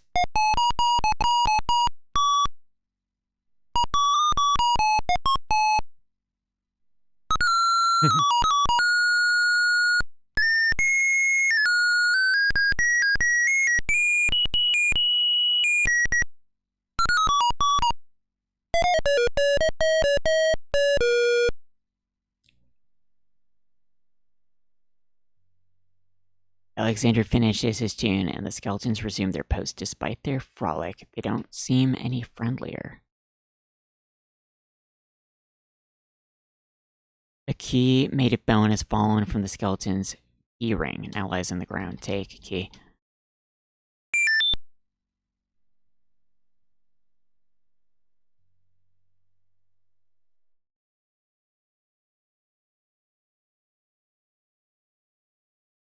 Okay, did I get all the other stuff? So we got like the ticket.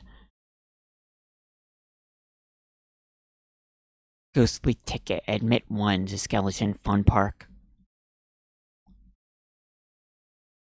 And handkerchief. Alexander's carrying the mother ghost translucent handkerchief. Skeleton key. Where is it?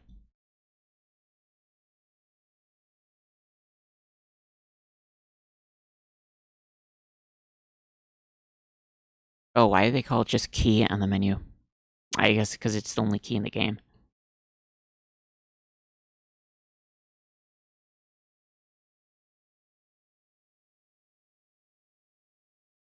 Oh, you could walk all the way there before he bugs you about the ticket. I must see the Lord of the Dead. Please let me pass. Tickets only. Hill skeleton. You are not the violent type, Alexander. Give ticket. I have a ticket. Go on. Wow, look at this. This actually looks pretty cool like this.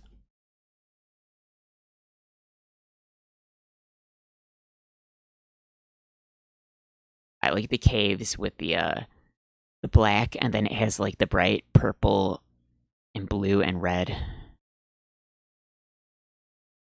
Alexander standing inside the underworld. Organic walls form an oppressive passageway, from which a spiraling path emerges and descends into the darkness far below the surface of the black glassy river, eerily reflects the glow of the flickering torches. There's a knight lying on the right side of the path. A knight's remains lie abandoned on the path. The knight, like Alexander, must have been alive when he entered the underworld, but for some reason he never reached his destination. Alexander wonders if this is the knight the druid spoke of. Ebony mass of liquid flows below the path. It must be the river Styx. Why do they need torches down here? Extending from the walls are outgrowths, spouting flickering flames. The eerie torches dimly light the passages of the underworld. Let's jump in the water first. Alexander slips off the path and plunges into River Styx. As soon as the water touches his skin, Alexander's mind and body go numb. He sinks like a lifeless stone.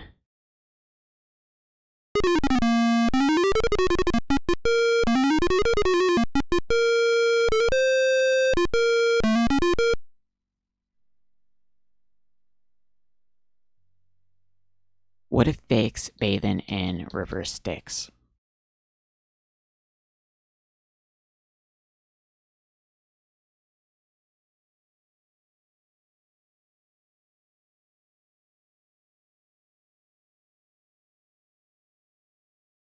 Did I spell it wrong? Look at skeleton. Is that not what I typed? Oh, look at knight.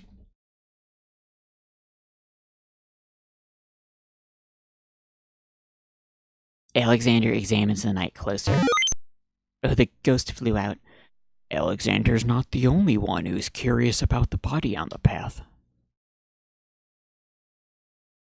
Alexander sees nothing. Oh, this is like a point and click. Yeah, I don't think there was a point and click thing like this in King's Quest 1, 2, or 3. I don't remember.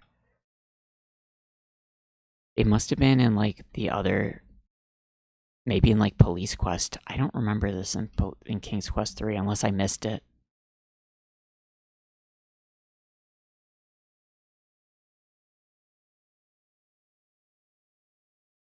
Alexander takes the knight's black gauntlet and examines the writing on it. Flesh may cross the portal and seek its master death. Flesh may go where death has trod and challenge like Scheherazade, he who reigns beneath the sod, to spare a mortal's breath. Zounds! That sounds serious. Wait, I still want to look at it.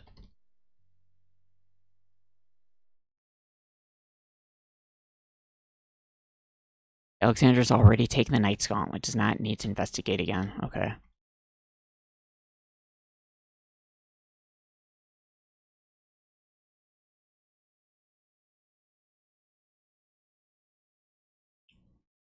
The gauntlet is made of black iron. Read gauntlet.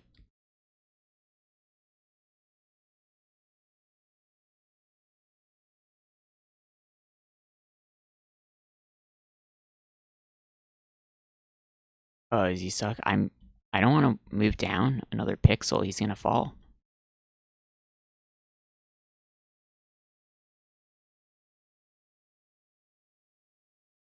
Okay, this is where we need to get the water. Stands on the banks of River Styx. Black River is still as a mirror and gives off a penetrating cold. Karen, the ferryman, and his eerie ship wait on the shore. I don't know if it's Karen or Charon. To wait on the shore to shepherd souls across the river. The river Styx flows very close here. It's in arm's reach. Did it say that in the original? I feel like that makes it a little more obvious that you're supposed to grab something by explicitly mentioning it's at arm's reach.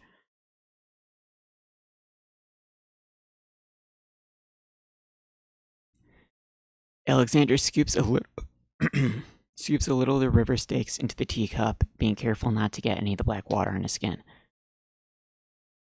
Drink teacup. We can't drink it. Hey, robot. The ferryman's name is Karen. Yeah, everybody knows Karen, the ferryman. Karen appears to be readying the boat to leave. Oh, wait. Wait, it must get across the river. Really? Does that happen in the original? Karen doesn't intend to let travelers without fare loiter. Oh shoot, did I just save immediately before that? Did I, like, mess myself up? Oh wait, what? That's not fair. Yeah, it's not.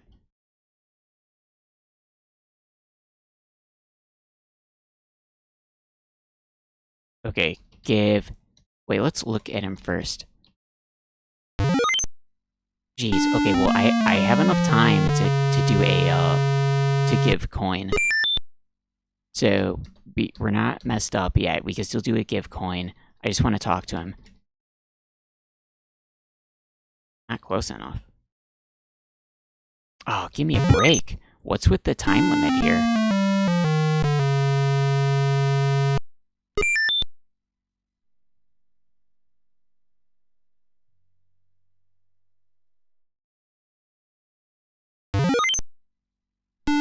Oh, it's like he's... Okay, whatever. We just need to do, like, a give coin really quick.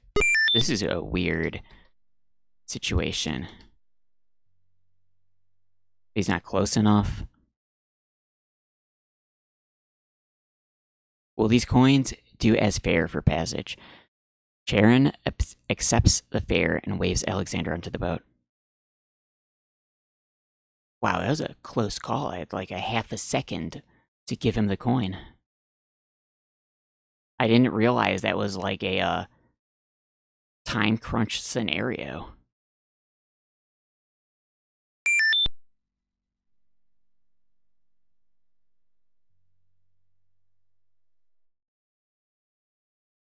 Alexander is standing on a path in front of a large gate. The path is surrounded by the chilly river Styx. Charon, the ferryman, is gone. Alexander has a feeling that he's close to his destination, that it must, in fact, lie on the other side of the gate. The large wooden gate at the end of the path is closed.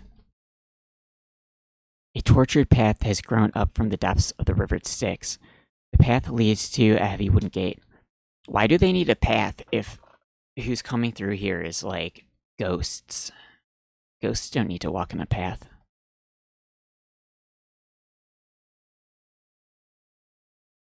I guess the zombies do, though. I guess sometimes the zombies must come through here.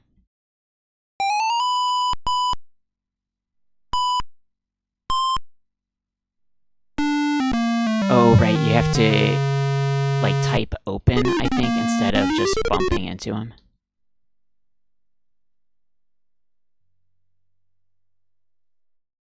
Shoot.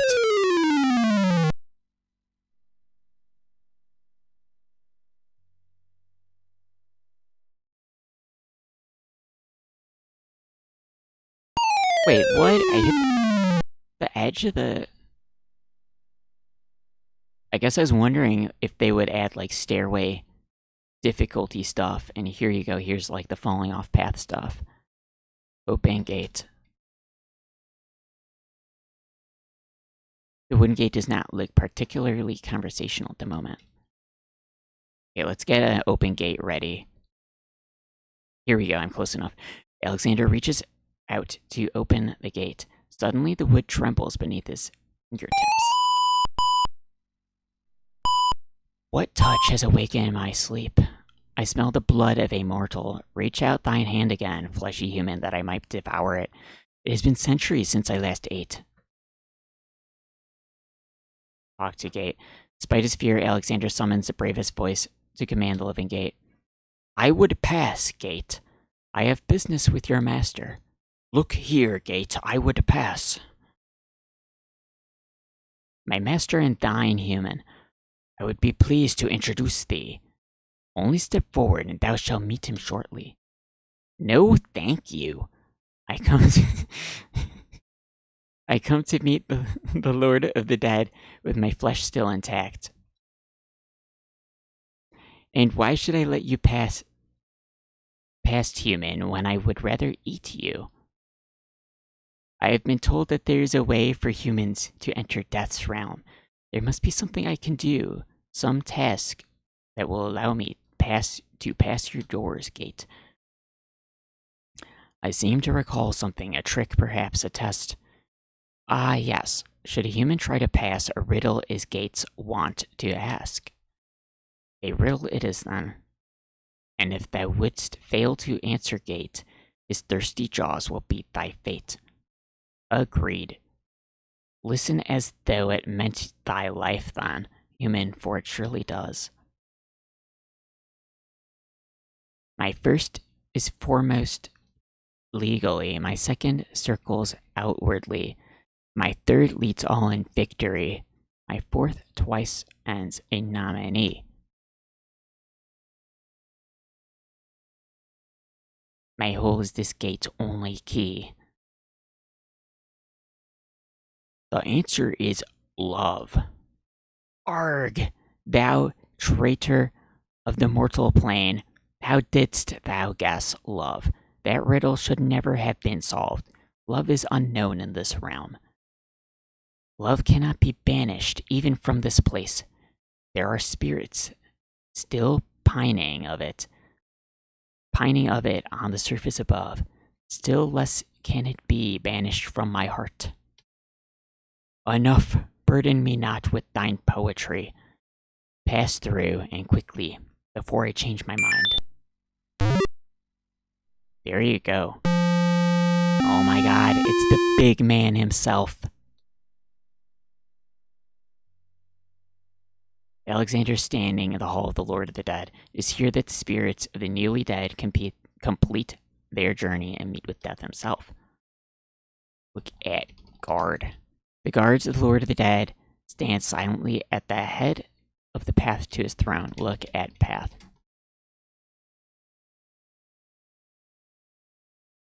Look at Lord. In the center of the great cavern, the Lord of the Dead reigns over the hosts of the dead.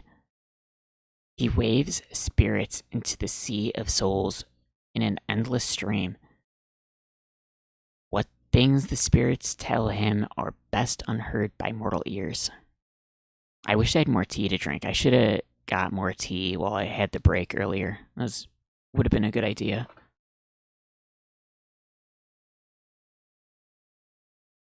Alexander approaches the throne of the Lord of the Dead. What's he gonna look like? Why have you entered my domain still wearing your flesh? If you're so anxious for death, you might have found it easily enough in the land of the living. But since you're here, you are most welcome to stay. And take another break to get tea. I don't know, it's too late for that. We're pretty close to the end of the game. Kiss my hand, and you will be one with the spirits. There will be no pain. Okay. Kiss. Hand. As though sensing Alexander's desire to touch him, the Lord of the Dead reaches out his hand. Alexander's mind fades to nothingness. Oh, he gets skeletoned.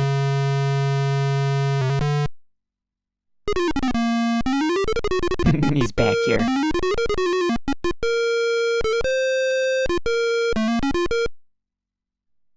What maybe I'll do next time, I'll just use like my huge gigantic mug for tea. That way I won't run out. Cuz right now I have like the 14-ounce mug and my huge one is like a 24-ounce, I think. So you could probably put like 22 ounces of tea in it. Be like way more, twice as much tea, last twice as long, right?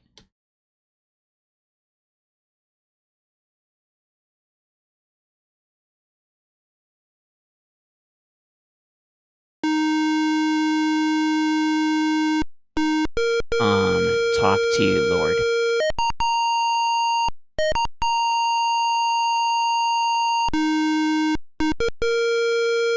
I seek a boon, my lord. Why should death grant you anything mortal? Yeah, what was the deal? You had to use an item. Yeah, you have to use the gauntlet. I feel like there is some other stuff you could use that was funny to use.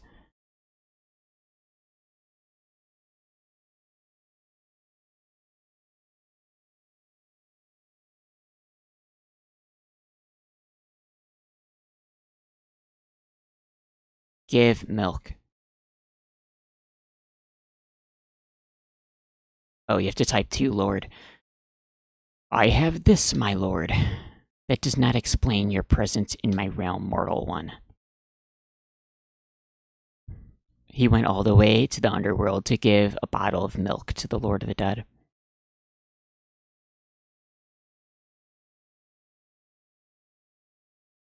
Alexander opens the bargain book and reads a paragraph at random. Oh my god, I'm not reading it. It's too boring.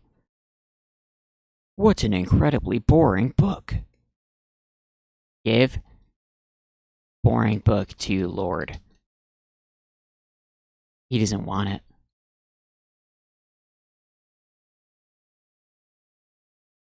Kill Lord. Wait. I typed kill Lord and he says, I have this, my lord. Use dagger on Lord.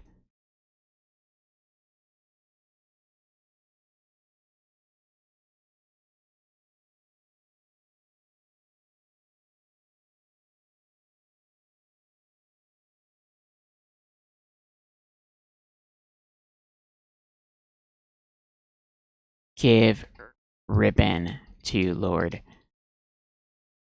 Okay, well, let's just use gauntlet. Slap him with the gauntlet. I did not come here to die, but to demand my right of challenge.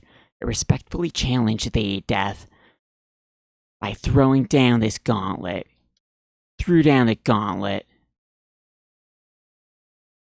Man may pass the portal and seeks its master death. Man may pass where death has trod and challenge like Scheherazade. He who reigns beneath the sod to spare a mortal's breath. There you go. He remembered that all from the gauntlet. He didn't read it off the gauntlet because he already threw it. He has the gauntlet. Whoa, the legendary gauntlet. It's been sitting in your hallway for like 500 years. Challenges death. Who are you to challenge death? A man of flesh is all I need to be, my lord. And what is it that you seek with this challenge? The soul of some dead maiden?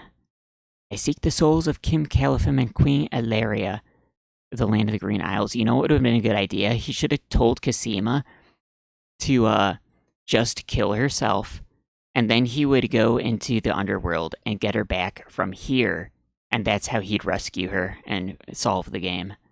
That would have been a good idea. I seek the souls of King Caliphim and Queen Ilaria. You would save 2 human souls and emerge alive from this realm yourself.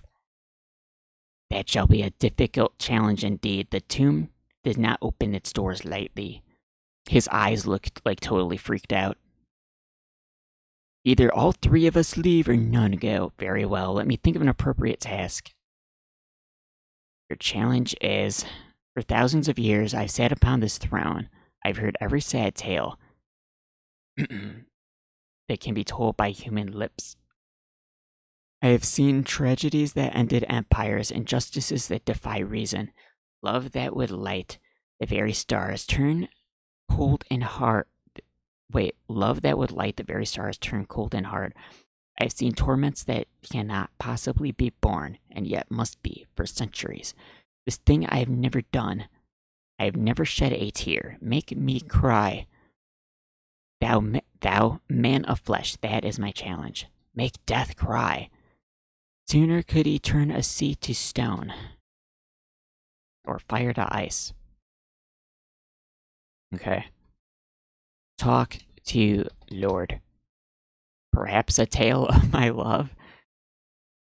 There's nothing you could say of love that would make me cry, mortal. I have had Cleopatra and Helen of Troy stand before me, and they moved me not. Your common desires mean nothing to me. Oh, he's not going to instantly vaporize me. I can't remember. Is there? I know, like, some of the items are funny to use. Oh yeah. Give flower to Lord.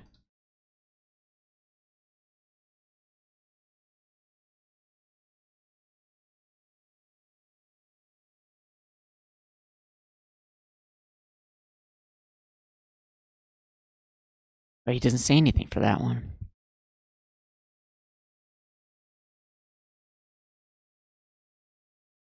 Give boring book to Lord. Give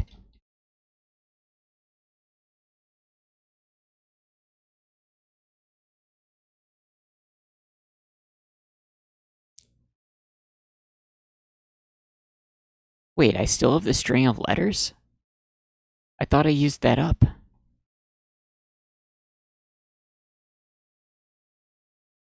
Yeah, I thought that's supposed to get used up when you trade for the book.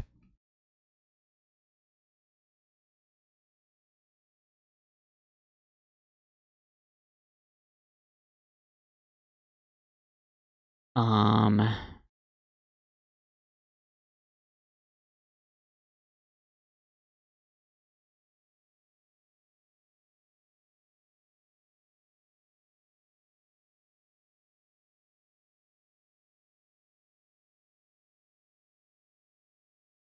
how do you use on self? Scythe self. I don't know, whatever. Let's just use the use mirror on Lord. What? Show mirror to Lord. Maybe I was supposed to be typing show with the other items. Your existence has been all that you say it has. Truth alone shall be my sword.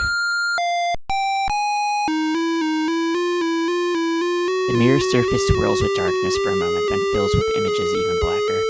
Reflections of despair, of wailing souls, of shackles colder and more immutable than any forged by man, of a world of thirst that can never be quenched.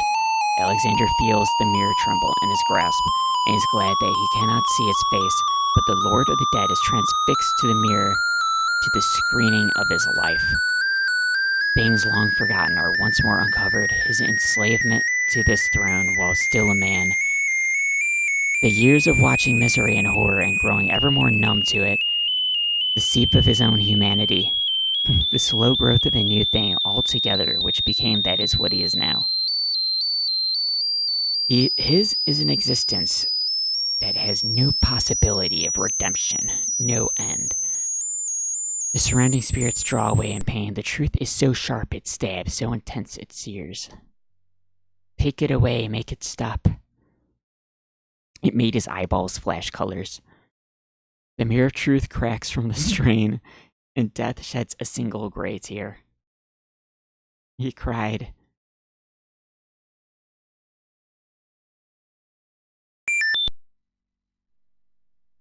Truth is indeed a terrible thing. I have worn this mantle for so long, I had forgotten its dreadful weight. You shall take the souls and leave, as I agreed. You have been granted a stay from this inevitable reality. I almost envy you. Find the souls he has claimed and bring them to me. Bring them to me! King Caliphim and Queen Ilaria, I presume. Your hero has won you a few more years of mortality. May your souls be more prepared for their rest when you return. Oh, they got, like smoke puffed into corporeal form. Thank you, my lord. I hope that they will. And you, man of flesh, my steed shall take the three of you back to the land of the living. How are they all going to fit on the horse in this version? Tell her where it is you wish to go. You're not going to fit on that horse. Until we meet again, I assure you, we will meet again. No offense, my lord, but I hope that it will be many long years from now. It is never as long as you might wish, mortal. I'll be gone. Yes, my lord.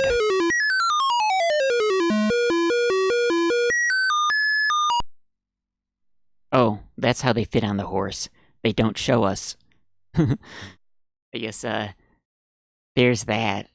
They fit on the horse by, like, instantly teleporting with the scene. Are you coming, Majesty? Al-Azaret's treachery must be handled carefully, Alexander. Ilaria and I must go gather our allies and form a plan. Yeah, I wish they'd tell me the plan so I could, like, burst in the front door with them. Well, I guess I wouldn't have the special letter then. Well, I wouldn't need it, because Captain Saladin would believe you because the king and queen are with you. In the meantime, watch over Cassima. Make sure she comes to no harm. We will return as soon as we can to take back all that has been stolen. I will keep her safe until your return. Thank you, son. Your love for our daughter must be deep indeed for you to have undertaken death itself for our sakes. Indeed, we must succeed in what awaits us and live long together as a family. Where are they going?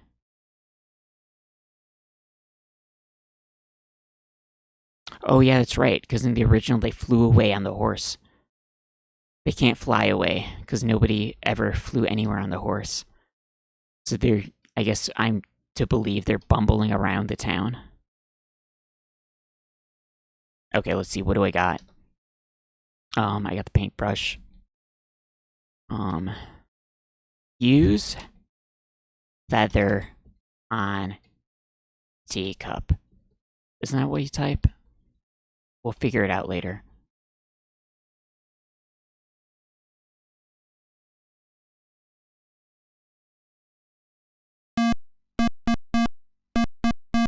Oh yeah, I guess I technically should have done this earlier. Thank goodness he's still here. Dude.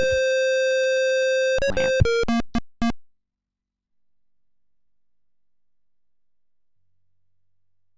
Yeah, what if they would screw me over big time by switching the lamp version?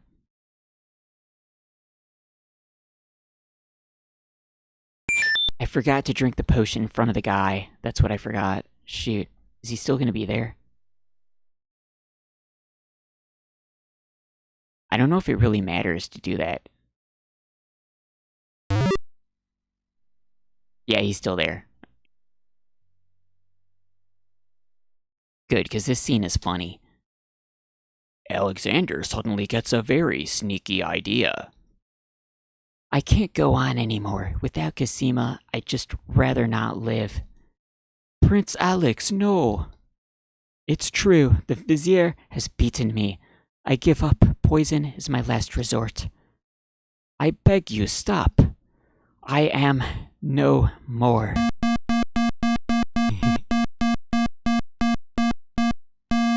Oh, what a waste. The poor young fool. He's dead. He's dead. Wait until Abdul hears. He'll be so pleased. Seconds later.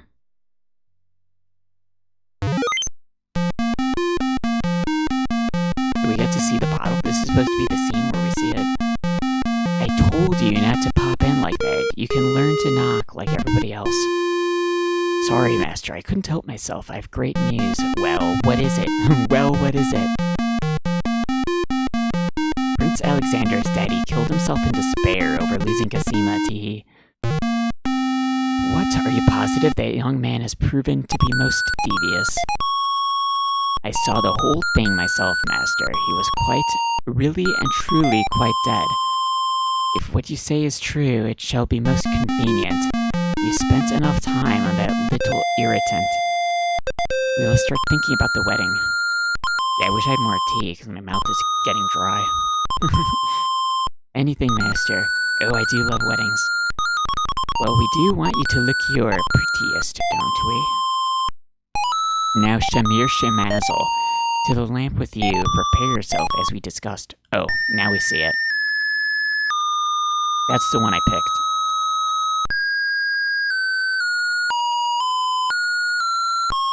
I guess it's really obvious with it in your face like that you're supposed to be noticing. You could potentially, like, not observe the bottle in the original, I guess. Alexander's heart lurches to life in his chest. A Bard of the Cosmos. Is this on Nintendo? No, it's on, it's a Demake. It's for DOS. I'm running it on DOSBox. I assume that it could probably run on an old computer too. It's using the AGI engine, like 1, 2, and 3, and I guess the AGI version of 4. The guy that made it just released it last year, so this is kind of a new thing. Sorry, friend, I was doing a little acting, I'm afraid. Ah, of course, the strange cloaked man. You are quite clever, and a bit too exciting for an old man. Here, I think the about thing has a little bit of info. Demake of King's Quest VI.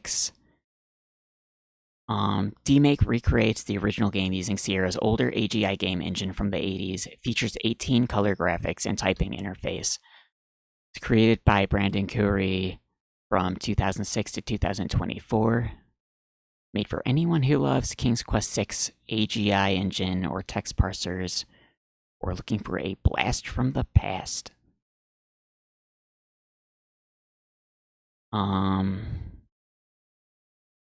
This is one of the largest disc size, most complex AGI games ever made. Is assembled with AGI Studio and the other stuff. Let's see. Certain events may or may not occur exactly as they do in the original. This is due to memory limitations of the AGI system or the typing interface or this or that. So there you go. Yeah, and it uses some assets from the other Sierra games.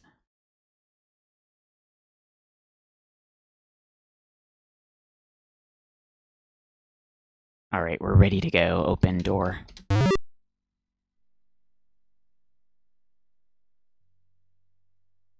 Let's take a look at Spellbook again.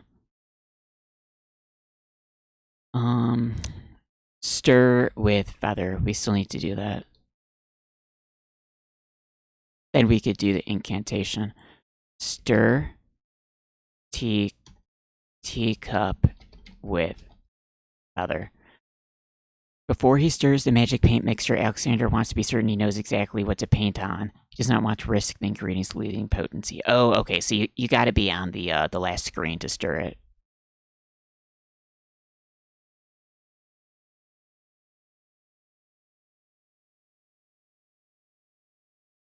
Alright, it's castle time.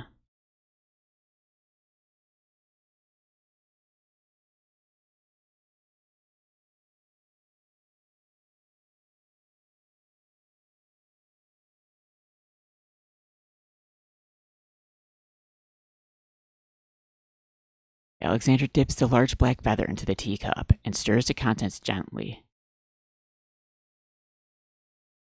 I kind of feel like it's kind of like a letdown that he's got this crazy magic ink stuff and it's like, he just makes a door with it. Like, I'm assuming he could have drawn like anything. I was thinking draw a dragon when I first played it. To his amazement, the jet black color of the feather slowly drains from end to tip into the teacup. The teacup mixture blackens and thickens to a paint-like consistency. Alexander carefully puts it away, discarding the drained feather.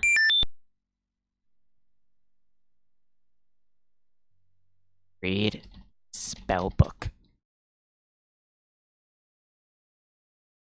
Speaking the incantation do little good unless there was a... Oh, right. And we gotta paint. Dip, paintbrush, and teacup. Use paintbrush. Okay, just use paintbrush. Feeling artistically inspired, Alexander decides to make use of the large blank castle wall.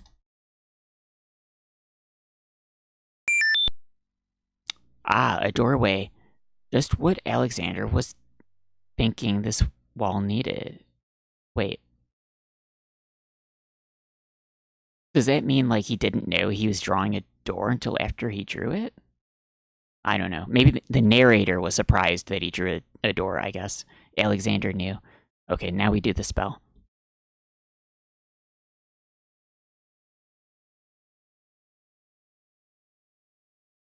Alexander gathers his strength for the enchantment of the painted door. Magic paint, black as ink, bring to life what I think. Make it real what I draw, according to this spoken law. The spell worked. The door has magically solidified. I'm surprised they didn't make you type in the spell words just for fun.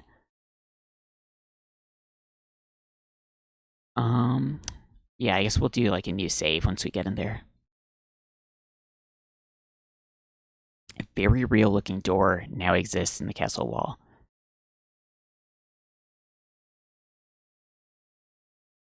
The teacup contains magic paint. Eager to be inside the castle at last, Alexander opens the enchanted door and steps inside. The magic paint door fades back into the wall. So much for an easy exit.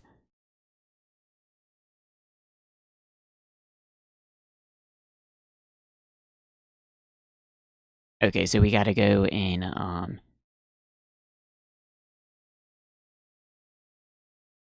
was that door on the left in the original? It had like 3 doors on the right. On the east wall is a dungeon door. There's a strange door on the west wall. There doesn't appear to be any handle or keyhole on the door.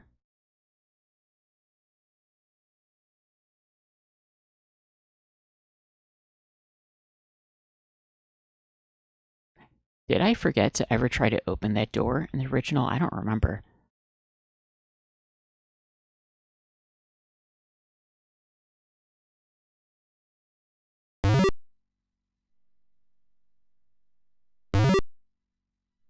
Oh, there we go. There's the ghost. Alexander's standing in a dim, damp dungeon cell. The walls and floor are made of gray granite stones. A cot in the corner is the only furniture. The ghost is wandering about the dungeon.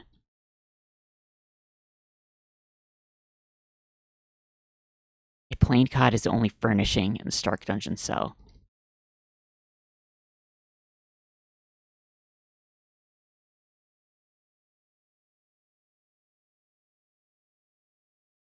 Okay, look at Ghost.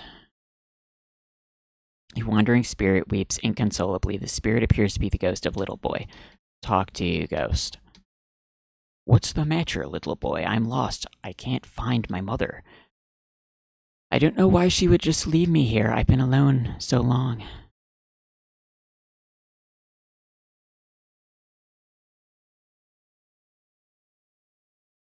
You must be the son of the spirit I met in the realm of the dead. She gave me this handkerchief and asked me to tell you that she's waiting for you there. It's Mama's. It even smells like her. I can feel her now. I know where to go. Wait, before you do, is there anything you can tell me about the castle? I like to play in secret places. In the basement behind the Man of Steel is a door. Nobody except me knows it's there anymore. Farewell. Alright, we got this secret door.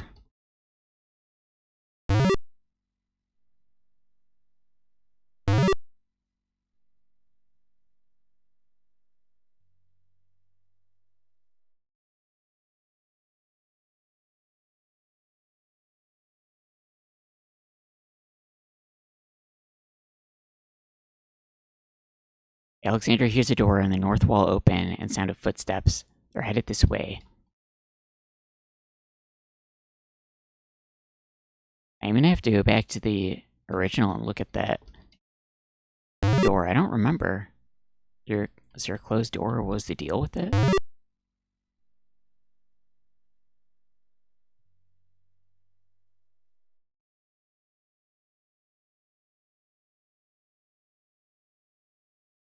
How do you look in a hallway?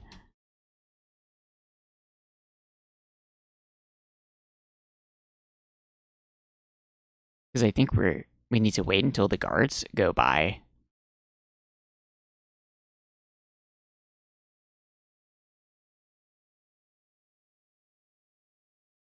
A single burning torch.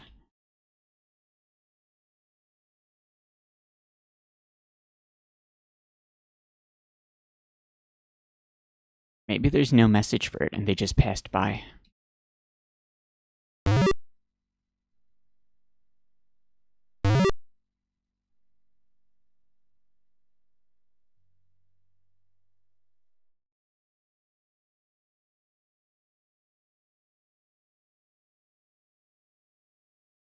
Alexander decides to find out what's on the other side of the door.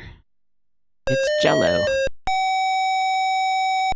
I've seen you around the village. What are you doing in my room? Wrong room, sorry. Oh, if you never met him before, he's hostile to you? He's probably here to harm the princess. Don't worry, we'll take care of him. Oh, really? What the heck did I need to show him earlier? I don't remember. Oh, geez, that's like way back. Okay, maybe we'll do this the other way then.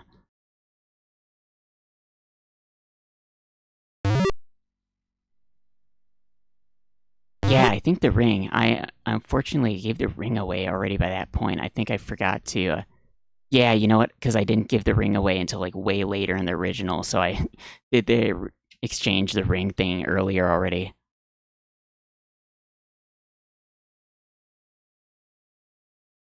Guard dog fiddling with what sounds to be a lock. Seems to be coming from above. Look. The north wall is a door bearing a plaque. In the west corner is a suit of armor. Look at armor.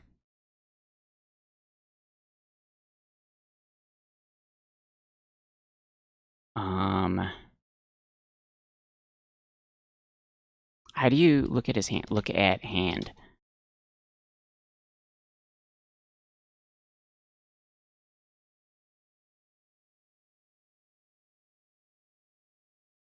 Oh no, the guards are here. I'm standing in front of the statue thinking of like what a type to like move his right hand. I think I'm a little lost. I was looking for the wedding and we don't want to be caught yet, even though we don't lose.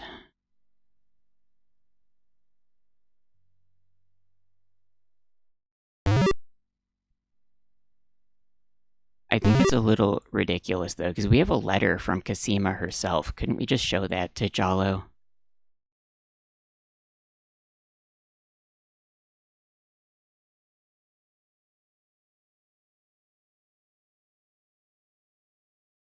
Suit of armor of ancient design. Move armor. Remembering what the little boy ghost said, Alexander experiments with the suit of armor. He pushes down, then pulls up on the knight's right arm. A secret passage.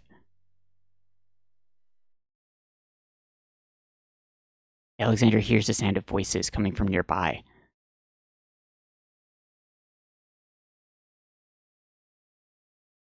Alexander's standing in a secret passage in the Castle of the Crown. The landing is dusty and the walls are deteriorating. To the south is the door to the basement. The staircase to the north leads to another floor. The east wall is a hole.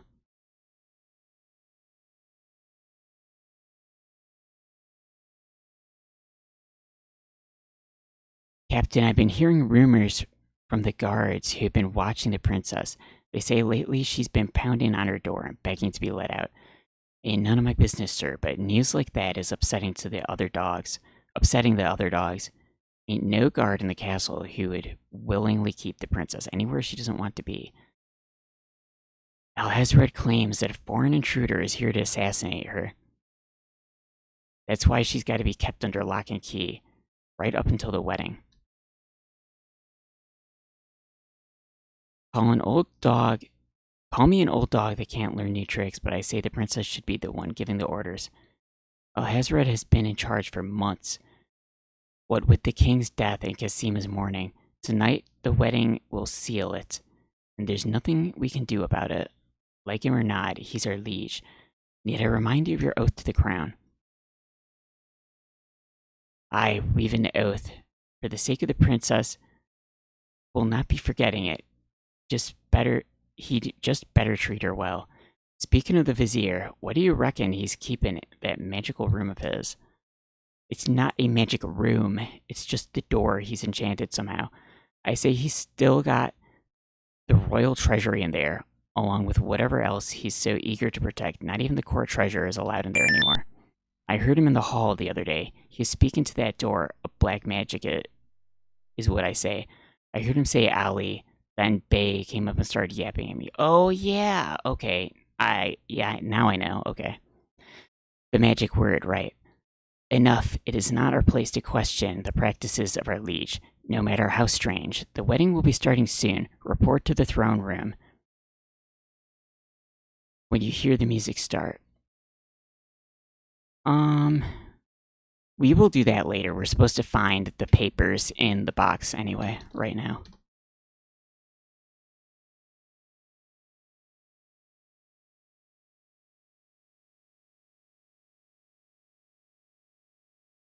Phew, that was a climb. Was it? It's just a couple stairways. Alexander hears the faint sound of a woman crying nearby.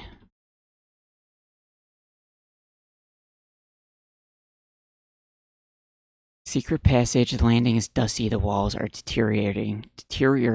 To the west is exit. A staircase. On the east wall is a hole. Alexander peers through the chinks in the wall, trying to locate the source of the crying sounds. Alexander's palms begin to sweat, and his heart to race. It's Casima, he's found her. Princess Casima! What? Who's there? It is I, Alexander. I'm here behind this wall. My, how suave that sounds. Alexander.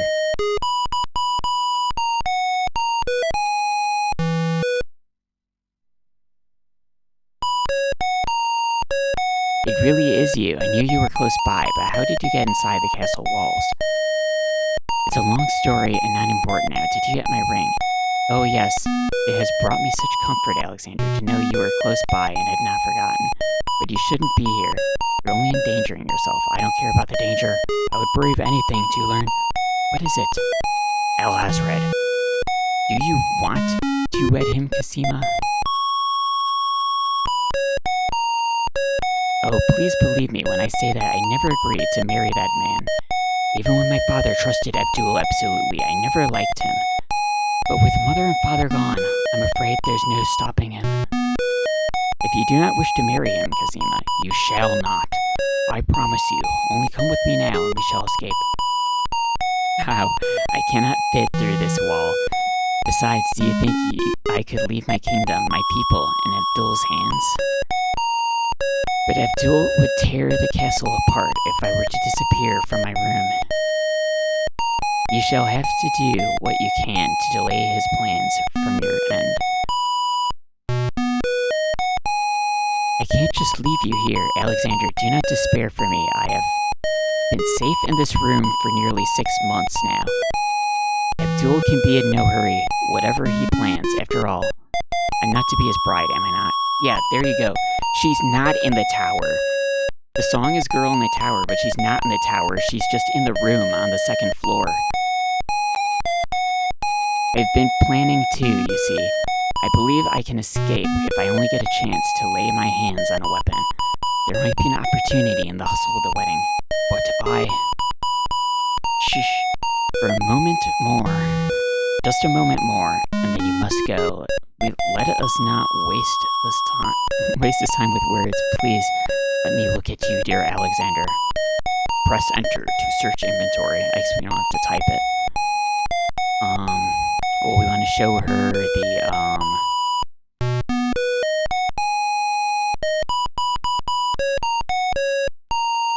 we want to give her the dagger. I thought there was something else to show her.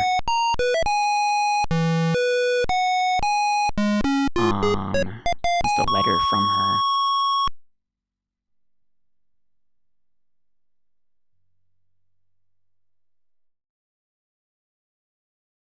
Yeah, why do we still have the string of letters in the inventory?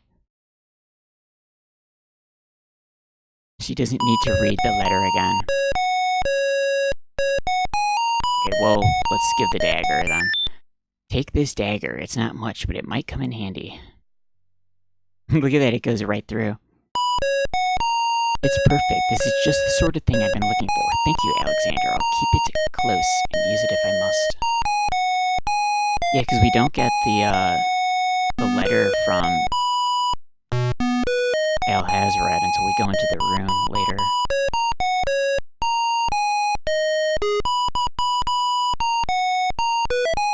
Where is,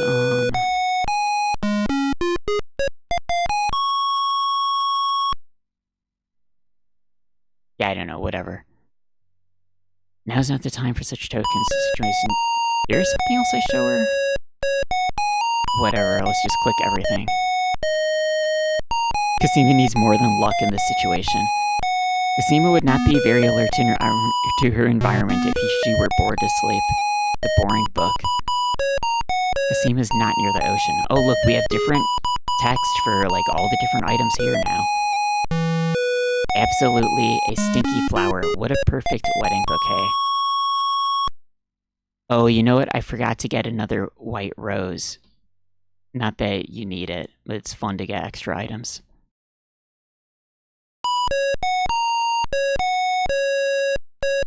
It's 2%, but she could be drinking whole if she wanted to. That's funny. I don't remember that message in the original for giving her the milk. That's funny.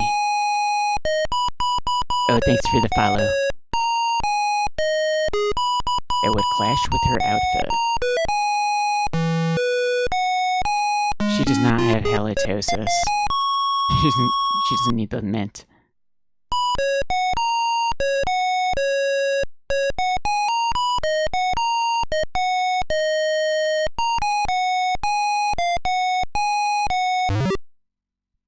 Oh, time's up. Someone's coming. The lock in Cosima's door rattles abruptly. Alexander, hurry. Step away before they see you. Alexander hears scuffling and a woman's brief cry from the other side of the wall, then silence.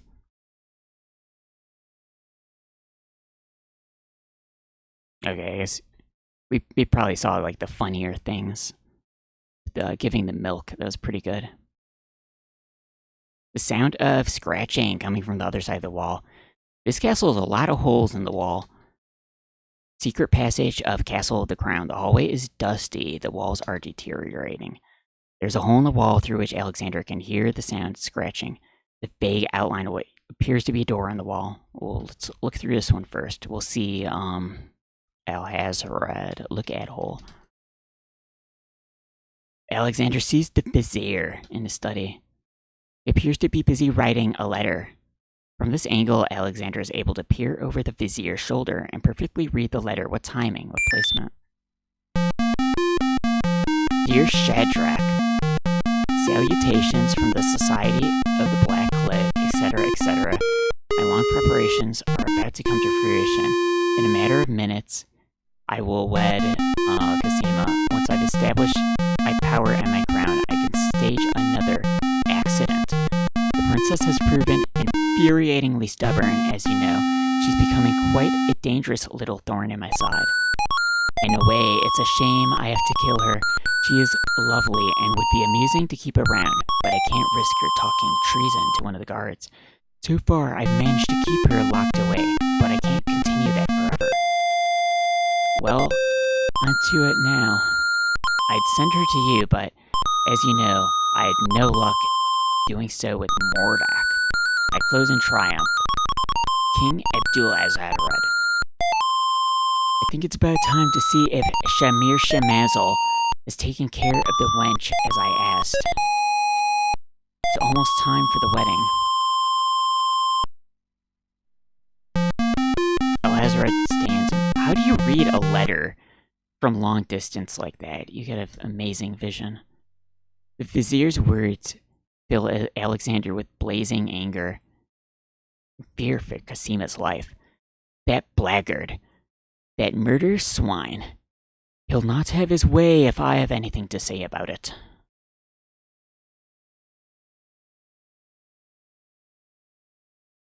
The vizier's study is now empty.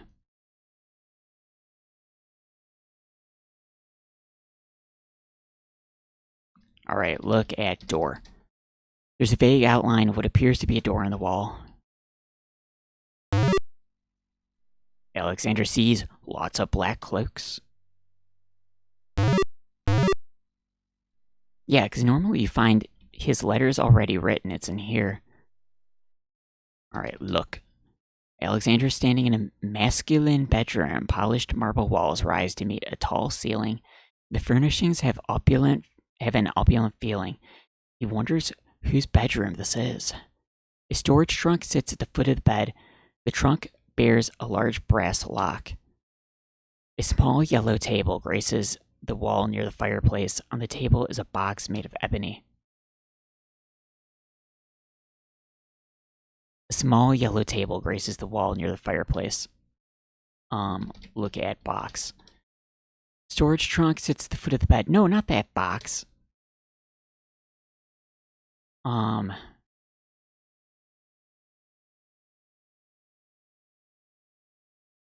Open ebony box. I don't know. Open box. Opens the ebony box and looks inside. What are we gonna get? Various trinkets and a scrap of paper. Oh yeah, that's right. It's a point and look. Alexander is not interested in those trinkets. There is nothing of interest there. There was a message about, I think it's like, he doesn't need a pen to do writing or something like that. A piece of paper with the word Zebu written on it. Alexander commits the word to memory and leaves the paper there. He shuts the box. Okay, open chest. Yeah, they have the same chest that they used for putting on the beach at the beginning of the game. Use skeleton key. This lock is so bad, you could just shove a nail into it and open it, but you gotta get like the magical skeleton key from the other world. Inserts the skeleton key to the trunk's lock and turns it. Here's a click. The trunk contains some old leather books, a bottle of what looks like oily perfume, and a stack of correspondences. Alexander isn't interested in oily perfume. The books look interesting, but the castle's not a good place to relax and read. Alexander picks up the most recent letter and examines it. Addressed to Abdulazadred from the wizard Shadrach, it reads, Greetings to a brother of the Black Cloak. I was sorry to hear great Mordak's death.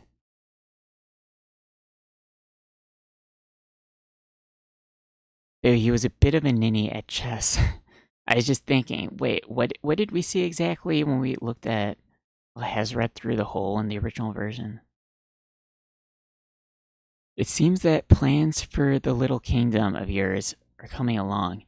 I must congratulate you on your handling of the king and queen. Isolating the island so that no protests could develop was another brilliant stroke. Okay, so yeah, that was him. He stole the items that whoever mentioned when we went to the items. I think he must have been giving a monologue. Maybe. I don't remember. Or he's talking to the genie, something like that. It looks like there's not much left to stand in your way. Do as I recommend with the girl, and you shall have your crown. That fiend. Did we take the letter?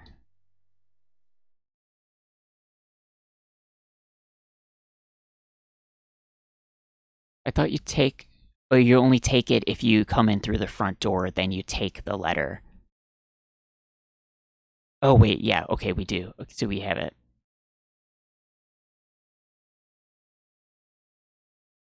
Okay, there you go. Yeah, because we need to give it to Captain Saladin. Oh, let's see if we can look through the lock on the door. Look at fire. Put letter in fire.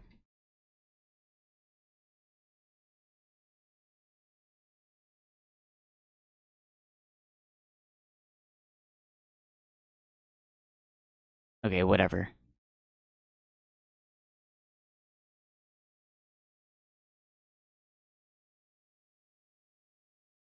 Look at key. Look at keyhole. Maybe you can't do it.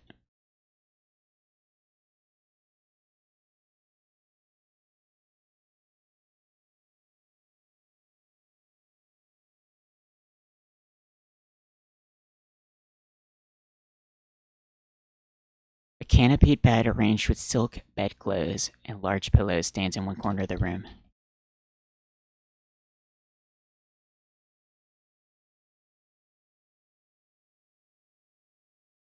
Open the door. Open closet. There we go.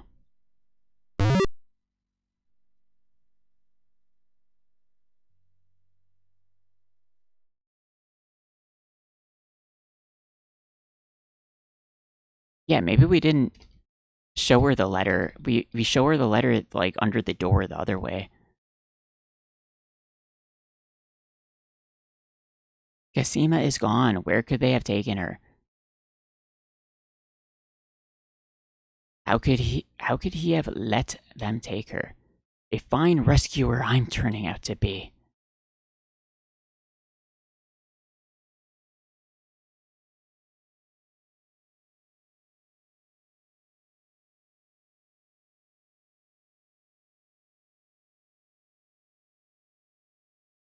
Or maybe I was supposed to go get the letter first and talk to Casima. I don't remember.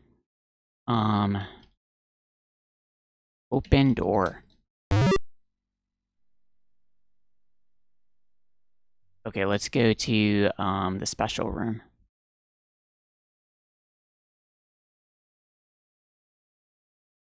Say Ali Zabu. It does not make sense.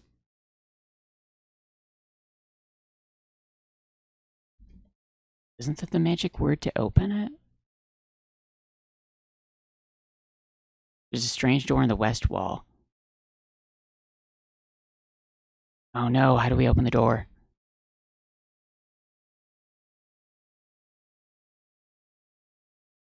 Oh, we hear footsteps.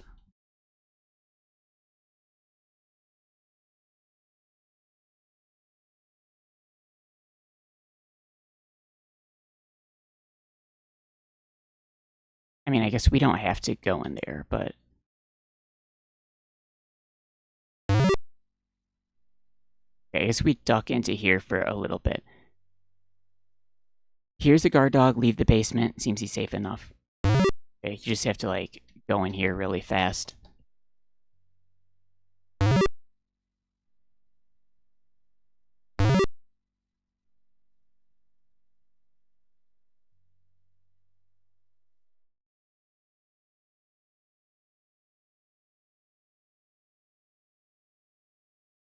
Strange door on the west wall. There doesn't appear to be. Talk to door. Since the door on the west wall has no visible knob or handle, Alexander decides to try to open it with his voice. He composes his words carefully. To command door. Oh, right, because they have to have the scene for typing this, and you don't just type it. I command you open. Having chosen his words, Alexander uses them to address the door. Listen, door, I would have you open. There we go. Alexander standing in the Castle of the Crown's treasure room. The soft-toned room seems very secure. Along the walls are trunks and caskets, probably full of the kingdom's treasure. In the middle of the room is a low table. The table is covered by a velvet drapery.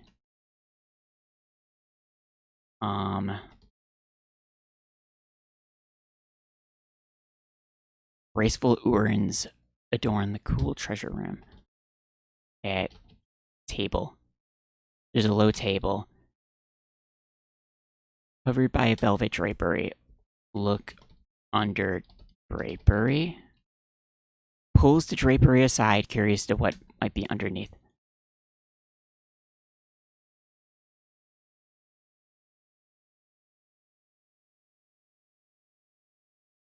There's a low table in the middle of the room. There are 4 treasures on the table. Alexander takes a closer look at the treasures on the table. Oh yeah, those are the things.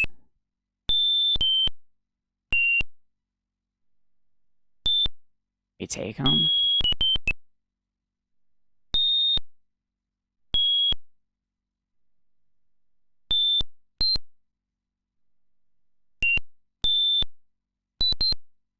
A fleece made of gold. That fleece must belong to the winged ones, and they thought the Isle of Wonder had taken it. A shield, coat of arms. Beast said his coat of arms is stolen by the druids. This must be it.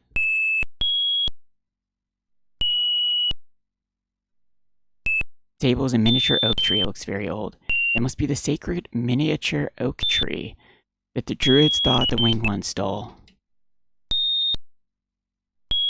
Strange looking stone that's given off an odd, high-pitched noise. That must be the Isle of Wonder singing stone. Didn't the queens think that Beast had stolen it? As Alexander looks at the objects on the table, he realizes the depth of the vizier's cunning. It must have been the vizier, or an accomplice, who stole that one thing most precious to each island, then leaked rumors that one of the other islands was responsible. What did the vizier have to gain by causing the islands to hate one another? Yeah, what did he have to gain? What do you think?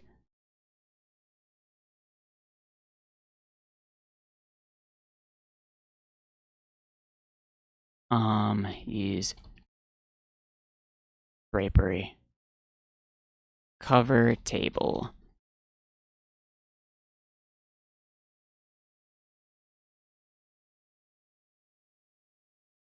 The velvet drapery has been removed and is now lying on the floor behind the table. It is no longer of use. Okay.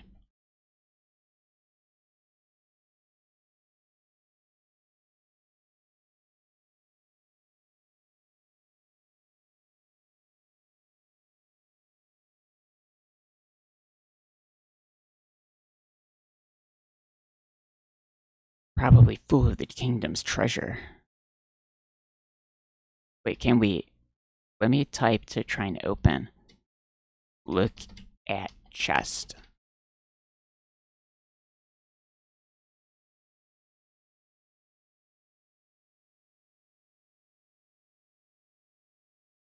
Oh, Alexander already examined the treasures. Okay, well, whatever. The miniature tree. Take. Yeah, we need a new shield. Take arms. Alexander's no wish to steal from the treasury of the land of the Green Isles might be under the vizier's control now, but it still belongs to the people. Okay, whatever. Oh no, wedding music.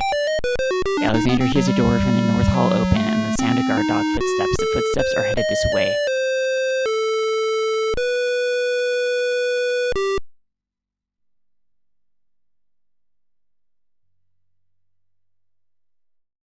Alexander hears the sound of guard dog's footsteps coming from the north.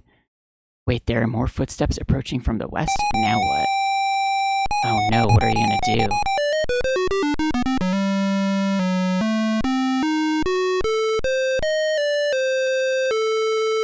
The east wall is a door. There's a door to the top of the stairs that must lead to the upper floor. The upper floor has a keyhole. Through the keyhole, the coast looks clear.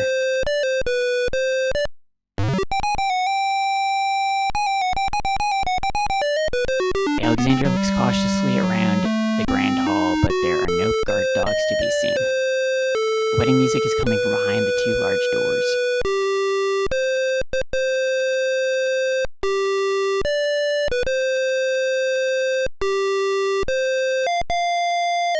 Prince Alexander here, the vizier will have my head for allowing you within a mile of the royal wedding. Since you are of noble birth, I will give you 5 seconds to explain your presence here before killing you. I warn you, it better be good. We want to give him vizier letter. Show.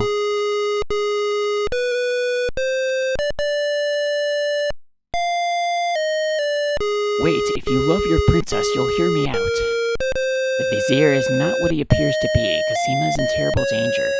I have proof that this is so. For your princess's sake, you must believe me. Let me see that. Saladin reads the letter, his sword point still against Alexander's throat. Alexander watches the guard dog's noble face darken with rage. This is treason. I'll have his throat, but how do I know this letter is not a forgery? You could have written this yourself, but I did not. Have you no doubts of your own about Al-Azred? Don't you see all he wants is the crown? Cosima is being coerced. We must stop the wedding. This is true. I have had my suspicions about the vizier, especially when King Keltham and Queen Ilaria died. But I have seen Cosima with him several times. She appears to be quite happy, even enthusiastic. I don't believe she could love him if she truly were so wicked. I cannot believe for a moment that she loves that snake. Yeah, I was just thinking, like if he didn't waste the mirror, he could have used the mirror here. It's either like the mirror or have the king and queen burst in the room. And see for yourself.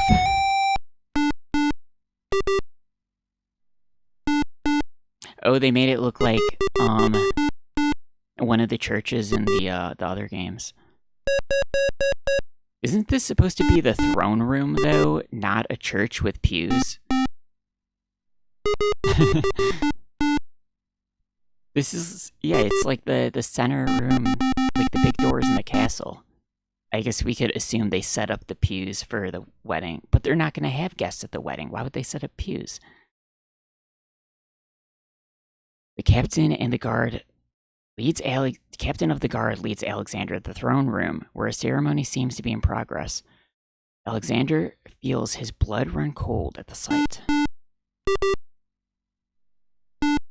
I, Cosima, declare Al-Hazred is my lawful and beloved husband and king of this realm. But, Cosima, what are you saying? Do you still claim the princess is being forced? Perhaps it's you that's the danger, as the vizier said. Alexander approaches the wedding party.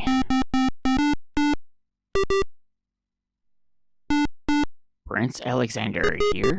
This is an outrage. How dare you allow this traitor to get past you, Saladin? You stupid mutt. Can't you even keep the castle free of assassins during your own princess's wedding? Kill him now. Lord of Al-Hazred, with all due respect, you are not quite king yet. This is a wedding ceremony, not an execution. How dare you contradict me, you flea-bitten mongrel? I gave a direct order, obey me or feel my wrath. Milady, I apologize for my behavior, but I am yours to command in all things. I wanted merely to hear your own wishes from your own lips. Tell me what it is that you wish me to do with this young man. I will obey. Why, Captain, you heard my dear Abdul. If he wishes this atrocious young man's death, then I want nothing more than to see him get his wish. Obey thy liege now, and always. As you wish, princess. Just as Saladin prepares to run Alexander through with his sword, a shout is heard from the direction of the grand hall. Hold, in the name of the true king. King Caliphim and Queen Ilaria burst into the throne room, looking alive and well and full of wrath. Behind them, a line of supporters look prepared to battle, if necessary, for their beloved royal couple. Casima, darling, are you all right? Has he hurt you? Get your hands off her, you murderous goat. If I want your advice, I'll ask for it, mother. But, Caliphim, that's not Casima. I'd know my daughter anywhere. What have you done with our daughter, you devil? It's the genie. The lovely image of Casima suddenly burst into smoke and is replaced by the vizier's genie. Why, you conniving serpent. Get him, guards. Saladin, your sword. Drat it all.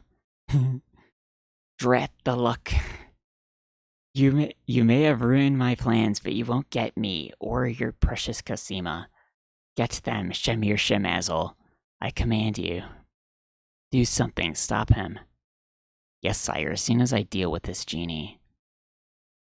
Shamir, the vizier's genie, begins to throw balls of dazzling light at the guard dogs. Okay, I guess we gotta, like, make a run for it. Don't get stuck, you idiot! He got stuck. The genie, finding a free moment in the battle, suddenly realizes Alexander is still in the room and sends a dazzle spell his way. Got you, Prince Alexander. He gets stuck on the stupid steps. Tickets, please.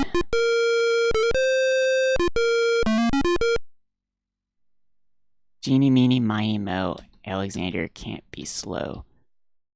Oh, I guess we're back here. We'll just, like, enter through everything. Through all the text. Oh wait, can we go through,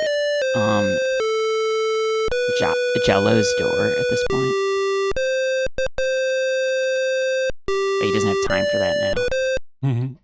Okay.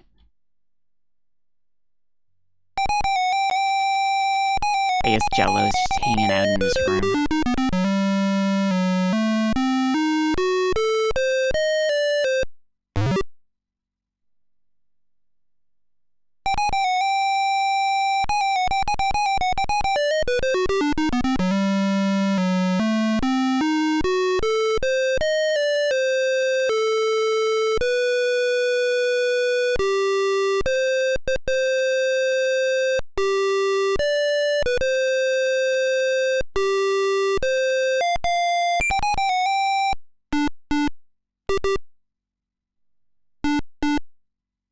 The priest is like the priest guy, I think, from... Did he look like that in King's Quest 2? Maybe.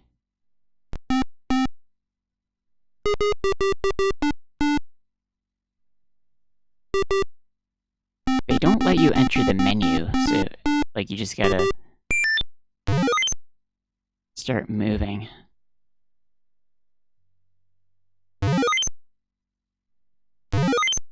How did I get stuck? I don't understand.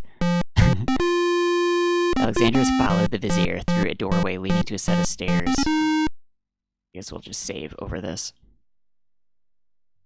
Did it cut out the music because I saved? Oh no, we still don't get the music. Oh well. Alexander climbs the next level of the tower. Oh, it only had a one stairway you go up. Be careful, Alhazred has a sword. Shut up, wench. Shamir Shemazel, get in here. Here I am, master. It's about time. You bumbling fool, how could you let him follow me? There were guard dogs, master, and then, never mind, just kill him now. As you wish, master. Razzle dazzles. Is that his name? Okay. I was like worried that I wouldn't be able to show him the mint because I don't have to spell his name. I probably just show him mint, probably would have done. Look what I have here. Peppermint. Nice fresh peppermint. Razzle or dazzle. I think it's funnier with the peppermint anyway. Forget the stupid peppermint. Don't you dare even think about it. Mint. Oh no, not now. Teehee. He's saying yummers because he's eating the mint. Do something. Okay, I did spell it right. Shamir Shamazel. Do something, Shamir Shamazel. Send a ball. I mean a ball of light to frazzle. The dazzle ball goes wild. He exploded himself. Those dazzle balls have got to be like super crazy. You killed my genie, you idiot. Don't you know how valuable he was, you fool? I'll kill you myself for that outrage. So shall it be, El Hazaret. I'm ready. He's not ready. Oh, it's why did they do like an arrow point and click? In desperation, Alexander fixes upon the only weapon in sight, the comically large sword. Zounds! This sword must weigh a ton. Good, then you shall only fail sooner, my prince. The pointer is the large sword, that's funny. So the mouse would bite. The mouse shall bite. You shall soon see, or should I say, soon feel. I don't understand how it's a problem that they need the genie. Can't they just, like, wait to have the wedding until, like, King Graham can get here at the ending? I don't know. The mouse shall bite, or should I say, soon feel.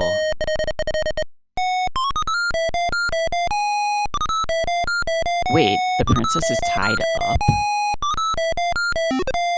You can barely lift that sword, my prince. Better to lay it down now. I promise to dispatch you with little pain. A tempting offer, but I think I'll wait and see what the sword can do. Suit yourself. They're poking each other with swords.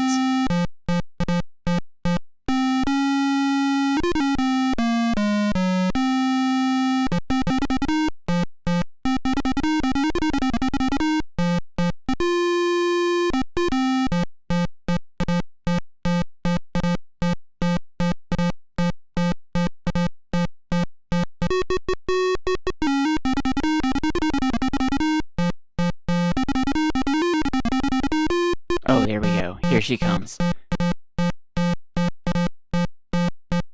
Alexander's arms start to tremble under the effort of wielding the huge sword.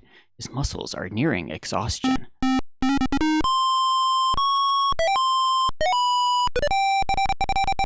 He says, and so it ends, as in the fight, he's been backed off. The furthest he's ever been backed into the wall in the whole fight. Not if I can help it, you murderer. Casima thrusts the small dagger into Alhazaret's shoulder with all her might. AGI. You dare raise a finger to me, you'll regret that, princess. We gotta click him. Whap. We bonked him on the head.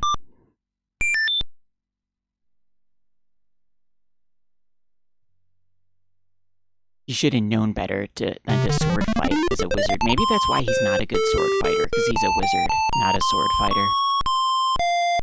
Casima, are you alright? I'm fine, Alexander. I was just so afraid for you. There's no need to fear anymore, princess. Yes, I know. How can I ever repay you for myself, for my kingdom? It is not in me to let harm come to you. Can you find it in you, princess, to give me more than your gratitude? Alexander, what are you saying? I love you, Cosima. Would you ever consider... Do you think you could marry me? Could you ever have doubted it, my prince? Oh my god, now they're gonna smooch.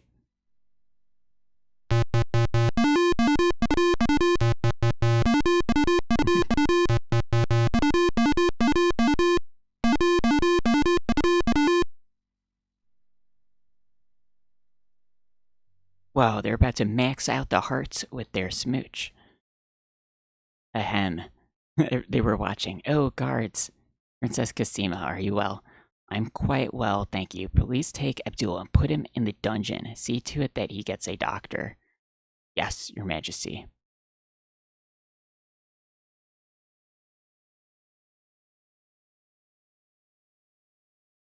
Shouldn't they, like, bind him up, like, with extreme measures? He's a magical wizard. Like, who knows what he'll do?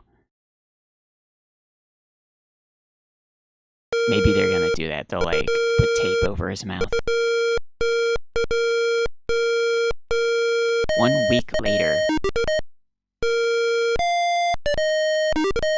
Why not just wait until he can send a letter back to King Ram to tell him to come to the wedding? Cosima and Alexander ask Captain Saladin to perform their wedding ceremony. Saladin is honored to do so. Oh, okay, so we got like a different version than in the other one. This time we got the king and queen, but not Graham. So we got like all the different versions throughout the playthroughs, I guess. That's neat.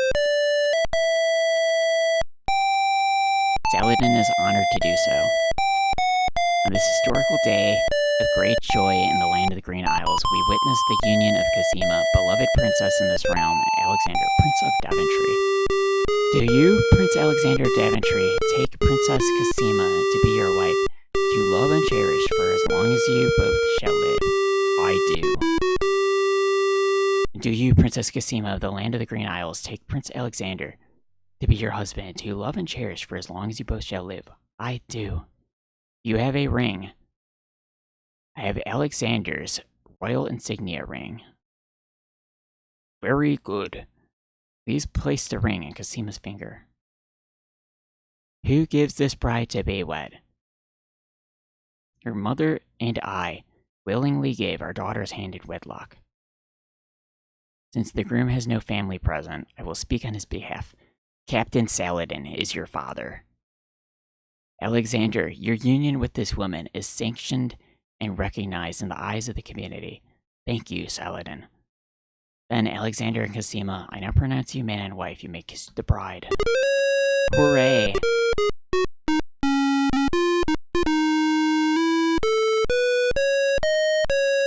Congratulations, my children. I have an important question for you both. Please hear me. Yes, sire. Alexander, I welcome you into our family with open arms. I place trust in Alhazred because I so badly wanted a son and a husband for my beloved daughter. I was wrong. But you are true and good, Alexander, and you have proven yourself to all my people. Thank you, sire. Alaria and I have been through much. Even though we have returned to our kingdom, I do not think we are able to reign again. Will you two consider the crown? I know as king and queen, you can heal this small kingdom from all the damage Alhazred has inflicted upon it. Oh, father. Why, I'm honored. What do you think, Cosima? I love my homeland, Alexander. I would be happy to stay and to serve it all my days. I wish my father were here so I could ask his advice. Why don't you invite him to the wedding, genius? I will miss him and my mother and sister in Daventry. But I love you, Cosima, and I do feel at home here. Somehow this land and I seem to suit each other. I don't know what kind of king I'll make, but I accept. Oh, Alexander, I am so glad. Between the return of my beloved parents and our new reign, you've made me so happy. I'm glad I could make up for some of your suffering, my beautiful wife. Alexander, there's a long road ahead. The ferry must be repaired before we can reunite the islands. Well, he has a magic map, though. I'm sure they could reunite it with that. Your road will be easier now that the islands are no longer feuding. Already the wounds are starting to heal. Yes, my love, discovering the island's stolen treasures has done more to bring peace to this land than anything else. It is now clear Alhazred and Shamir steal each of the island's most valued treasures and then blame the thefts on the others to cause the islands to hate each other. Oh, maybe they only say that dialogue if you did go in the secret door. I gotta go back and open the secret door and then beat the game in the original then. I think I didn't do that. Now let us celebrate our good fortune. The evil that has plagued this land is done, and a new reign begins. Long live King Alexander and Queen Cassima. Long live the land of the Green Isles. Hooray.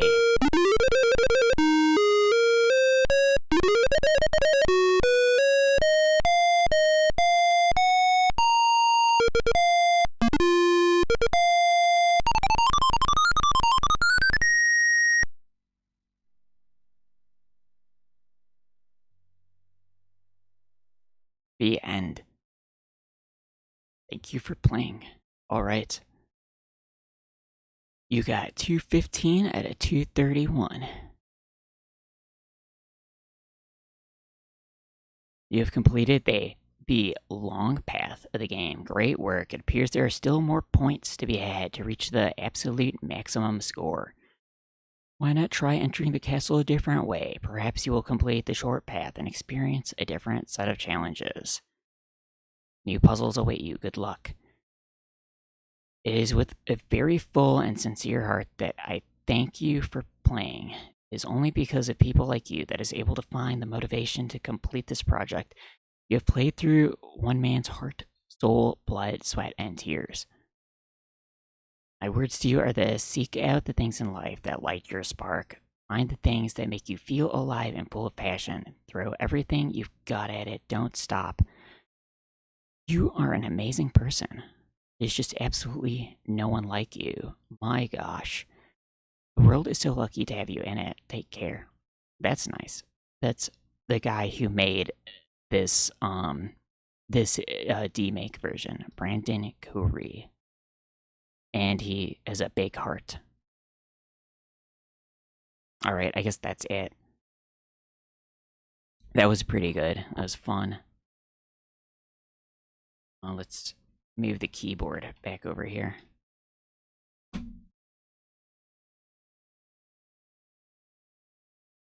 Alright, I guess we're gonna go to like the end of the thing. I'm gonna figure out next time we get King's Quest 7 installed. I think I'm gonna like run it on the laptop and like use the HDMI cable or whatever. Let's see.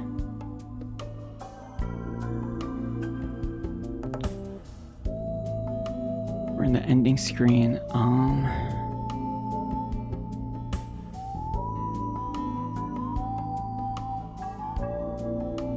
Let me look. Should I kind of want to go to sleep. I was like yawning for a bit.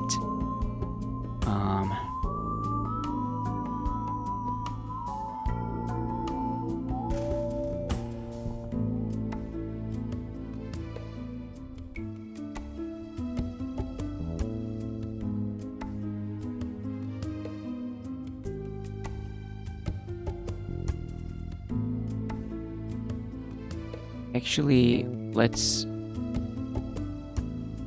maybe we could raid...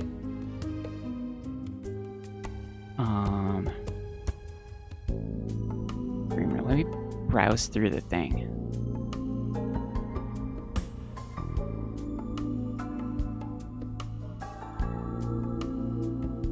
I don't know, I feel like I want to fall asleep immediately though.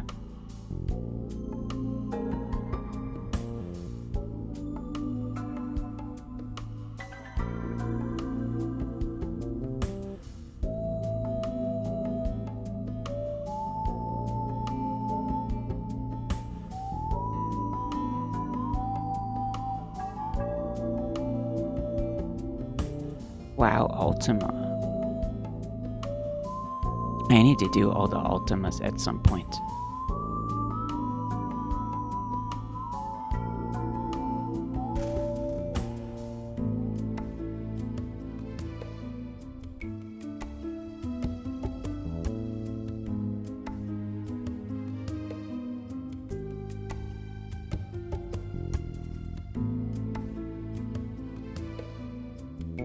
Actually, you know what? I'm just gonna go to sleep because if I raid someone, I'm gonna be like tempted to stay up for like 5 more hours.